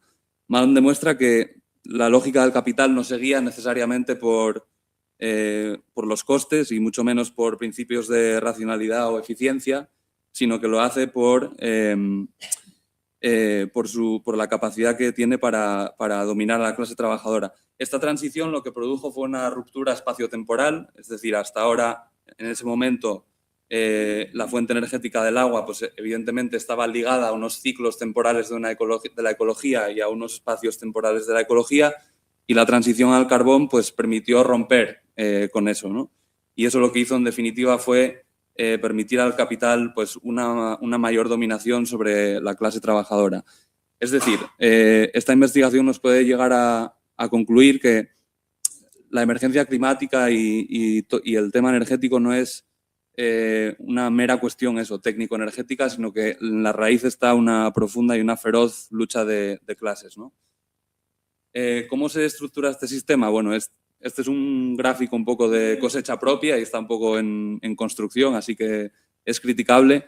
Pero este sistema del capital fósil podemos distinguir al menos dos niveles. En primer lugar, tenemos el capital fósil primitivo. Esta es la clase de capital que obtiene sus beneficios directamente de la producción y venta de combustibles fósiles como mercancía. Y para esta clase de capital es para la que una política real de mitigación, una política climática, pues supone la devaluación total de sus inversiones, ¿no? O sea, aquí tenemos al enemigo principal que se va a oponer a toda política de mitigación. Por otro lado, tenemos el capital fósil en general, esto es el resto de la economía que, si no obtiene su beneficio directamente de esa producción y venta de los combustibles fósiles, sí que se sostiene sobre ellos como base material. Y a pesar de todo el crecimiento de la energía renovable, a día de hoy alrededor del 87% de la economía global se sigue sosteniendo sobre los combustibles fósiles. En el centro, yo creo, de este sistema está el Estado, ¿no? El Estado fósil, porque tiene esas herramientas de política industrial, legislación, licencias de exploración y subsidios, ¿no? Entonces, tampoco podemos caer en intentar desmontar o descarbonizar industria, porque verdaderamente donde reside el núcleo del sistema está en el Estado. Y en estos dos libros, también publicados en 24 y 25, continúan un poco en esta misma línea de investigación y nos preguntamos aquí cuál es la situación actual. A día de hoy, el capital fósil primitivo sigue invirtiendo en expandir sus infraestructuras por todo el globo sin ninguna fuerza realmente capaz de hacerle frente, ¿no? No es solo que no se esté dejando de quemar las reservas actuales, sino que se están produciendo más y más inversiones para ampliar las infraestructuras fósiles. Si miráis a cualquier empresa fósil, Saudi Aramco, ExxonMobil, Total Energies, Repsol, BP, todas ellas tienen inversiones activas y planeadas para seguir expandiendo estas infraestructuras. En el caso del Estado español, Repsol, que es la joya de la corona del capital fósil en este país, pues es una empresa que a los pocos días de secuestrar a Maduro va y se sienta en la Casa Blanca con Donald Trump para prometer inversiones en Venezuela, ¿no? Yo creo que, bueno, hablan aquí de intentar triplicar su producción en el país en el contexto de emergencia que tenemos. Creo que intentar colaborar con este tipo de capital es un error. Este es el enemigo a batir. Este es el enemigo que tenemos que batir. Esta inversión de capital, lógicamente, lo que hace es dar un chute de inercia para el sistema y a mayor inversión, mayor resistencia va a haber a la política de mitigación. En estos libros que acabo de citar también lo que los autores demuestran es que el sistema del capital fósil realmente, cuando se marcó el límite a nivel de la política climática global, cuando se marcó el límite de 1,5 grados, el plan siempre fue superar el límite y después en el futuro volver a ese límite mediante el despliegue de ciertas tecnologías, ¿no? En el futuro. Aquí los autores dibujan un poco cuáles son estas tecnologías más allá de la mitigación que nos plantea el sistema, ¿no? Por un lado está lo que llaman adaptación muscular. Esto es lidiar con los síntomas de las crisis mediante el despliegue de innovaciones tecnológicas. Por ejemplo, ante crisis de síntomas de incendios forestales, en lugar de atacar las causas de estos incendios, el capital lo que nos propone es desplegar robots y sistemas de inteligencia artificial, ¿no? Esta narrativa ya la podemos encontrar en figuras como Macron en Francia o Barbón en Asturias. Esto está bastante instalado ya. Por otro lado, nos dicen que el capital nos quiere proponer también esta tecnología que es la captura de carbono, ¿no? Que básicamente es como tratar de vaciar un océano con una cuchara. En un mundo que ya supera el límite de 1,5 grados, parece inevitable ya que tengamos que lidiar con estas tecnologías, pero lo cierto es que la escala a la que habría que desplegarlas para que tuvieran un efecto real también tienen una serie de consecuencias y problemas ecosociales acarreadas con ellas. Pero lo más grave de todo y lo paradójico de la situación es que la mayoría del carbono que se está capturando ahora mismo mediante estas tecnologías se está utilizando por las propias empresas fósiles para acceder a reservas de difícil acceso, ¿no? Lo que hacen es cogen este carbono, lo inyectan y lo utilizan para extraer más petróleo. Es decir, una tecnología que nos tendría que servir para capturar carbono está sirviendo para liberar más. Y esta tercera tecnología, la gestión de la radiación solar o la geoingeniería, es sin duda la más peligrosa y la más peliaguda. Esta tecnología se basa en enviar jets, aviones militares, a la estratosfera e inyectar aerosoles para bloquear parte de la radiación solar y así reducir las temperaturas prácticamente con efecto inmediato.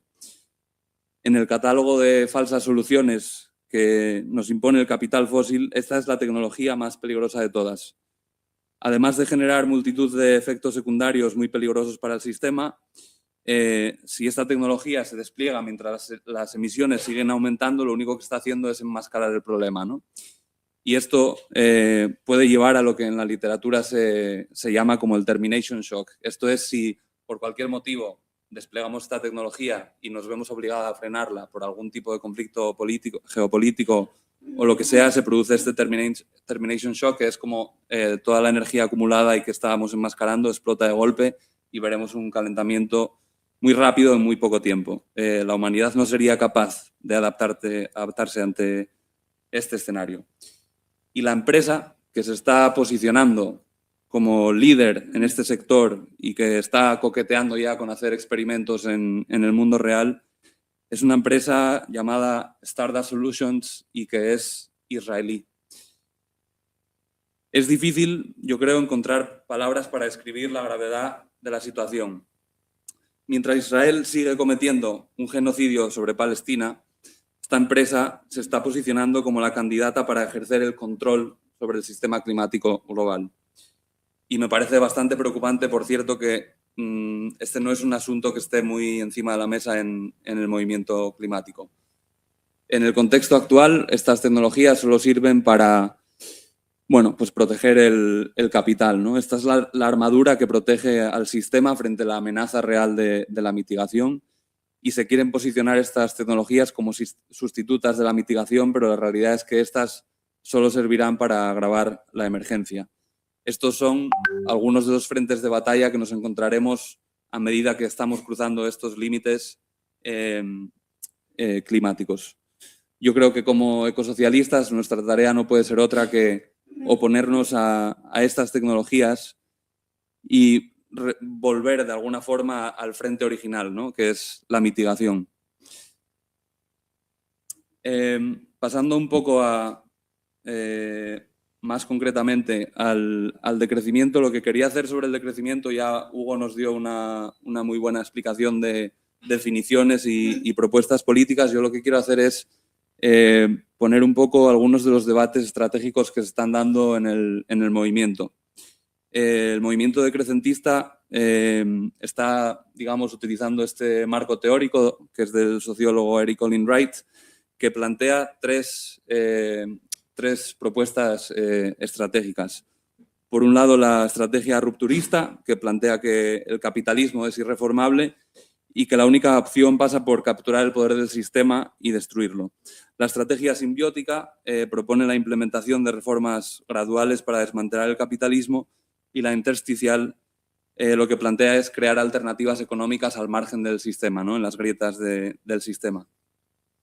En varios trabajos en torno al decrecimiento, este es el marco teórico que se utiliza, pero sin embargo yo creo que muchas veces estos debates están tratando de enfrentar estas tres estrategias entre sí, ¿no? Tratando de ver cuál es la más acertada o cuál puede ser la más efectiva. Pero yo creo que quizás la clave fundamental está en que en la práctica hay una dialéctica entre estas estrategias y hay diversas fuerzas políticas que habitan en ese mismo ecosistema y que tienen que interaccionar y que hay una dialéctica entre ellas. Quizás yo creo que el movimiento decrecentista o ecosocialista debería interpretar este modelo como un ecosistema de cambio, ¿no? En el que las tres estrategias deben trabajar de alguna forma de manera coordinada hacia una misma dirección, que sería esa de atacar, ¿no? el capital fósil. En este libro, por ejemplo, dicen que en lugar de poner estas estrategias entre sí, proponemos que la transformación hacia una sociedad decrecentista requiere de una interacción entre estas tres. En este otro también, aunque se apoyan más en esa estrategia intersticial de crear cooperativas, ecocomunas, etcétera, también reconocen que lo que hay que plantear son horizontes políticos más amplios, ¿no? Buscando un cambio más amplio. Y aquí, de nuevo, en esta otra obra también defienden un poco esta interacción entre las tres. Y este debate también se está produciendo en degrowth.info, que es un blog del decrecimiento a nivel internacional, y donde también se están dando un poco estos debates. Jason Hickel, por ejemplo, defiende que para hacer el decrecimiento realidad es necesario construir partidos de masas capaces de ganar poder estatal. Por otro lado, en polémica con él, varios artículos defienden desde una posición más influenciada por el anarquismo la necesidad de que el decrecimiento sea horizontal y desde abajo, evitando tomar el poder. Pero por otro lado también hay compañeras, Donatella Gasparro y Daniel Vico, que hacen la propuesta que yo creo que es más efectiva, que es la construcción de un movimiento que sea capaz de unir estas tres visiones. Yo creo que esta quizás puede ser la dialéctica que necesitamos, ¿no? Tratar de articular estas diferentes tácticas y coordinarlas hacia un enemigo común. Las podemos ver en clave de anarquismo, comunismo y socialismo democrático, o bueno, estos términos que utiliza el sociólogo Olin Wright. Y yo creo que en este espíritu de alianzas tenemos que buscar historias que nos puedan inspirar, ¿no? Yo creo que si estamos hablando de coordinación y unidad de acción política, creo que el Octubre del 34 a mí por lo menos me representa un caso histórico del que extraer muchos aprendizajes. Para asegurar el triunfo debemos terminar con las luchas entre la clase obrera y si vamos a los mismos fines, ¿por qué no hemos de borrar odios y rencores para formar un apretado haz contra el enemigo común? Termino entonces con unas conclusiones, que es en primer lugar, la destrucción del capital fósil es la condición previa absoluta para avanzar hacia el decrecimiento. Para destruir el capital fósil es necesario que las fuerzas decrecentistas tomen el Estado y para hacer esto yo creo que hace falta una alianza de tipo revolucionario que en primer lugar sea capaz de coordinar estas fuerzas y que en segundo lugar también sea capaz de capturar el momento revolucionario en el que vivimos, ¿no? Todos lo sabemos, y que sea capaz de transformar crisis de síntomas en crisis para las causas.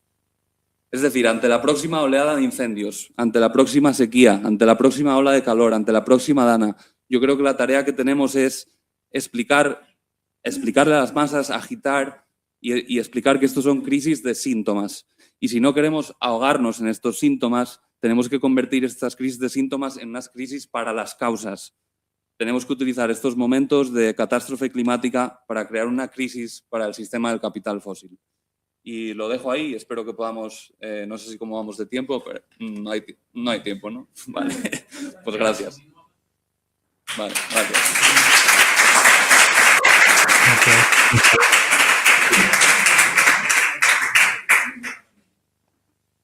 Muchísimas gracias, Gabri. Muchísimas gracias, Hugo, por vuestras magníficas exposiciones. Ya vamos finalizando las jornadas, pero es como un broche de oro total. Durante las mismas sabéis que estamos intentando evitar caer en dos falacias lógicas, en dos muñecos de paja. Uno es el que consiste en reducir el ecologismo a mera jardinería, lo habréis escuchado millones de veces, ¿no? Como un movimiento que básicamente se limita a proteger, salió en estas jornadas, a las ballenas, a los delfines y a los árboles. Y eso hay que hacerlo también, ¿eh? Hay que proteger la biodiversidad, la fauna, la flora. Lo que ocurre es que el ecologismo también critica el oligopolio energético, también critica que desde 2015 haya aumentado el uso de plásticos en un 80%. Por tanto, el ecologismo intrínsecamente es revolucionario, absolutamente revolucionario. Por otro lado, también hay que evitar la otra falacia lógica, el otro hombre de paja o muñeco de paja, que es aquel que consiste en reducir cualquier modelo industrial a contaminación, a despreocupación de las variables ecológicas. Y precisamente para que esto no ocurra, están los sindicatos de clase. Se entiende que para proteger las demandas populares, los intereses de la clase trabajadora y la salud pública individual y colectiva. Por eso nos parecía, digo, esencial absolutamente culminar estas jornadas, después de todos los magníficos planteamientos, con una mesa de diálogo y de debate en la que estos temas se pudieran concretar y especificar. Y para ello contamos con 4 ponentes de lujo. En primer lugar, Alba García, que es profesora de Derecho del Trabajo en la Universidad de Oviedo, en Uniovi. Podéis ir pasando. Esto me recuerda siempre a un programa de televisión, así tipo Ana Rosa Quintana, al saloncito, Alba. Totalmente. Si te digo que la escucho últimamente cuando voy a la cama, sí. Pero es la única que se pilla en mi casa, Mieres, no por otra cosa, pero bueno, después de este momento de frivolidad. Yo tenía un profesor de filosofía que decía que como castigo divino en su radio del coche solo cogía a Jiménez Losanto por las mañanas. Sí, un poco eso. Tiene su interés antropológico. Sí. Bueno, además de Alba nos acompaña Paco Ramos, de Ecologistas en Acción, que lleva estoicamente durante todas las jornadas, desde el primer momento hasta el último. No, 15 vamos ya. No vi ni que fueras al servicio. O sea, esto es una cosa... Tengo la próstata perfecta a pesar de mi edad. Javi Campa, secretario de Empleo e Industria de UGT Asturias, y también Esther Barbón, la compañera Esther, responsable del área externa de Comisiones Obreras de Asturias. Así que, bueno, os distribuís los turnos, que esto no hablábamos como queráis. ¿Alguien tiene especial interés en comenzar o...? Alba, manda. Pero empiezo yo, porque yo... Vale, pues mira, voy a mandar yo y voy a organizar. Entonces, ya que me deja, pues, ¿te parece que empieces tú? Que supongo que tienes una idea. Y luego dejamos a los... Y cierro... Sí, Esther, ¿te parece que sea así como estamos y cierro yo al final? Vale, pues venga, perfecto. ¿Ves? Ya está organizado, Juan. Buenas tardes a todas, a todos. Se oye perfecto, ¿no? Muchas gracias por la invitación. Llevamos aquí efectivamente 2 días, ¿no? Pero fundamentalmente viendo lo que es la biodiversidad, ¿no? Cuántas personas con temas distintos, todos tenemos que dar las vueltas a cada uno de ellos. Ha sido más bien relator, ¿no? que de debate, y yo creo que todos muy interesantes. Sí que voy a hacer una referencia, porque como hemos estado todo el tiempo, digo, no voy a andar contestando a cada una cosa que hemos visto, ¿no? Pero sí, la última parte de Gabriel me ha parecido súper interesante y además rememorativa, es decir, es un déjà vu en realidad, ¿no? Es decir, del año 2005 al año 2015 me pasé recorriendo más de 47 sitios, lugares, ministerios, parlamentos vascos, hablando sobre la campaña de aquel momento, ¿no? La campaña era: la mina no se cierra, las términas tienen que funcionar, la solución es venir con gas, utilizar fracking en muchas partes de Asturias, con eso de seguir sacando fósiles, y encima nos va a salvar la captura y el almacenamiento de carbono, y si no, las tecnologías de manejo de las variables de radiación, ¿no? Curiosamente, encabezadas por UNOSA. UNOSA encabezaba la fractura, UNOSA encabezaba la captura, investigación en el CO2, en las vetas de carbón. Es decir, que pasado un ciclo volvemos a otra vez. Es verdad que es distinto, ¿no? Y algo tenemos que aprender de aquel momento, porque a otra, y sobre todo en el caso español, es un poco distinto. Solo una maldad. Entre la hidráulica y el carbón hubo un paso intermedio, el paso de la libertad. Es decir, la hidráulica era muy controlada, muy propietario, muy de concesión, muy del río, y efectivamente solo podía estar en donde estaba el agua. Pero ¿sabe lo que nos dio la libertad? Los molinos de viento. La energía eólica nos liberó de la presión de la hidráulica y los pudimos repartir a otros sitios, ser más libres, más cerca del consumo, más cerca de la demanda. Eso es un provocador solo, ¿no? Bueno, entonces la que nos trae aquí, yo he modificado un poco lo que quería contar, lo apunté por escrito para no dispersarme, y sobre todo, ya que están aquí los compañeros, la compañera, además compañera del sindicato, con el tema del modelo industrial. Había una imagen, no sé si la habéis puesto, más que podéis ir sin prisa, es decir, no voy a poner presentación.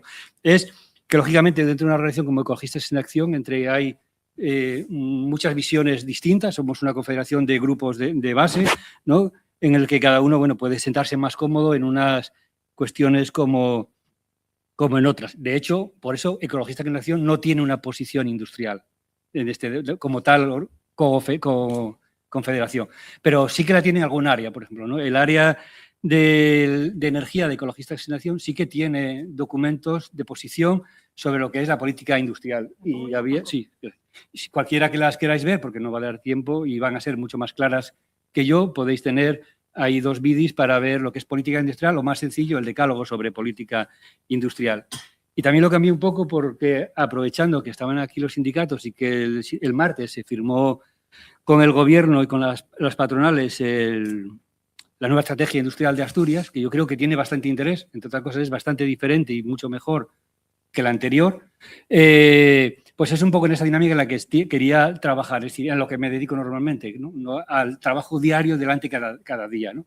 La semana pasada a las alegaciones, a la respuesta de ArcelorMittal de cómo quiere laminar completamente pues, la adaptación, por ejemplo, a los nuevos documentos de conclusiones de mejores técnicas disponibles que están ahora a exposición pública. Es decir, esa participación que solo es leerte montones de papeles, intentar contestar y luego harán lo que les parezca.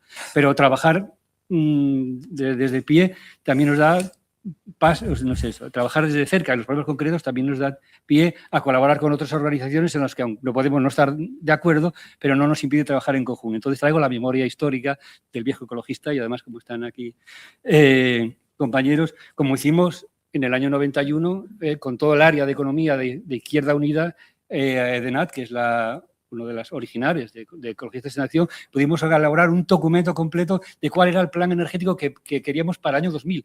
Y pedíamos 2.000 megavatios eólicos para el año 2000. La patronal eléctrica se rió por todos los despachos de esta banda de majaras que creían que 2.000 megavatios eólicos podían ser posibles. Hoy es la primera fuerza de generación de este país, con todos los debates, que no lo desarrollamos nosotros, sino lo desarrolló el capital, efectivamente, pero que supuso que está por delante del mundo nuclear, que nos permite cerrarlo, o que está lógicamente, por delante de todas las demás tecnologías, solo la segunda es ya la energía solar fotovoltaica.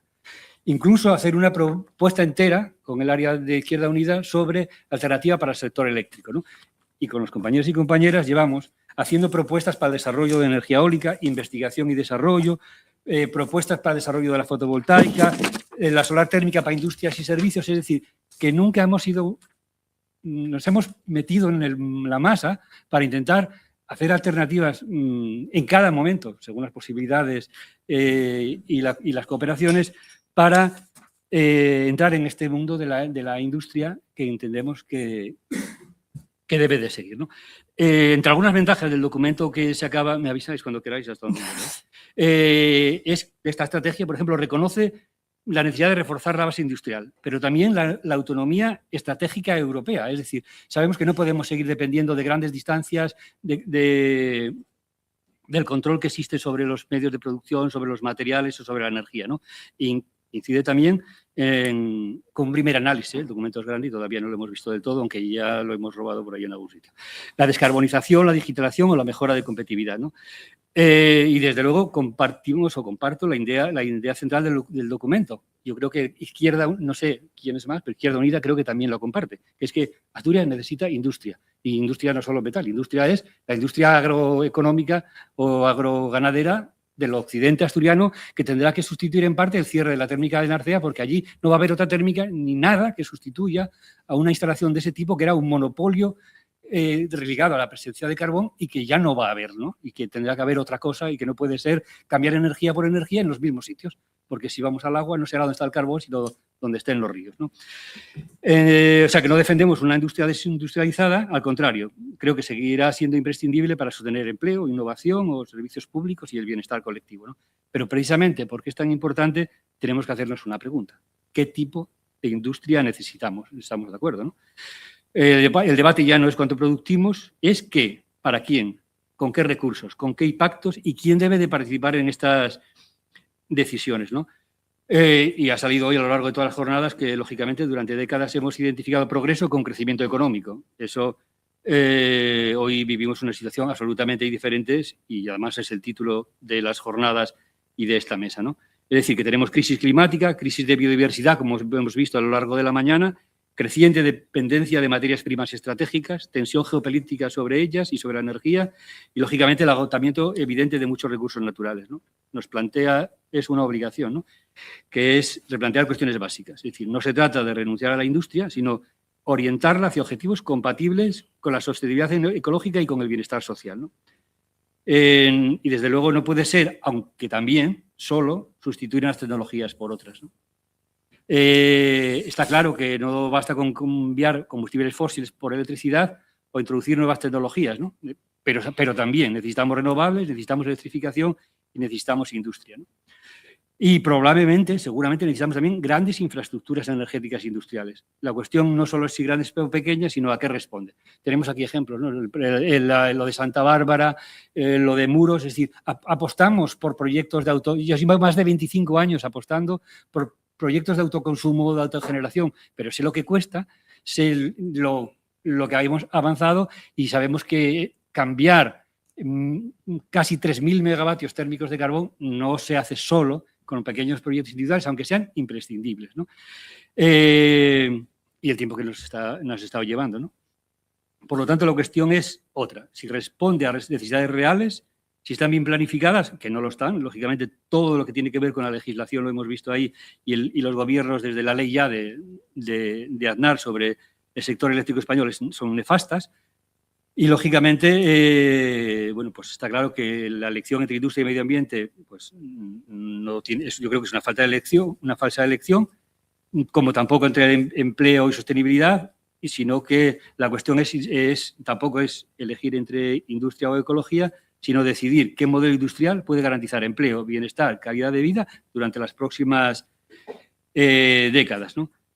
Sabemos, ¿no?, que en Asturias ha generado mucho empleo, lo vimos esta mañana, conocimiento, infraestructuras, prosperidad, pero también reconocemos sus costes, no los podemos olvidar y deberían de aparecer más recogidos en los documentos, ¿no? Significa contaminación atmosférica, problemas de salud pública, dependencia de decisiones empresariales tomadas lejos del territorio, lo recoge el propio documento y estamos de acuerdo donde se toman esas decisiones. Y la propia estrategia reconoce que una buena parte de nuestra industria depende de grandes multinacionales cuyos centros de decisión se encuentran fuera de Asturias, ¿no? Eso debe hacernos reflexionar, porque la cuestión no es solamente atraer inversiones, ¿no? También es aumentar nuestra capacidad colectiva para decidir el futuro. Lógicamente, voy a resumir, ¿no? Creemos que la transición industrial debe apoyarse en varios principios fundamentales, no lo desarrollo. El primero es la descarbonización.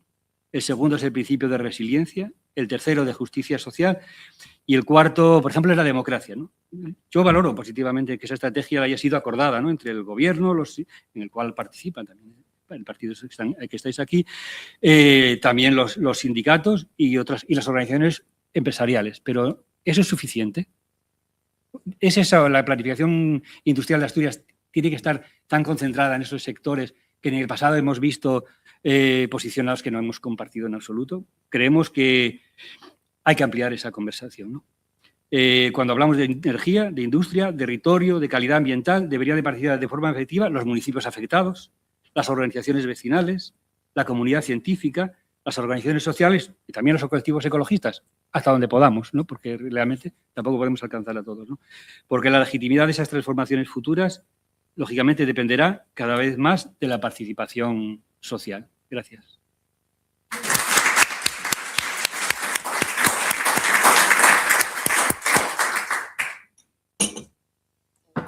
Sí. Bueno, pues se oye, si no. Buenas tardes a todos. Voy a intentar ser lo más breve posible porque esto empieza a ser un pequeño atraco para todos vosotros. Madre mía del alma. En primer lugar, agradecer a Izquierda Unida la oportunidad que nos da la UGT de estar aquí en unas jornadas que solamente el título que lo engloba todo y el título de esta mesa pues daría para 2 días o 3. No me extraña que estéis aquí. Yo voy a intentar explicaros un poco lo que piensa la UGT sobre la industria en Asturias. Sobre la industria y lo que deriva de la industria. Mirad, Asturias fue, es y tendrá que seguir siendo industrial, eminentemente industrial. Voy a empezar por ahí para dejarlo absolutamente claro, es lo que nosotros pensamos. Es más, y no, suena apocalíptico alguna vez decir que Asturias será lo que sea su industria. Mirad, yo creo que fue el martes, Esther, cuando analizamos los datos del paro, me voy a referir ahora un poco a la calidad del empleo que genera la industria, a lo que vivimos los asturianos, que es de lo que se trata, ¿no? De lo que vivimos los asturianos. Analizábamos los datos del empleo y es verdad que los datos del empleo son estupendos, son estupendísimos. Bailamos todos de alegría cuando mes tras mes vemos que el paro baja, desciende, pero es que nos fijamos en el árbol y no lo apartamos y lo que hay detrás del árbol hay un bosque peligroso, que es que la industria está estancada en el empleo, aguanta mal, no creáis, aguanta mal, está colgada de un hilo. Y es verdad que están creciendo otros sectores que están pujantes, pero que no son capaces de generar el empleo que genera la industria, ni la calidad, ni por asomo, ni la calidad, ni la estabilidad, ni los salarios, ni la conciliación familiar, ni nada de nada. Y es más, esta es una opinión mía personal, creo que nunca lo va a hacer. Creo que nunca lo va a hacer, porque son sectores que están acostumbrados, y es verdad que tienen puntos de estacionalidad, pero están acostumbrados a vivir en ese mundo farragoso de la precariedad. Por lo tanto, apostar por la industria en Asturias es apostar por Asturias. ¿Qué industria es la que tenemos que tener? Por supuesto que no es la que estuvimos. Eso está claro. A raíz de lo que hicimos los asturianos y todo el mundo, bueno, tampoco nos vamos aquí a flagelar, que fuimos los asturianos. Yo fui trabajador a 40 años en una fábrica de producción asturiana, que se hacían cosas absolutamente obscenas. Obscenas. Pero lo hacía en la fábrica donde trabajaba yo, y lo hacía en la de Lao, y lo hacía una en Francia, y lo hacía una en la China popular. Y a raíz de eso, pues parece ser que se hizo un agujero ahí arriba que nos está amenazando con freír o ahogar, o freír, ahogar, no sé muy bien. Y eso, por supuesto, hay que evitarlo. Yo creo que nadie en esta sala, y el 99% de la gente de este país, está concienciada de que eso no puede ser y que tenemos que cuidar el planeta. Los errores que hemos cometido no se pueden seguir cometiendo. No se pueden seguir cometiendo porque somos los responsables de dejar un mundo y un planeta mejor, va a ser imposible, pero un planeta habitable para nuestros hijos y para nosotros. Pero es que tenemos tecnología para poder hacerlo. Tenemos tecnología, tenemos capacidad para poder traer industria y convertir la que tenemos en industria verde, sostenible, pero sin duda alguna, lo iba a dejar aquí, pero me parece que tenemos un turno cada uno, ¿no? Porque si no esto se alargaría muchísimo. Sí.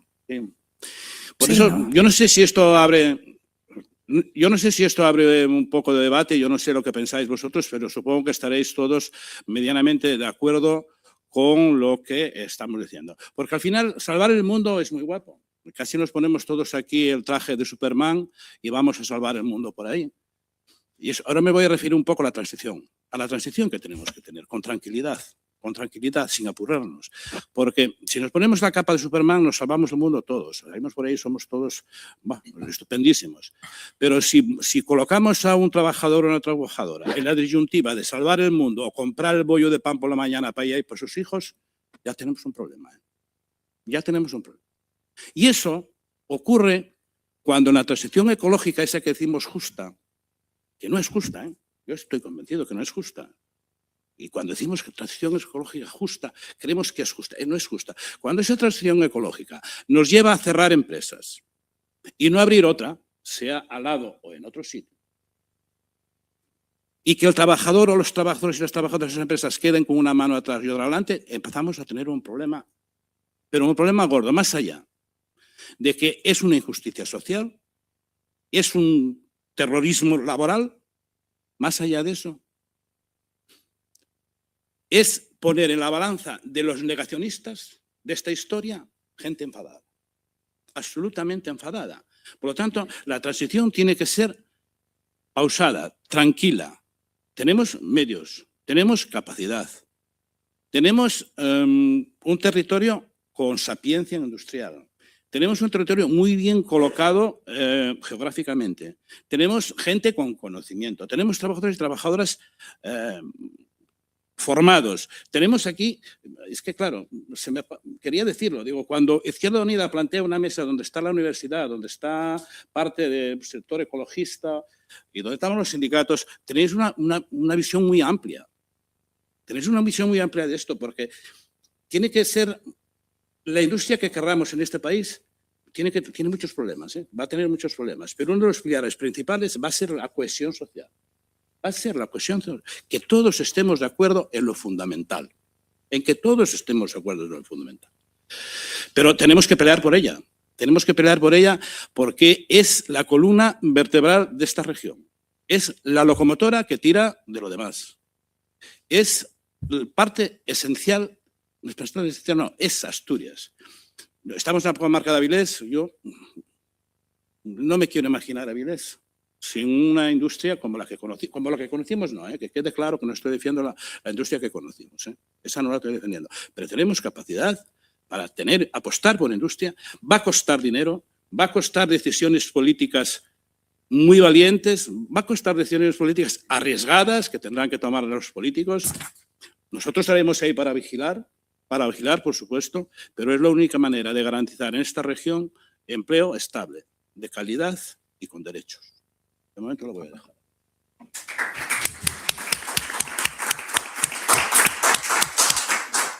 Bueno, pues buenas tardes a todos y a todas.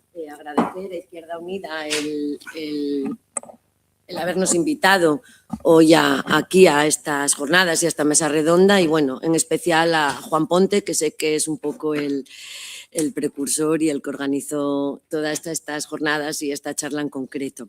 Y, por supuesto, también trasladaros un saludo en nombre de las Comisiones Obreras de Asturias a las que yo represento hoy aquí. Yo, bueno, quería empezar diciendo que Comisiones Obreras, aparte de denunciar y de reivindicar, hace tiempo ya que tenemos una propuesta clara con respecto a lo que es el cambio de modelo productivo. De hecho, hicimos durante los últimos 4 años jornadas sobre este tema, sobre cambio de modelo productivo en las diferentes comarcas que tenemos por toda Asturias, en las nuevas comarcas, donde lo que intentábamos era precisamente pues trasladar a la ciudadanía y que entre todos y todas, componentes además de primer orden, pudiéramos ser capaces de vislumbrar cuál sería ese cambio de modelo.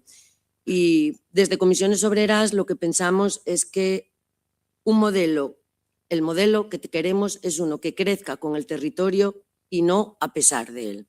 Eso es lo que tenemos claro y eso es lo que primero que quería decir en este primer momento.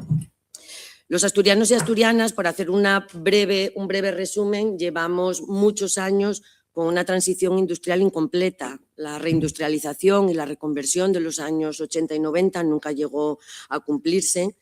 Tenemos una dependencia histórica del carbón, de la minería y del acero, que son sectores ahora mismo ya muy debilitados, incluso en algún caso extinguido, y eso hace también pues, que tengamos una población envejecida, una migración de jóvenes cualificados, un PIB por debajo de la renta per cápita del Estado, y estos 40 años de declive en Asturias hace también que tengamos por delante el problema, vamos a decir, del reto demográfico.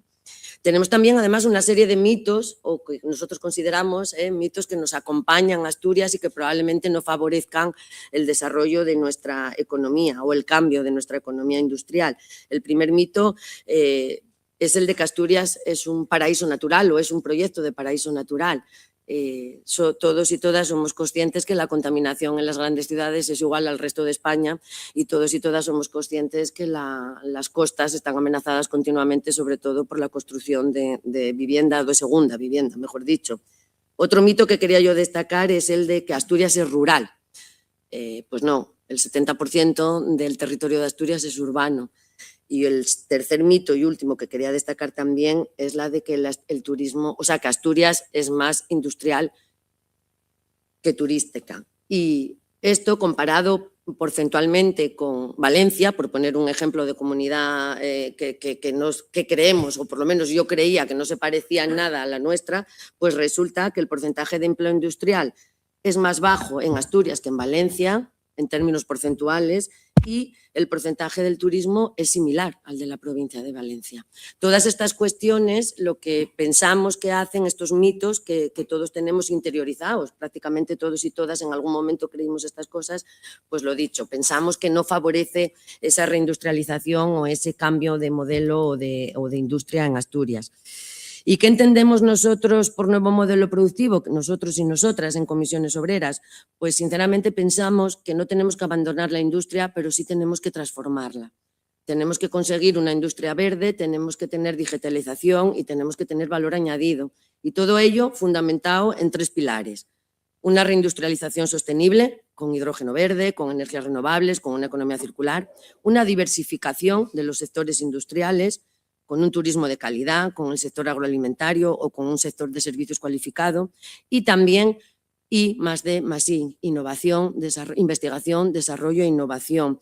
Todo ello, por supuesto, junto con el tejido productivo que tenemos ahora mismo y liderado por la Universidad de Oviedo, el CSIC o los centros tecnológicos que tenemos ahora mismo en Asturias.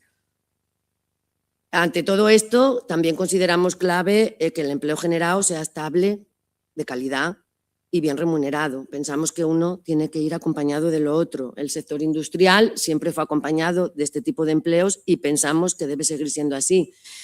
Y un dato que también quiero comentar aquí al inicio de mi intervención es que los países que cuentan con trabajadores y trabajadoras en los sitios de decisión, en los consejos donde se deciden la estrategia a seguir, tanto de las empresas como de las administraciones públicas, esos países son en los que mejor va la economía dentro de Europa. Estoy hablando de Noruega, de Suecia, países del norte de España, mientras que los países en los que los trabajadores y trabajadoras no estamos dentro de esos círculos de decisión, ni de empresas, ni de administraciones, somos precisamente los que vamos por detrás de estos otros que encabezan la economía europea. Pensamos que eso no es casualidad y pensamos que es algo a lo que debemos de tender aquí también en España. Tenemos que ser capaces de ver el medio ambiente como una oportunidad y no como un freno, ¿vale? Tenemos en Asturias un activo brutal. Tenemos naturaleza, tenemos costa, tenemos montaña, tenemos espacios naturales. Y la transición ecológica o la transición energética debe crear empleo alternativo. Sin embargo, la realidad con la que nos encontramos en muchos territorios de Asturias es otra.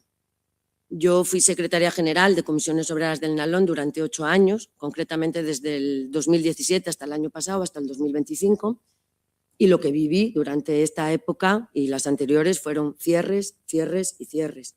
Solo vislumbramos una pequeña luz con la instalación de una empresa de placas solares en la antigua Vesuvius, que a día de hoy, después de 4 años, aún no se ha materializado, y ahora se oyen también, me atrevo a decir aquí, cantos de sirena con respecto a Indra y Duro Felguera, pero que a día de hoy tampoco hay nada materializado.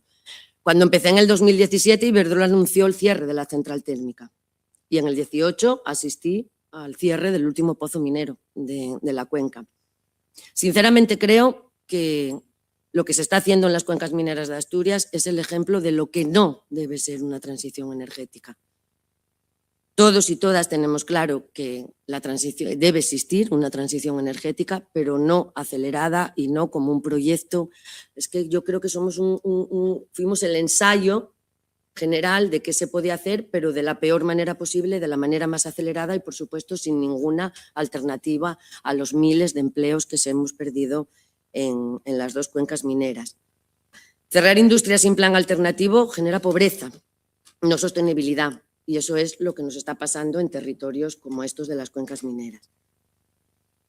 Lo que tenemos que hacer posible a día de hoy es que los fondos de transición justa de verdad se empleen en que haya esa transición energética justa que aún no ha llegado, que en ciertos territorios yo creo que ya va a ser difícil, pero bueno, tenemos que seguir peleando porque se empleen esos fondos de transición justa y no cometer los errores que se cometieron con los fondos mineros, que no me voy a extender porque esto daría otra tal, pero bueno, ejemplos tenemos y creo que tenemos que aprender de los errores.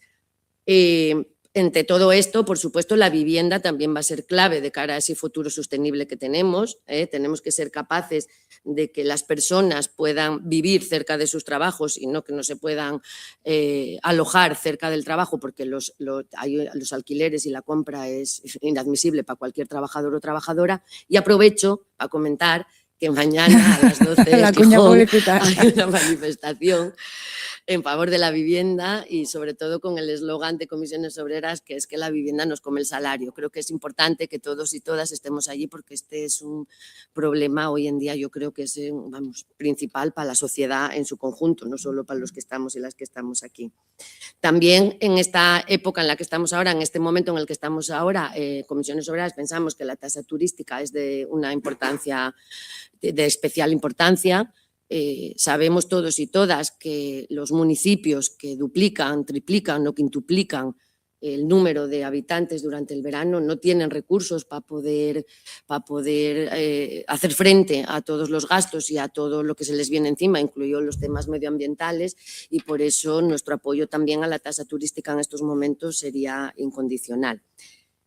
Y sobre todo nosotros vamos a estar muy encima porque las condiciones laborales de los trabajadores y trabajadoras no empeoren. No podemos consentir que eso ocurra con una transición energética con la que estamos de acuerdo, pero, lo dicho, tenemos que tener en cuenta el que los trabajadores y trabajadoras no se pueden quedar por el camino y no pueden quedar abandonados y abandonadas.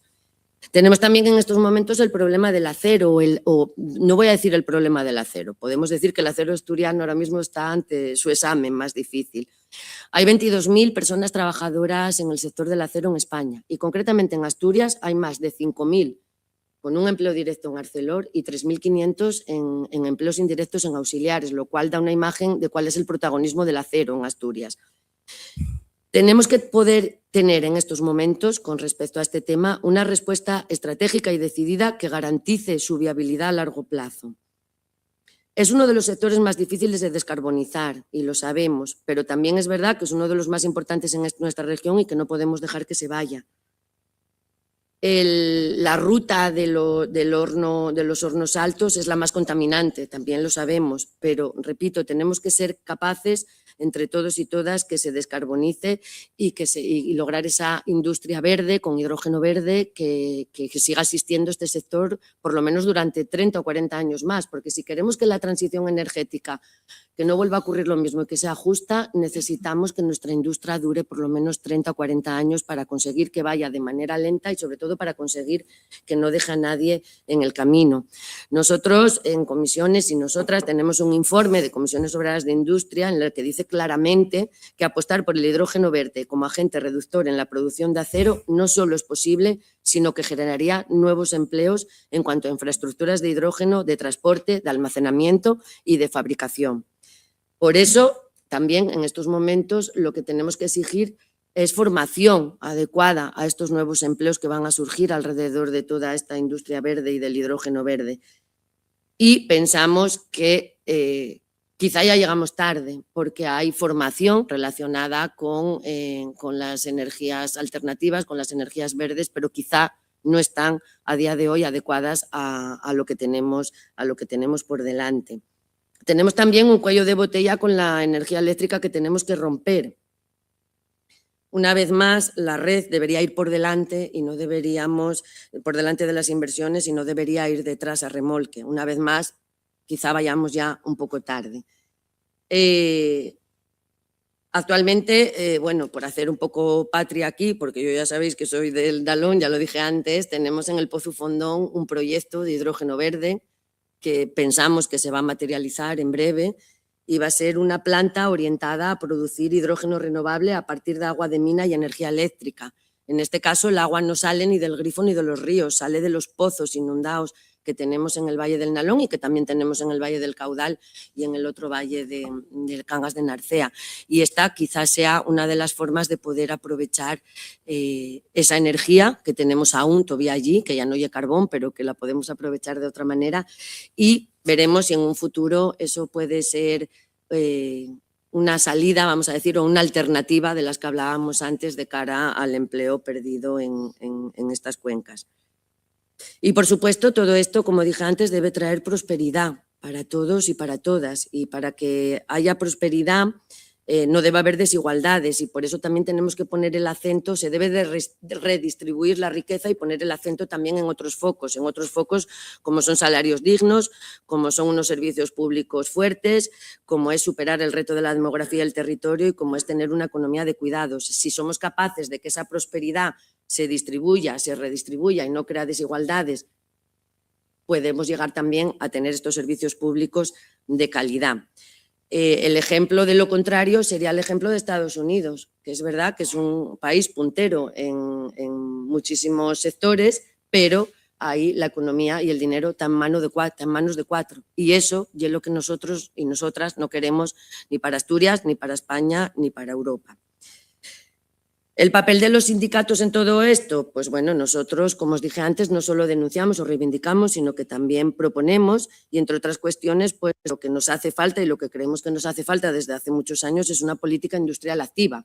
Desde luego, lo que se dijo en los años 80 por parte del ministro Solchaga de que la mejor política industrial es la que no existe, ni la compartimos entonces ni la compartimos ahora. Y la verdad que en nuestra casa, en el Principado de Asturias, la política industrial, hablando en plata, durante estos años deja mucho que desear, puesto que no hay más que ver que en 10 años tuvimos 6 consejeros o consejeras de industria, con lo cual esa política pensamos que no existió durante los 10 últimos años. Es cierto que firmamos esta semana la estrategia industrial, es cierto que Comisiones Obreras no había firmado el anterior pacto, la anterior estrategia industrial, y sin embargo en esta ocasión pensamos que sí puede haber mimbres para empezar a trabajar esa política industrial activa que necesitamos en Asturias y, por supuesto, vamos a poner ahí toda la carne en el asador. Necesitamos voluntad política, necesitamos inversión pública y necesitamos acuerdo social. Es verdad que los sindicatos no vivimos nuestro mejor momento. Así dicho, también de andar por casa, parece que afiliarse hoy en día a un sindicato no está de moda y, sobre todo, las nuevas formas de trabajo no favorecen la acción sindical o por lo menos la acción sindical que nosotros y nosotras conocemos desde hace años. Las plataformas logísticas, el teletrabajo, las plataformas digitales, el teletrabajo no favorecen la acción sindical, pero tenemos que ser capaces, por supuesto, de adaptarnos a estas nuevas situaciones. Y bueno, pues siempre hay ejemplos esperanzadores, como puede ser el caso de Glovo y de Loginesia, que son 2 plataformas digitales que recientemente han convocado elecciones sindicales y recientemente han conseguido tener representantes en las 2 que peleen precisamente por esos sectores, porque son 2 de las empresas más precarizadas que hay ahora mismo en Asturias. Y bueno, también decir que no es casualidad que el 99,9% de los trabajadores de estas empresas, y hablo en masculino porque son prácticamente todos hombres, son personas migrantes. Entonces, por suerte, como ejemplo así esperanzador, hemos conseguido entre todos y todas el que haya esas elecciones y que tengan esa representación para pelear por sus derechos. Por suerte también los centros de trabajo, por suerte o por historia o por yo entiendo porque ahí estamos todavía en muchos sitios los sindicatos de clase, en los centros de trabajo todavía no son centros de agitación de la ultraderecha. Han intentado entrar con sindicato, pero de momento no lo han conseguido. Y en definitiva, pues desde Comisiones Obreras de Asturias entendemos que los mercados no se sostienen solos, que los sostienen las instituciones y los acuerdos sociales que los rodean, que Europa está repensando su modelo industrial a marchas forzadas y Asturias tiene que llegar a esa conversación con algo más que buenas intenciones, que tenemos que ser capaces de ofrecer a un chaval o a una chavala de Langreo o de Avilés o de Gijón las mismas oportunidades que tienen en Bilbao o en Zaragoza, que también fueron territorios en declive, y en definitiva una región que llega al 2035 con su industria verde, pero con miles de trabajadores y trabajadoras tiradas en la cuneta, no habrá ganado nada. Habrá cambiado un problema por otro. Y lo que queremos es llegar con la industria transformada y con la gente dentro. Gracias.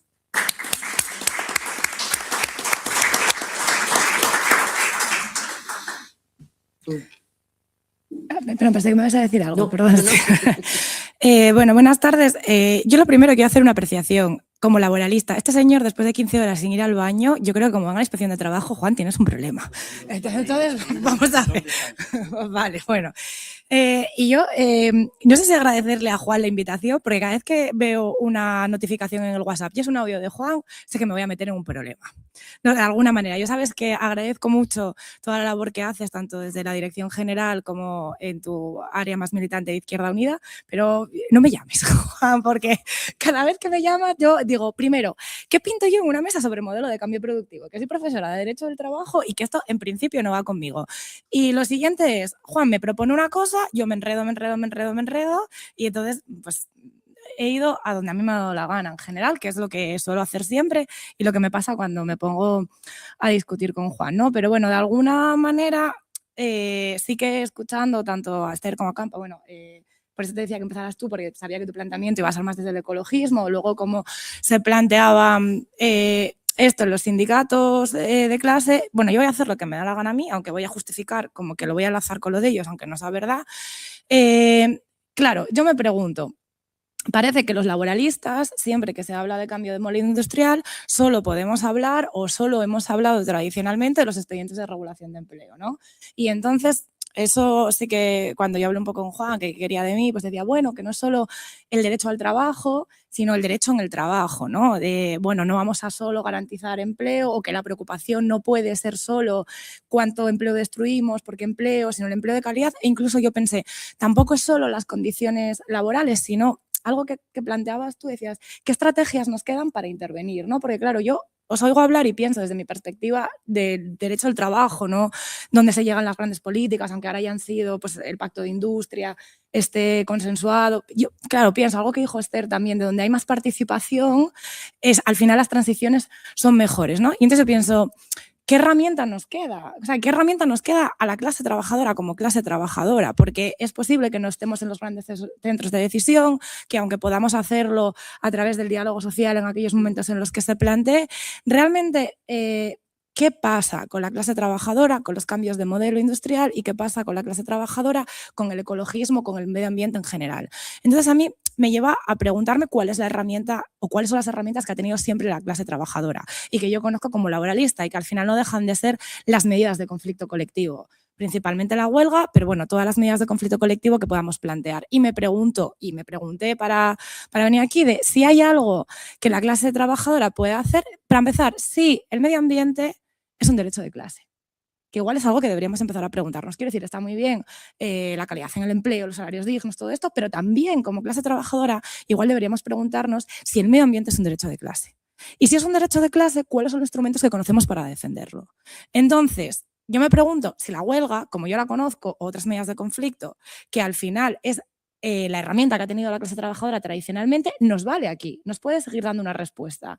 Y claro, aquí no quiero alargarme porque yo, no ser breve siempre, pero nunca lo logro, pues traería toda la construcción sobre lo que es la huelga jurídicamente hablando, si es política, si no es política, si una huelga medioambiental sería o no sería política.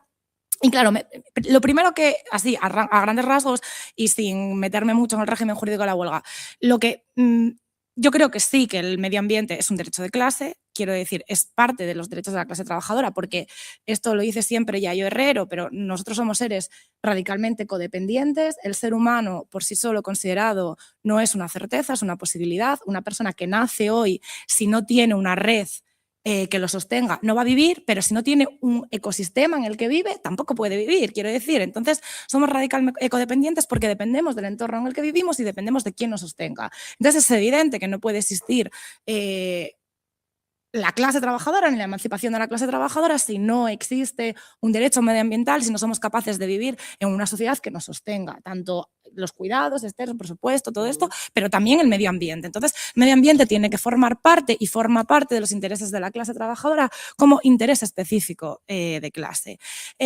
Entendido de esta manera, la huelga no puede considerarse solo un derecho de mejoras laborales, sino que tiene que considerarse un derecho para la emancipación de la clase trabajadora y tiene que tiene que conectarse o que tiene que vincularse necesariamente con los intereses socioeconómicos.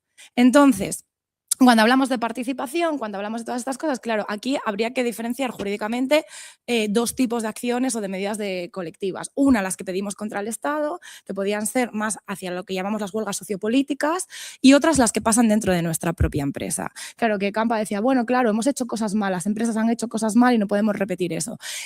¿Qué opciones tenemos como clase trabajadora? Ya no en la huelga sociopolítica, que evidentemente se vincula con los intereses de la clase trabajadora económica, sino como yo estoy en mi empresa y hay políticas medioambientales que son nocivas para el medio ambiente y que son nocivas para el propio trabajador. Claro, ¿cuáles son los instrumentos jurídicos que tenemos ahí en este momento? Tenemos pocos. Es verdad que tenemos pocos, pero igual tenemos que pensarlos, construirlos y trabajarlos. Claro, el primero, y vincula con lo que decía Esther de la participación, es verdad que nuestro sistema de relaciones laborales no es especialmente participativo, la democracia en la empresa no está desarrollada como otros sistemas de nuestro entorno, pero es verdad que desde el año 2007, cuando se habla de las competencias que tiene el comité de empresa, el artículo 64.7c nos dice que el comité de empresa puede estar capacitado para llevar a cabo medidas de productividad, que también salió de la productividad, el crecimiento no tiene que ser solo productividad, de productividad y de sostenibilidad económica. Y dice, siempre y cuando lo diga el convenio colectivo. Ojo, la propia ley nos está diciendo que en una herramienta que sí que conocemos tradicionalmente como laboralistas, como sindicatos, en la negociación colectiva se abre la posibilidad de que el comité de empresa tenga voz en la política medioambiental de la empresa. Ojo, pues la huelga contractual, la que conocemos de siempre, de cuando estoy negociando una tabla reivindicativa, igual tenemos que empezar a plantearnos que nuestras tablas reivindicativas tienen que ir la participación directa del comité de empresa en la política medioambiental de la empresa, ¿vale? Eso por un lado. Por otro lado, es verdad que cuando la política medioambiental impacta hacia el exterior, la legislación laboral española, la legislación laboral y la empresarial nos dice que el titular único de ese impacto es la empresa. Pero, ojo, porque si la política medioambiental de la empresa impacta en el interior de la empresa, que puede suponer un problema de salud laboral, el artículo 34 de la Ley de Prevención de Riesgos Laborales nos dice que ahí ya entran los órganos de participación de los trabajadores en la empresa que tienen algo que decir. Y es muy difícil desvincular aquello que tiene un impacto hacia el exterior de lo que tiene impacto en la salud de los trabajadores que lo están sufriendo. Quiero decir, si mi empresa contamina hacia afuera, ¿cómo no va a contaminar hacia adentro? Entonces, claro, que parece que las políticas medioambientales, las políticas de cambio de modelo productivo, siempre son cosas que se gestionan en Europa y que a nosotros nos llegan dadas. Ojo, porque igual lo que tenemos que empezar es a mirar dónde tenemos esos hilos de los que construir y decir, bueno, pues vamos a atar primero en la negociación, que además tenemos herramientas que conocemos y que sabemos y que vamos a llevar las tablas reivindicativas, las huelgas, pero que luego aquello que impacta hacia afuera también puede impactar hacia el interior y ahí sí que tenemos medidas reconocidas dentro de nuestra legislación que nos lo permiten. Entonces, llevarlo a los órganos de seguridad, de salud, de prevención laboral, que los planes de seguridad y salud no sean papel mojado que se guarda en un cajón para el día que llega inspección, sino que realmente estén revisados, se ajusten a lo que dice la empresa, a cuál es el impacto que tiene la empresa, tanto medioambiental como a la salud de los trabajadores. Entonces, ya no es solo, no, es que en Europa se ha decidido no sé qué y entonces esto va a impactar en que el empleo... No, vamos a ver, oiga, porque cuando se negocia un plan de prevención hay que hacerlo conforme a lo que está pasando. Hay que hacer el diagnóstico, hay que mirar cuáles son los riesgos y también tenemos que empezar a tener los riesgos medioambientales y los riesgos de impacto en la salud de los trabajadores. Porque esto, insisto, es un interés de clase tanto para quien pertenece a la empresa como para todo el entorno, pero construir desde ahí también construye hacia el exterior, que parece que la organización o la titularidad queda en manos de la empresa y eso ya nos deja sin ninguna herramienta de acción. No. Vamos a construir desde abajo, vamos a ir atando aquellas posibilidades que tenemos para que, claro, y esto, que a veces decía, claro, claro, es que esto es el sindicato quien tiene que hacerlo. Quiero decir, yo solo veo desde mi perspectiva de laboralista, pero es que esto luego va a impactar porque, claro, también el sindicato construye en los barrios, construye en tal, entonces si tenemos una política o una intervención también desde las medidas de conflicto colectivo claras, podemos intervenir. También es verdad, quiero decir, así como grandes pinceladas, a grandes rasgos, que hay algunas cosas que están ocurriendo en la legislación que tampoco estamos teniendo en cuenta o que están pasando más desapercibidas.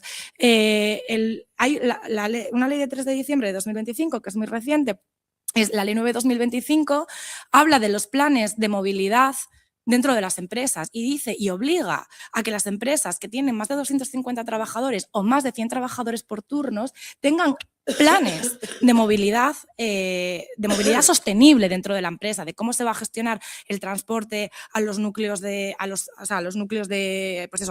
trabajo, cómo se hacen los intercambios. Entonces, ahí también esos tienen que ser negociados porque se remite a la legitimación de la negociación colectiva, por lo tanto, vuelve a las mesas de negociación que conocemos cómo se van a implantar y a implementar determinadas cuestiones que para nuestras ciudades, que además Esther lo decía, no es un entorno rural, Asturias, que a veces es un entorno más de urbe, en el que la contaminación, además lo sabemos, pues en Gijón, en Oviedo, cómo se gestionan todas estas cosas. Entonces, también a través de los planes de movilidad de la empresa hay una oportunidad para empezar a abrir, al menos la conciencia de que el medio ambiente es un interés de clase, pero que es una herramienta que desde el trabajo, o sea, desde el propio centro de trabajo, se puede no revertir, pero sí empezar a construir, porque parece que siempre queremos revertir las políticas desde arriba, y una vez que las políticas desde arriba están tomadas, pues es evidente que las transiciones no son justas. Quiero decir, esto que hablaba Esther, pues ya lo dijo Naciones Unidas en París en 2005, en la COP21,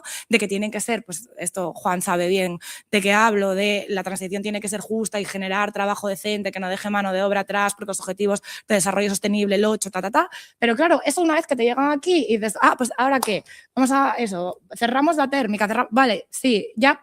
Claro, ahí los laboristas decimos, sí, pues a los planes, eso, expedientes de regulación de empleo, no sé qué tal, ya, pero tenemos las manos atadas, ya es lo que conocemos de cómo se hace un ERTE, qué se negocia, cuánto se pierde, cuántas prejubilaciones hacemos, cuántas salidas pactadas, pero es que hay mucho que se puede hacer en la empresa en cuestión de política medioambiental que a veces nos pasa desapercibido y sobre todo trabajar o construir desde la perspectiva de que realmente el medio ambiente forma parte de los intereses de la clase trabajadora, porque no podemos sostener ni crecer ni producir siquiera sin un entorno en el que sea favorable. Y además, esto también lo comentabais antes, vemos que los modelos neoliberales lo que genera es, a mí me da igual contaminar, pero ¿quién va a sufrir esa desigualdad? Al final es el norte respecto al sur y las clases pudientes respecto del proletariado, que al final es quien vive en los barrios, Entonces, bueno, es decir, yo pensaba que pintaba poco aquí, pero luego una vez que me he puesto a enredarme sobre mí misma y que yo quiero llevar, pues lo que me interesa a mí, que son las medidas de conflicto colectivo al cambio o a las nuevas reivindicaciones sociales, realmente la clase trabajadora, pero las personas trabajadoras como salarias en sentido estricto, seguimos teniendo herramientas que conocemos, que simplemente tenemos que recuperarlas y reintroducirlas, porque Esther también decía, bueno, es que los sindicatos no pasan su mejor momento. Bueno, a los jóvenes se ha demostrado que el ecologismo les interesa. Claro, pues igual es que también seguimos hablando de las huelgas para que no cierre una industria, que es necesario y que hay que seguir haciéndolo, pero igual hay que hablar de una huelga para que la política medioambiental de la empresa sea participada por los trabajadores de esa empresa.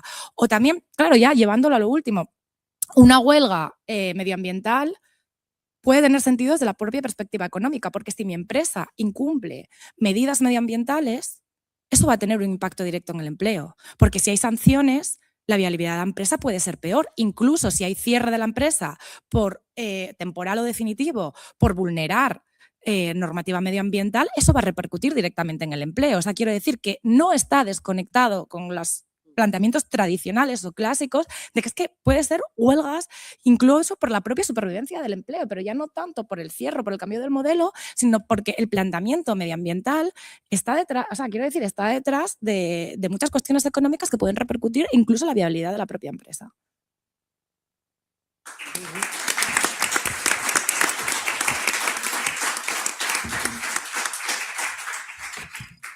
Bueno, Queda muy poco tiempo, solo dos frases. Vamos a hacer una asamblea para decidir si le damos la palabra que si no tengo que ir al baño.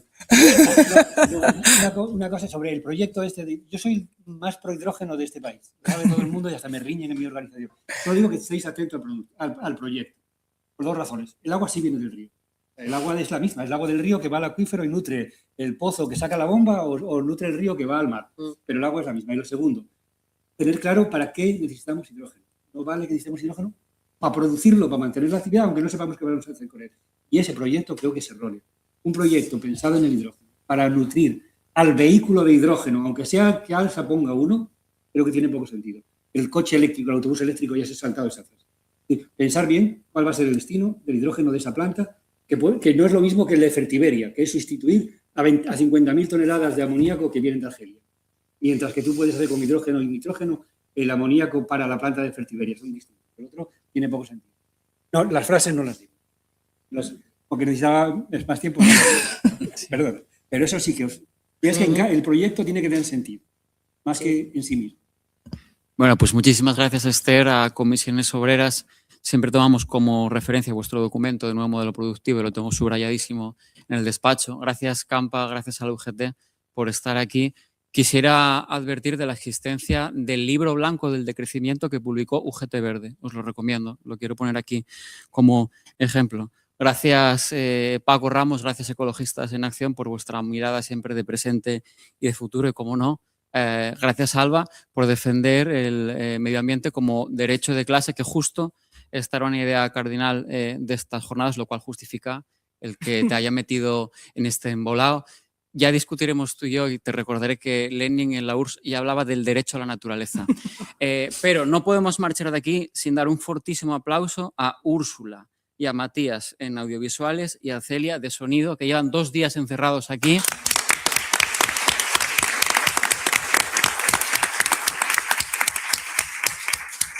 Que también son clase trabajadora del sector cultural y que no siempre nos acordamos de ellas y de ellos. También son clase trabajadora. Y ahora ya para finalizar, Concha va a clausurar las jornadas. Acompáñanos, por favor, porque uno de los motivos de las mismas era poder recoger ideas y aportaciones para la propia red de medio ambiente y ecosocialismo. No tenéis, podéis quedar, Paco, tranquilo, salvo que quieras ir a mear.